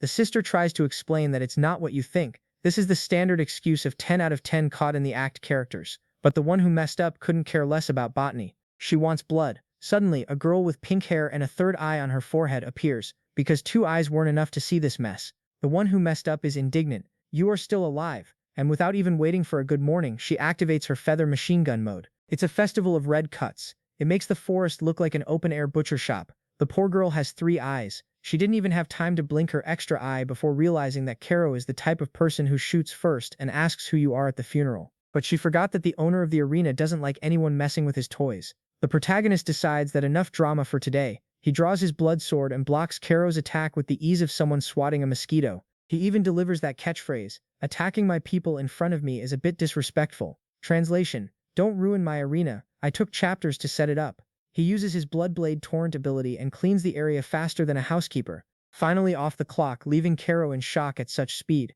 Even impressed, she keeps her composure. She accuses the guy of being a shameless seducer, who used dirty tricks with her sister the elf. In a moment of pure cliché, she leaps in front to defend the boy. This confirms that the scent of the flower really affected everyone's judgment. In the end, the protagonist isn't just a master of swords, he's a master at surviving furious sisters-in-law. For now, the scene begins with that wonderful family reunion vibe, where no one is biting. The young girl with white hair decided that today was the day to be her sister's morality police. With all the delicacy of a mule's kick, she tells the elf to wake up to reality. She claims that the elf is only crushing on the protagonist because the guy is too handsome. And look at the elf's face. She doesn't even try to deny it. She's processing the information with her brain on idle. While the youngest continues the verbal massacre, if you think her brother stopped at looks, get ready. The humiliation is about to get much more specific. The little one has no filter at all and tells it like it is. She diagnoses her sister as a repressed nymphomaniac who loves peeking into other people's lives. And it doesn't stop there. She begins to describe the whole fanfic she created in her head,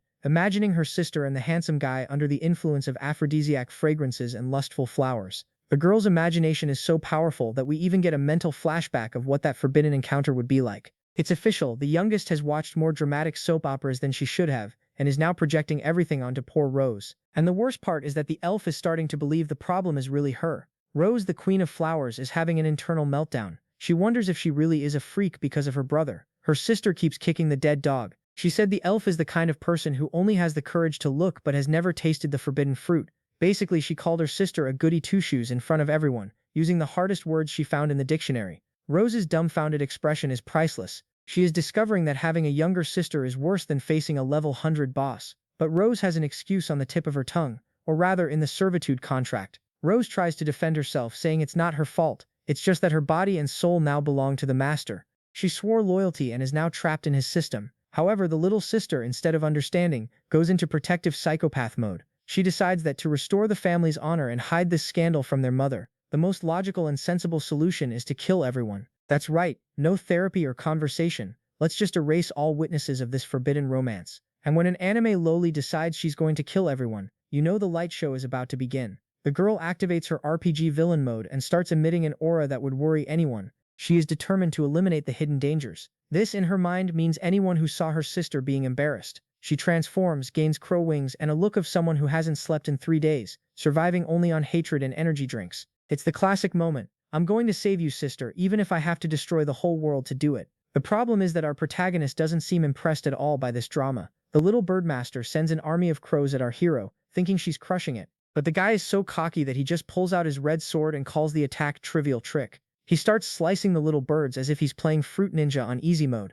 The girl gets furious. She shouts at him not to get cocky because the real show hasn't even begun yet. It's that classic fight where one side is giving their all and the other is thinking about what to have for dinner later. Now she appealed. She summoned the giant barbecue. Things got serious. The youngest invokes the golden raven, which is basically a jacked phoenix with enough fire to roast a continent. Even the pink-haired extra, who was just watching from the sidelines, is shocked by the absurd energy. Rose herself realizes that her little sister has completely lost her marbles. That power jump is on a different level. The little one is no longer playing house. She wants to turn the battlefield into a shopping mall parking lot. The final attack comes in full force. The protagonist finally needs to stop yawning. Destroy them all, she screams, sending the Firebird diving like a nuclear missile. The protagonist finally admits that the energy is extraordinary. He manages to hang in there but looks around, worried that everyone else might turn into instant barbecue.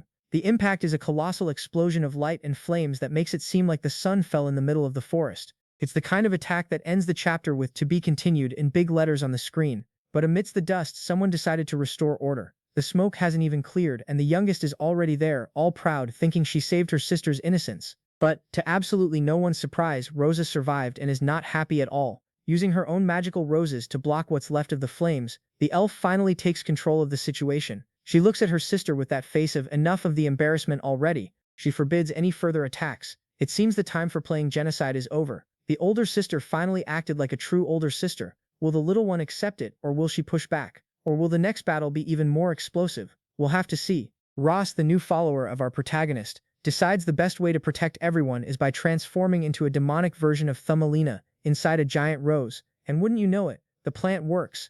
Even the elf next to her, who probably forgot how to use real magic, is shocked that a flower managed to block an attack. Our dear master, of course, makes that face of someone who already knew everything, while receiving praise for being a rank 7 superior. Classic moment. The guy didn't lift a finger, but gets all the credit because his subordinate's plant is tough. Meanwhile, the one who made a mistake is there, all red and flattered. She proves that the charm of this master must be some kind of hypnosis spell. No one in their right mind would be so happy with such a casual compliment. But, as the joy of the protagonist lasts little, there's always someone to ruin the mood of cheap romance. Out of nowhere, the sweetest sister-in-law in the world appears. She immediately asks what everyone wanted to know but had no courage to ask. So, how far did you go last night? The one who made a mistake shorts out, trying to explain that it was just a compliment. But the sister doesn't want to hear any nonsense. She looks at our master with the kind of disdain we reserve for overdue bills and tells the truth. You only know how to hide behind women, right? Done. She hit a nerve. The master's ego, which is bigger than Rosie's rose, inflates at once. He decides that, to prove he is a rank 7 alpha male, he needs to fistfight with a girl half his size. Super mature, 10 out of 10.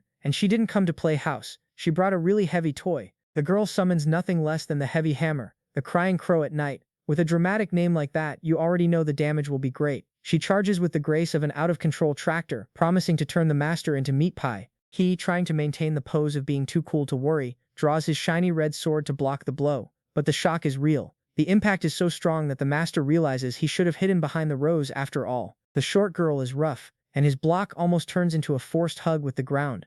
Even those watching from the sidelines started to doubt if the master could handle it. Rochi, who is no fool, notices that the little one is literally overpowering the master with brute strength. It's a beautiful scene, the guy who thinks he's the best being squashed by someone who looks like they came out of a chewing gum commercial. The girl jumps in a way worthy of the Olympics and brings down the hammer with all her might. The result?